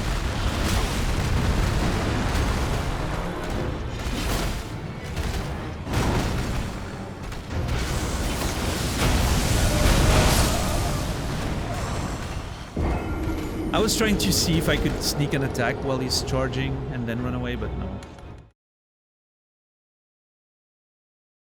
Am I trying to not be suspicious? What do you mean? In the game? I'm doing the boss run back without getting spotted, because otherwise I take damage. I know a streamer that adds an hour or two of normal time if a certain number of subs gets met.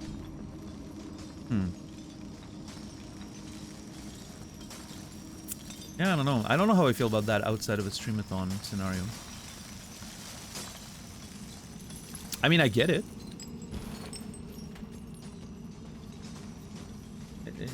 You know. There's an argument to be made about not working for free, quote unquote, right? But... And you still get the normal time regardless, right? So I guess that's okay.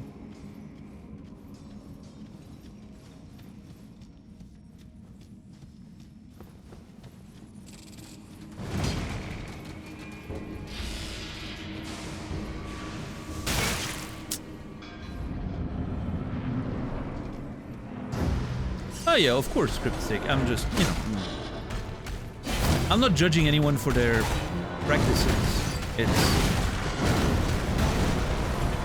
I know firsthand how difficult it is to make money doing this. I'm not blaming anyone for any tricks. In fact, I wish I was doing more tricks myself.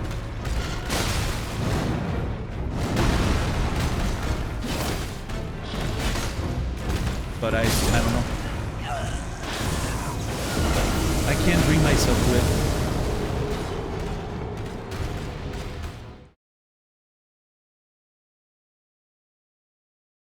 I'm not great at selling my work, I guess. When it comes to streaming, at least.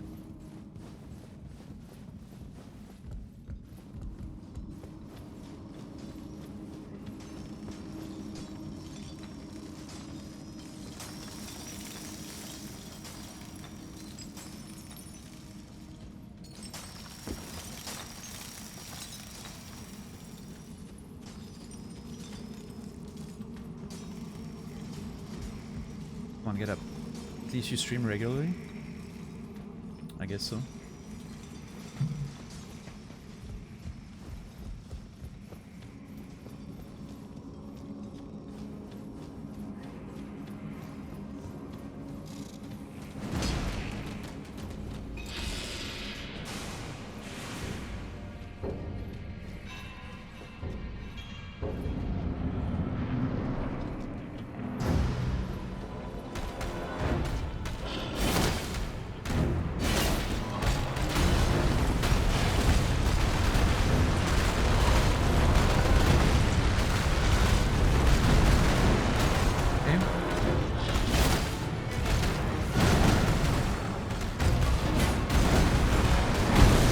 God, I hate it. I'm gonna get... Yeah.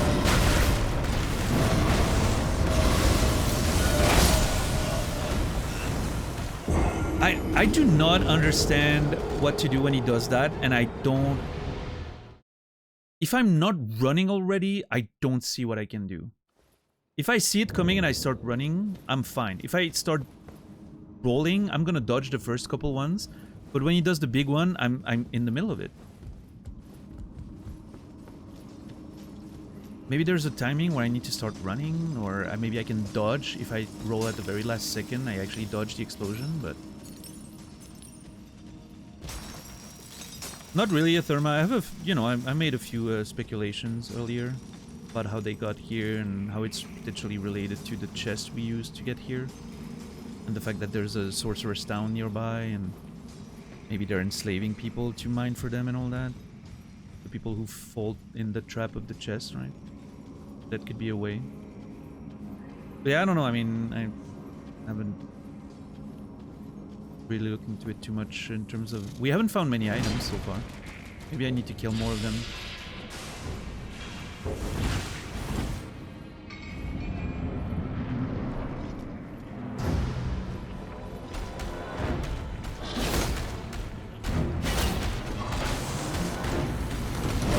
Yeah, see, now I'm screwed.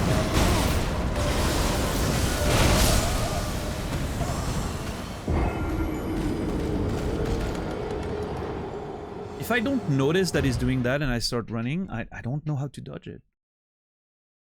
I feel like my dodge was as late as could be there, and I still got hit by the lingering effect, so...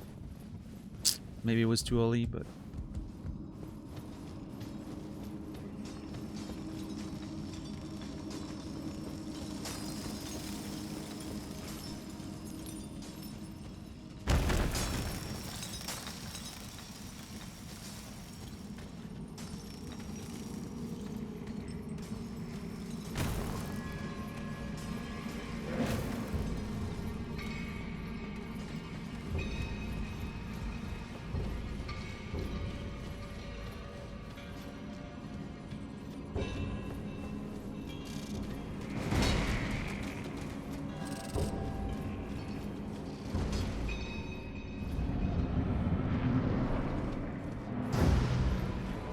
Let's see.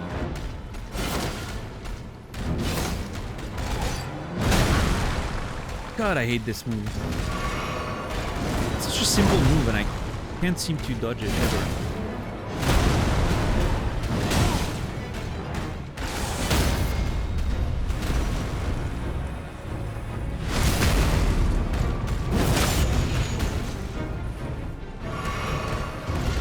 already 2 flasks down, though. That's not ideal.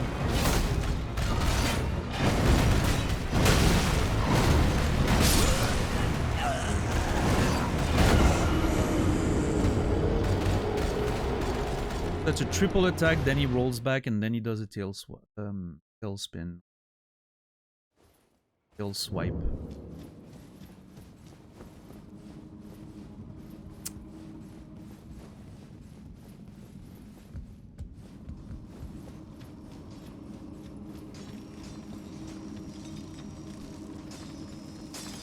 Not looking too good, this fight right now, I will say.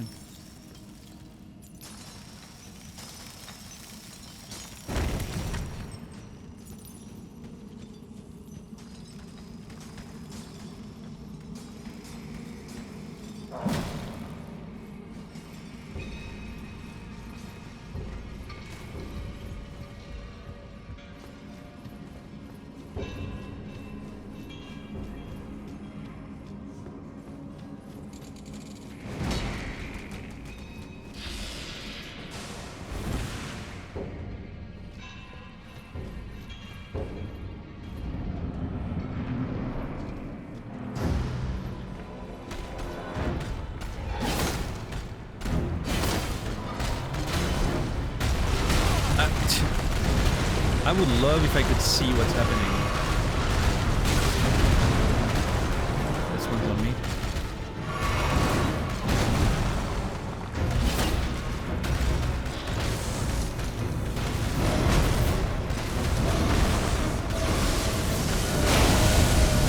I nicked the fucking brazier, so I was too slow.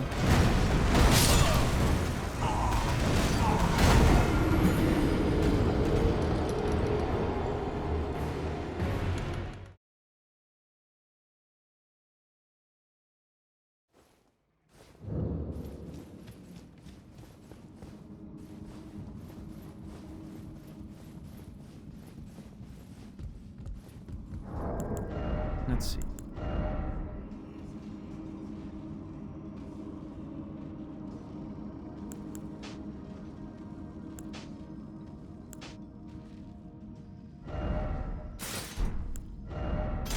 I wanted to see if I could get to lighter rolls, but I would have to get rid of a lot of equipment, which then means I'd probably get one shot.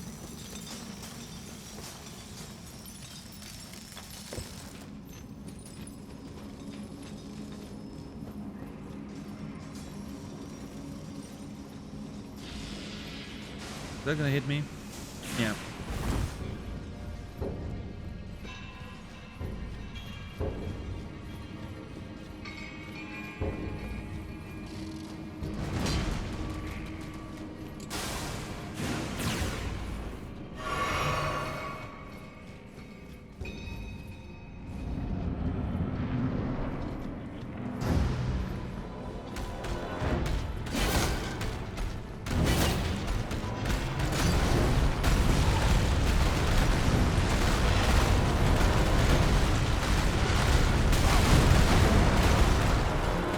God, I hate this.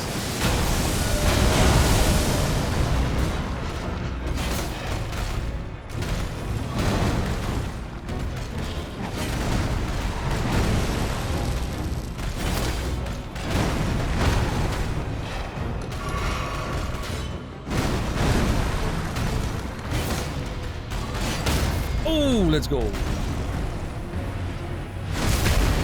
Still already 2 flasks down, so that didn't hit. Okay.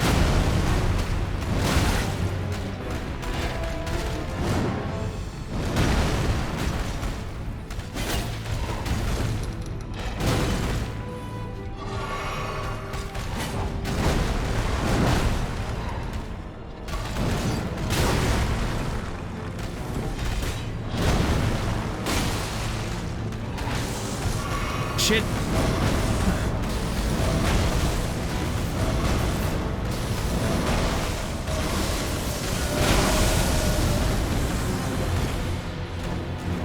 I really don't get it. I feel like, depending on what the game does, there's no way for me to dodge that fast. it really feels like there are some checkmate scenarios. But I'm sure it's just me not understanding exactly what's going on.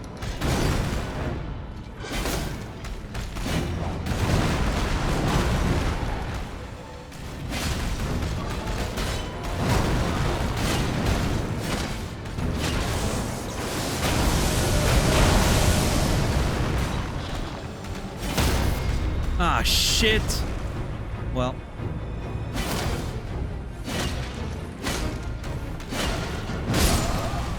That is the worst. Getting the stun when it's facing the wall and you can't get the benefits for it. Absolute worst.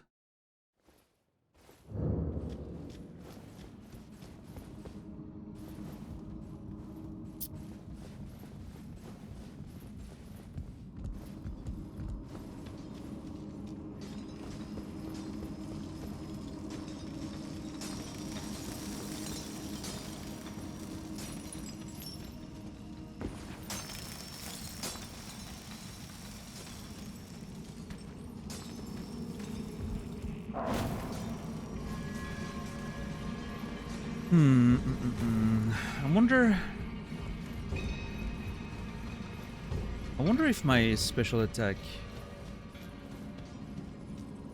has any interesting properties against that boss. I have to try it.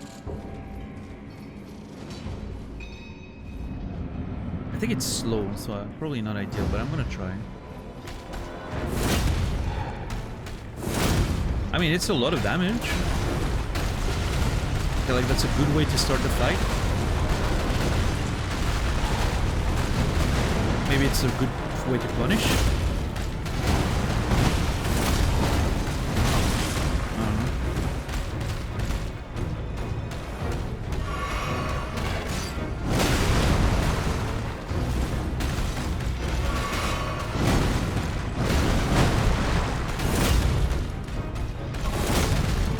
It doesn't seem to stagger more or anything, so that's not great. If it staggered more, that would be good.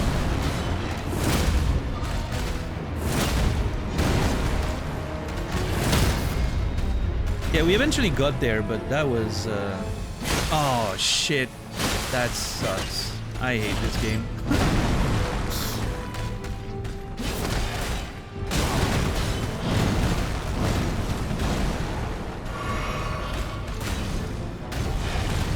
A very slight change in levels should completely screw you out of a fucking critical attack. The game is constantly a janky mess of like stuff, hitboxes moving and stuff going all over the place. You can have my character be slightly in the air there, that's okay.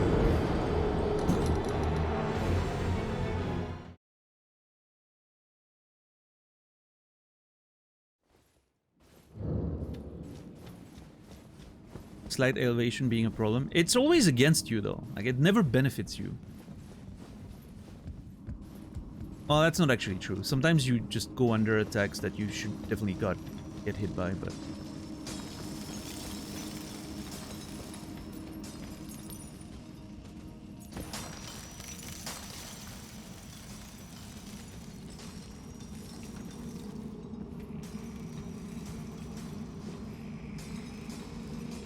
Every time we remember it's against us. Yep. That's fair. That's the way it works.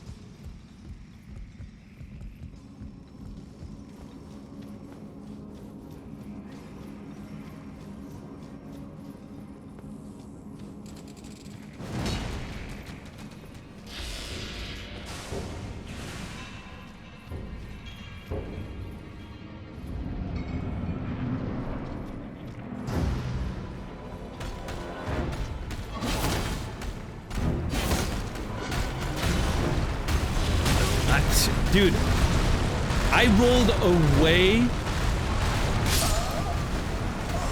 I was spamming roll away from the thing. I was stuck in his hitbox. I was literally stuck inside his legs. Couldn't roll away. And it dragged me all the way until it hit.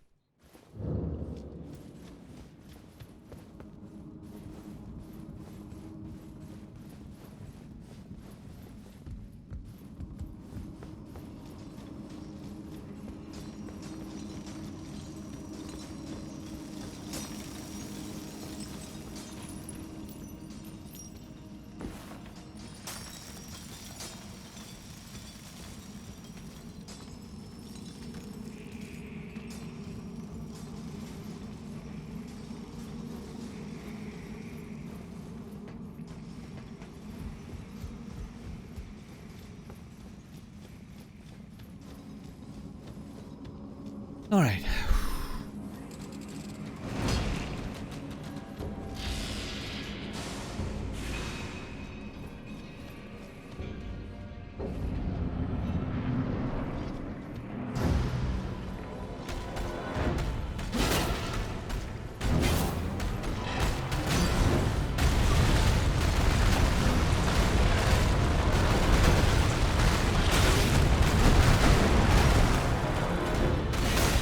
I don't know why my second attack whiffed there at the beginning. Again, it's one of those scenarios where I'm against the enemy as much as I can, and my attack just goes through them for no particular reason.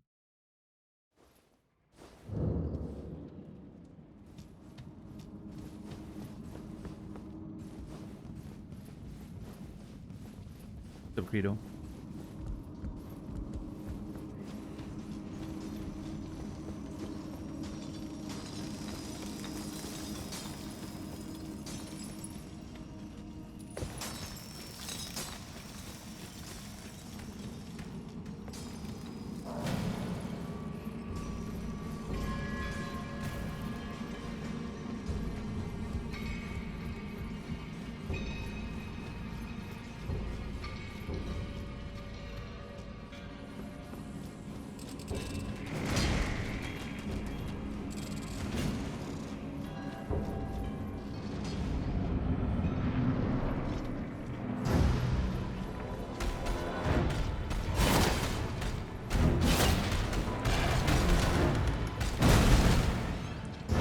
Can I get two here?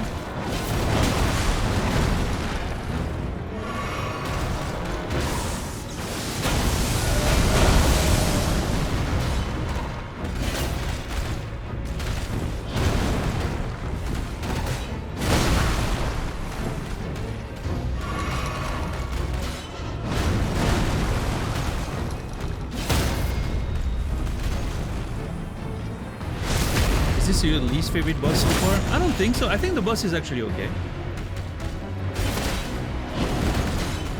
I mean, a few of the hitboxes are obviously ridiculous, but you know, that's pretty much... I think it's just more obvious there because it's a big boss.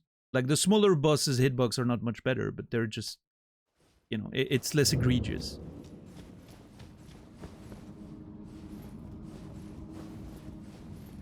No, I mean, I generally like the boss. I think it's a cool design, and the fight itself is okay. It's like a jankier Monster Hunter fight.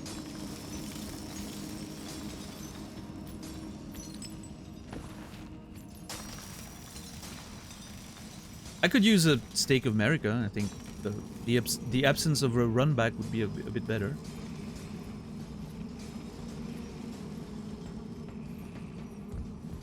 I don't quite understand the logic behind what deserves one and what doesn't. I'm not sure if there's any reasoning behind it or if it's just sort of random.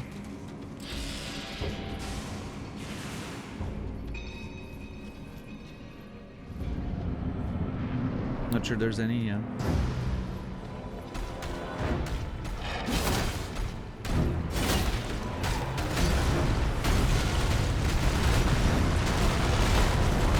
I mean, overall, you know, overall I'm having a pretty bad stream. This is a pretty bad day, but it has little to do with the actual game. I think it's more me not... The main reason is me not sleeping enough.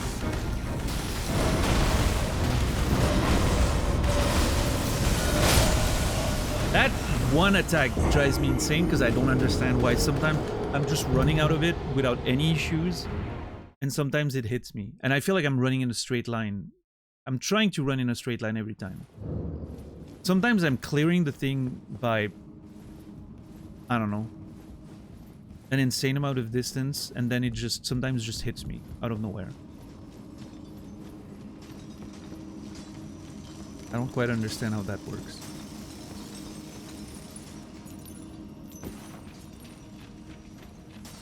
I think I just need to roll it for safety every time, but then that means I'm losing on damage.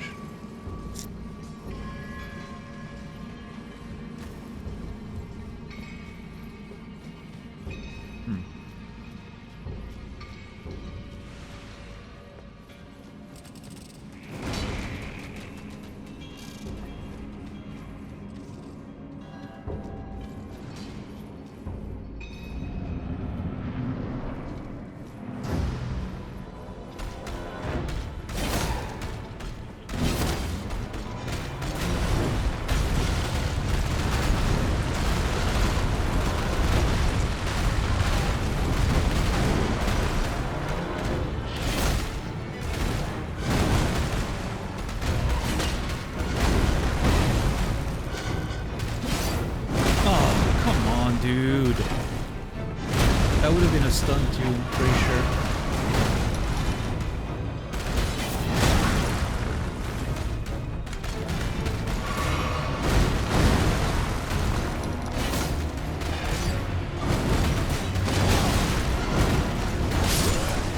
Yeah, that one attack, I don't think I've ever dodged that combo once.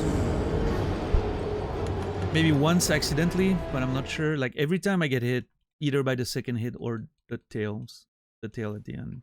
It seems to be exactly on the timing of my rolls.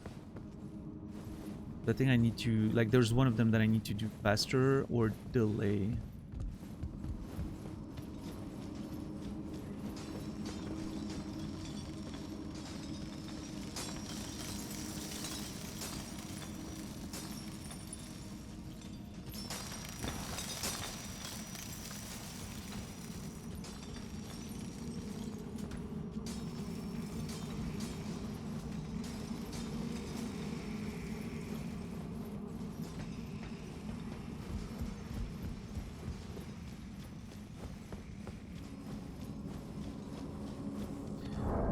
Let's see. I want to try something.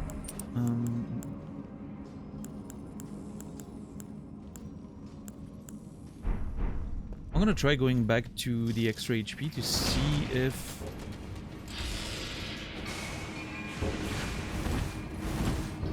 it can allow me to sometimes take a couple of attacks before healing, which could potentially enhance our durability.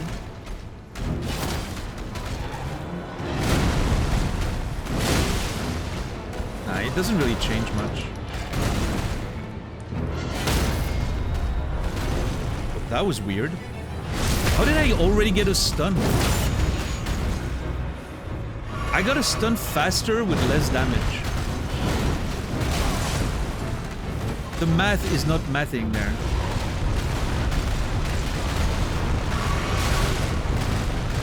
Bad time to heal. What's up, Cheesy? How are you doing today? Okay, I need to do that again. I need to... This is really weird.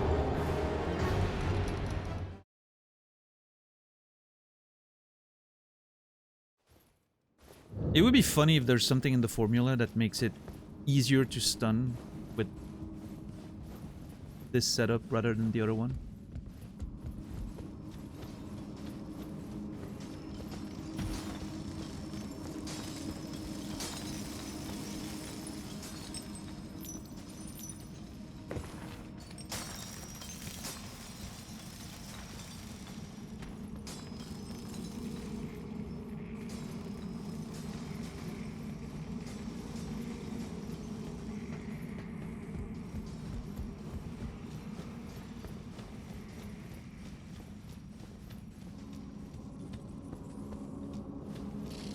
What's up, Puma? How are you doing? Seems arbitrary, but I mean, I could at least notice some consistency, right? I feel like a few times I got the stun after 4 hits, charge hits, after a specific sequence happens, right? He does that, and then he does the big spin thing, and then I hit him with another, and then it gets him. So I felt like there was some sort of consistency a few times, which led me to believe that... Also, that fucking front flip thing, it always feels like I need to roll later. I feel like every time he does it, I roll later and I still get hit. It's increasingly late. Yeah, I don't know. That one last stun we got was after 3 charged hits, which is the first time it had happened. And I don't feel like they were particularly fast or anything, so... Yeah, I don't know. Whatever the formula is, I don't understand it so far.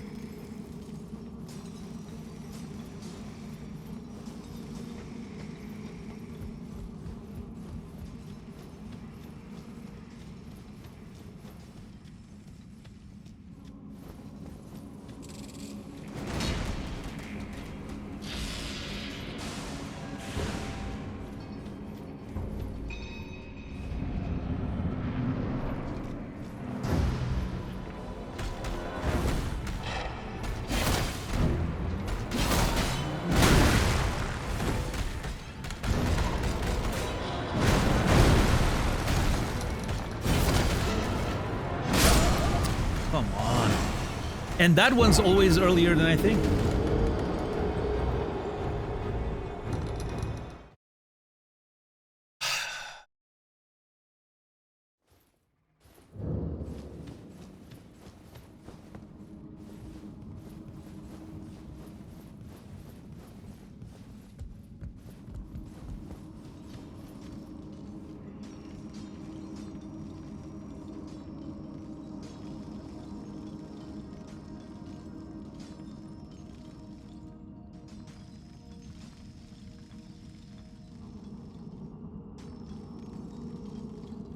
Lunch break, another 4 hours at work to go. Good luck with that.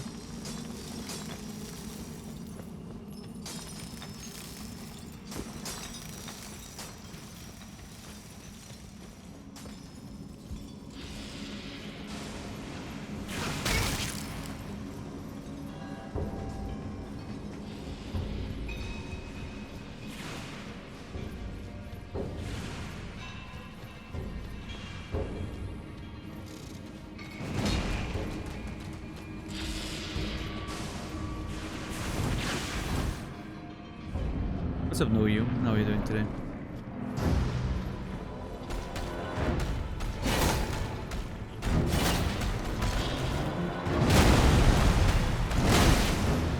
Oh.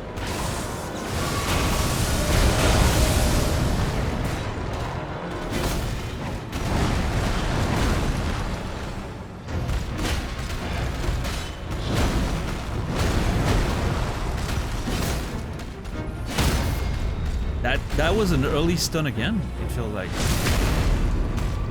About yourself? I'm having a terrible day, but it's okay. It happens.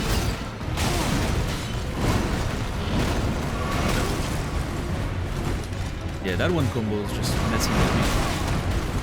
And now I'm in that loop of trying to heal and getting chunked every time.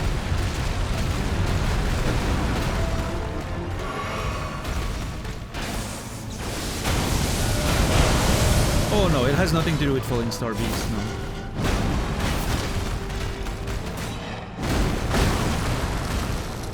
That's the fun part of my day.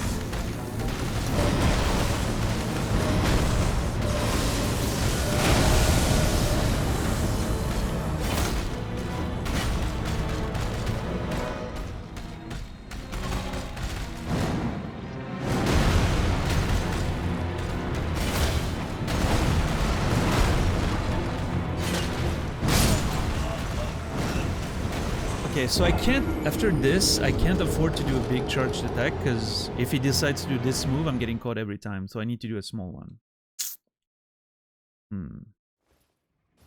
Okay, there's something I want to try.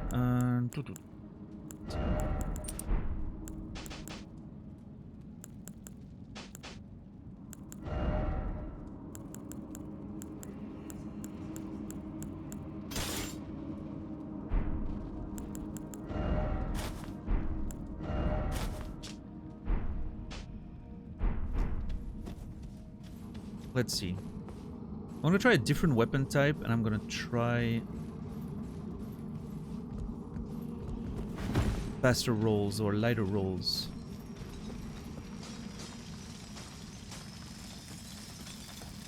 I'm not sure what the weapon type change is the right choice, but I want to see maybe if a strike weapon can stun faster. It's not impossible.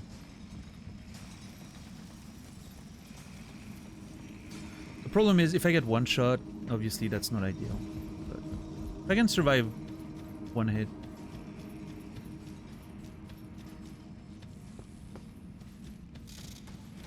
it's good enough.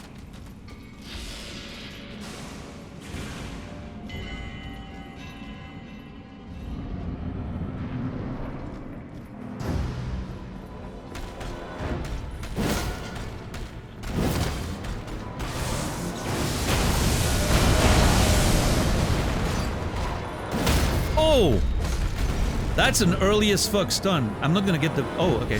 See, it could have done that earlier.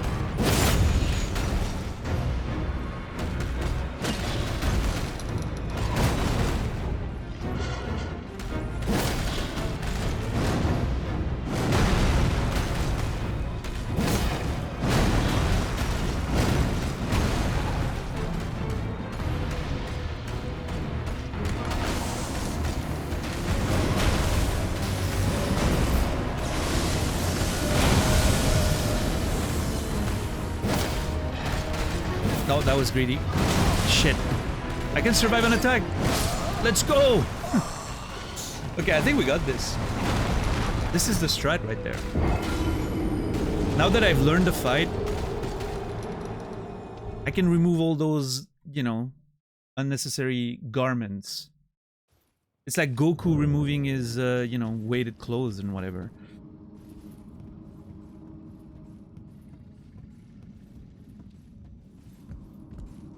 Now I'm not sure about the weapon choice. Maybe there's other options there that we can try. Hold on.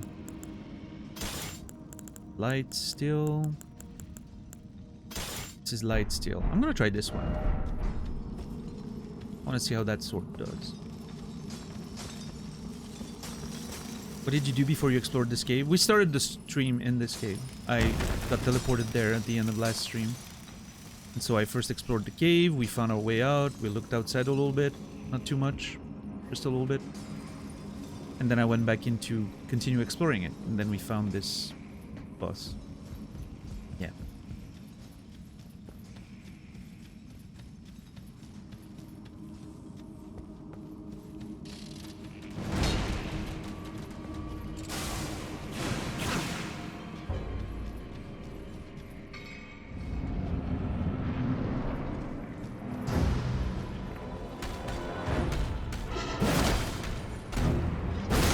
That's quite a bit of damage. Okay. Bad timing on the roll there.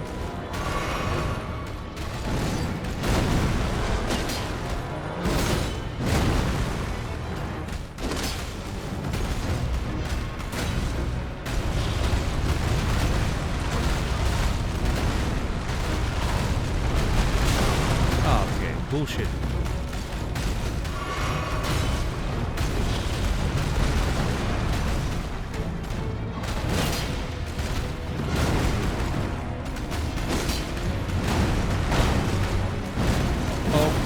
Oh, okay.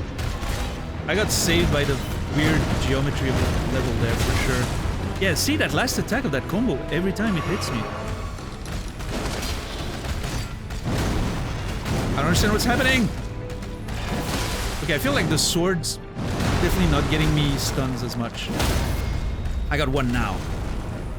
I get a lot of damage though. The damage is decent. But yeah, the stuns are definitely not... Definitely not there.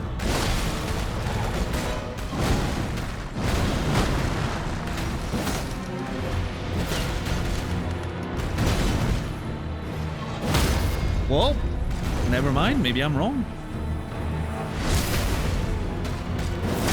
This is it, Thurl. This is the lowest we've ever gotten the boss right now. See, that third attack, always, that last attack, always gets me. I need to heal. I don't get the full punish, but that's okay.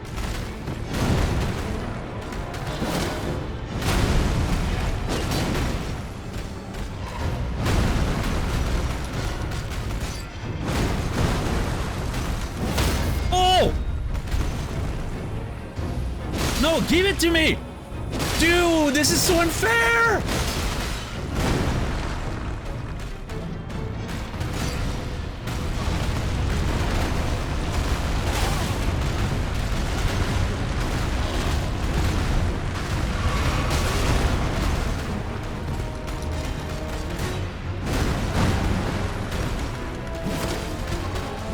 No! No, let's go!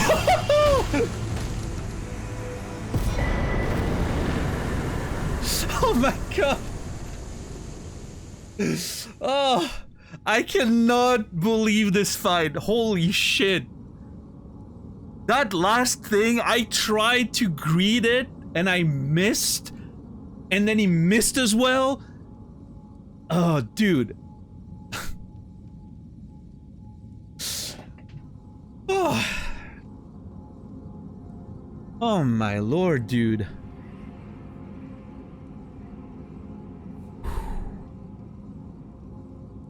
That, the last few exchanges there...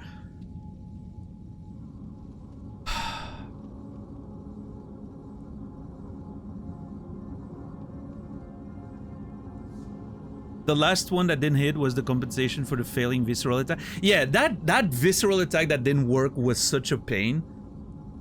But I did get some good damage in it because I was just smashing his face instead, which I think was not as much, but still pretty good. Yeah.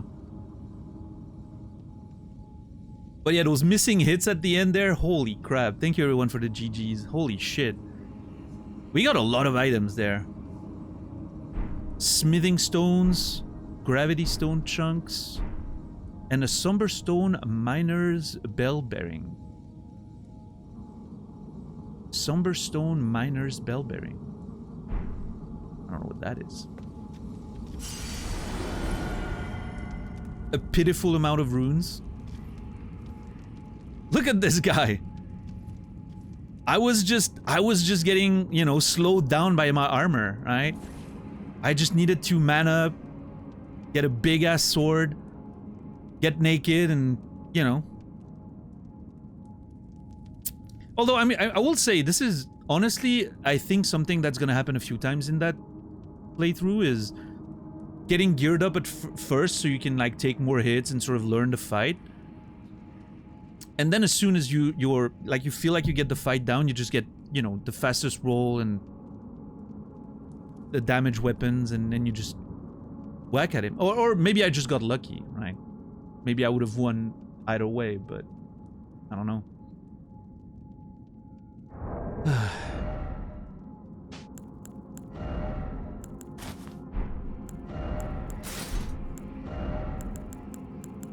I definitely feel... I think it was the same in like Dark Souls 3. Or maybe 2, I don't remember. Where I had like 2 sets of gear. I had an exploring gear and I had a boss fight gear. I feel like this is gonna be the same in this one. We're gonna have an exploration gear, big shield, spear, you know, very defensive, good to explore and be protected. And then we're gonna have a boss killing gear. Because at some point in the game, everything's gonna kill me in one shot, in one hit, right? We're gonna get there. It's gonna be a point where every boss attacks are gonna literally one-shot me. So there's not gonna be a point in me wearing, you know, heavier equipment and all that. So we'll just switch to the boss fighting gear and it'll be a whole thing. Yeah. Which I think is kind of cool, honestly.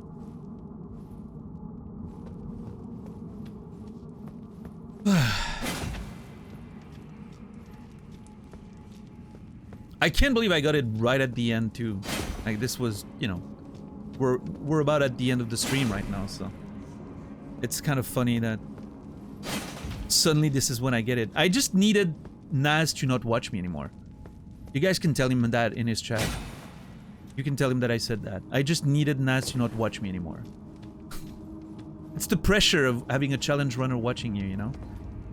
If no challenge runners watching me, I'm fine. I do better. I perform better with no pressure. Performance anxiety and all that, you know?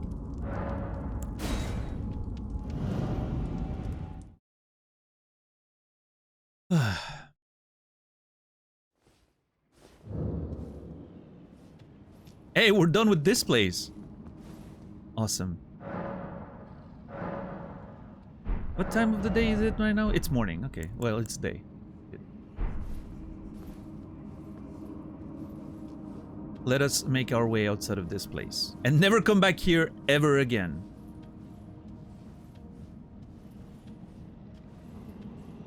Unfortunately, this is not the end of the journey. What's up, Birdie? Which boss is your favorite so far? The ancient hero of Zamor was fun to fight in the Weeping Peninsula's Ever Jail. The Leonine Misbegotten was pretty cool too visually. I really like this design. The boss that I just fought, the Falling Star Beast, was kind of cool. I thought it was a cool design. Oh, I can teleport now. Interesting. Maybe killing the boss was part of it? I don't know. Yeah, the Falling Star Beast was fine. I struggled with the fight itself, but I think it was a nicely designed creature. Sort of a Monster Hunter type thing. But yeah, now we're done with this, this little cave right there. But that doesn't mean we're back home, because as I said, I'm not gonna teleport. If I can avoid it, I'm not gonna use fast travel unless I have previously traveled between those 2 points physically. I think that's a good rule for me. I like the adventure, I like the immersion. So in this case, you know, in the case of this one up there, we had to fast travel back. There was no other way.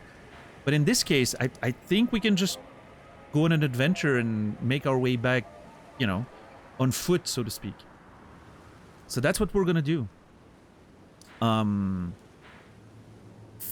The first thing I want to do, I think, is try to get the map, which I think is over here. I think those markers indicate where the map is, but I have no idea how to get it. It seems to be up here on the cliffs, and I am down there, so... I haven't read the items descriptions yet. No, I'll get to it in a second. Alright, Engthar, welcome in. I hope your trip was okay. You did not enjoy that fight, remember? It's... Yeah, it took me most of the stream today, Birdie. It's a tough fight, for sure. But, I was struggling with all my equipment, so I ended up getting naked with just a sword, and I got it pretty quickly. I just needed to get naked. I feel more comfortable without all that armor weighing me down, you know? I like how the red of the sky is, like, reflecting on my greaves. That's really cool.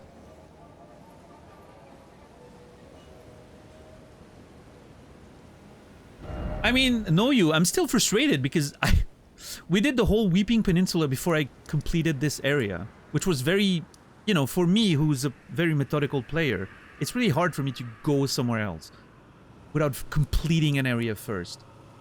And so we did the whole Weeping Peninsula, and that was really neat. I loved that arc. We completed the whole place. I think I found everything. I mean, there's still some mysteries I need to solve, but for the most part, it feels like the place is kind of completed. And then I was like, okay, I'm finally going to be able to complete this whole thing. And now we're, again, on the other side of the map, but I need to learn to embrace the spirit of adventure. It would be too easy to just teleport back, right? I think it's fun and immersive, and it creates better emergent storylines. Of me just being like, well, we're here now, let's find our way back however we can, right? It's a more... I think it makes the experience a bit more authentic, if that makes sense, right? It's a true adventure. We don't just get to teleport back. Yeah. So I think that rule of not fast traveling unless we've been physically between two places... I think is a good rule. Again, unless the game forces you to. Which I'm sure will happen sometimes, but... Yeah. In this case, I mean, we're gonna make it through Caelid and all the way back to Limgrave, somehow. There's a town here that I kind of want to take a look at. There's a whole swamp area down there, which I'm not excited about. I mean, I think there's a path here on the side of the swamp, maybe, that maybe can bring me closer to where I want to go. Faster. But there's this whole Celia magic town of sorcery that I'm really intrigued by, because I've, you know, it's been mentioned, I've taken notes about it already. So since it's here, you know, might as well explore it a little bit. I would also like to know, I would also like to find out how to get up there. Because I think that's where the map is. But it's all the way up on the cliffs, so I don't know. I'm not seeing any passage up the cliffs yet. Maybe I need to go all the way over there and then we can climb. I don't know. Caelid is Welsh for Field of Wrath. Oh, that's actually a cool name. Oh yeah, I love that. But yeah, I mean, I'm not sure what I'm gonna choose next. I'm feeling two ways about it. Part of me feels like maybe we should just make our way home quickly and resume what we were doing over there, which involves fighting a dragon, apparently. But yeah. And then complete this and then come back here later when we're more level appropriate. And there's another part of me that kind of wants to take time and explore. Maybe I can do a little bit of both. Maybe I can explore a little bit, see how it feels, and if it really feels like it's a little much, I can always make my way back home. I would also like to find a road. There seems to be a road here, which maybe leads to those roads there and then allows me to get back to Limgrave. Although there seems to be a coast here. Oh, shit. Yeah. So, I don't know, but maybe reaching that road is a good way to get out of this place. So that would be this way. But whichever way we decide to take, ladies and gentlemen, is going to be a story for tomorrow.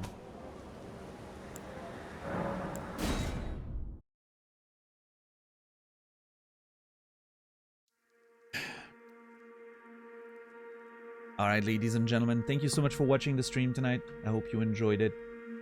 I hope you had a good time. I know I was in a foul mood. It had nothing to do with the game or any of you guys. I hope you guys know that. It's just, I only slept a few hours. Unfortunately, couldn't find sleep last night, so I was in a foul mood. And, well, hopefully the stream was still entertaining enough to watch. But thank you very much, everyone. Thank you for the raid, Brendan. Thank you for the resubs, everybody. Thank you for the lurks and the conversations. I'll be back tomorrow, 7 p.m. Central European Time, 1 p.m. Eastern, 10 a.m. Pacific. That's roughly 19 hours from now. Make sure to follow the Discord if you want to know whenever I'm going live. The Discord, there's the link under the channel. Best way to know whenever I'm live, like the live notifications and everything. You know how it is. And if you're a subscriber, there's a few channels you can enjoy in there. But yeah, I will be back tomorrow for more adventures of Elden Ring. I wish you all a beautiful rest of your day, evening, or night. I will see you guys tomorrow. And until then, remember me, and I will remember you.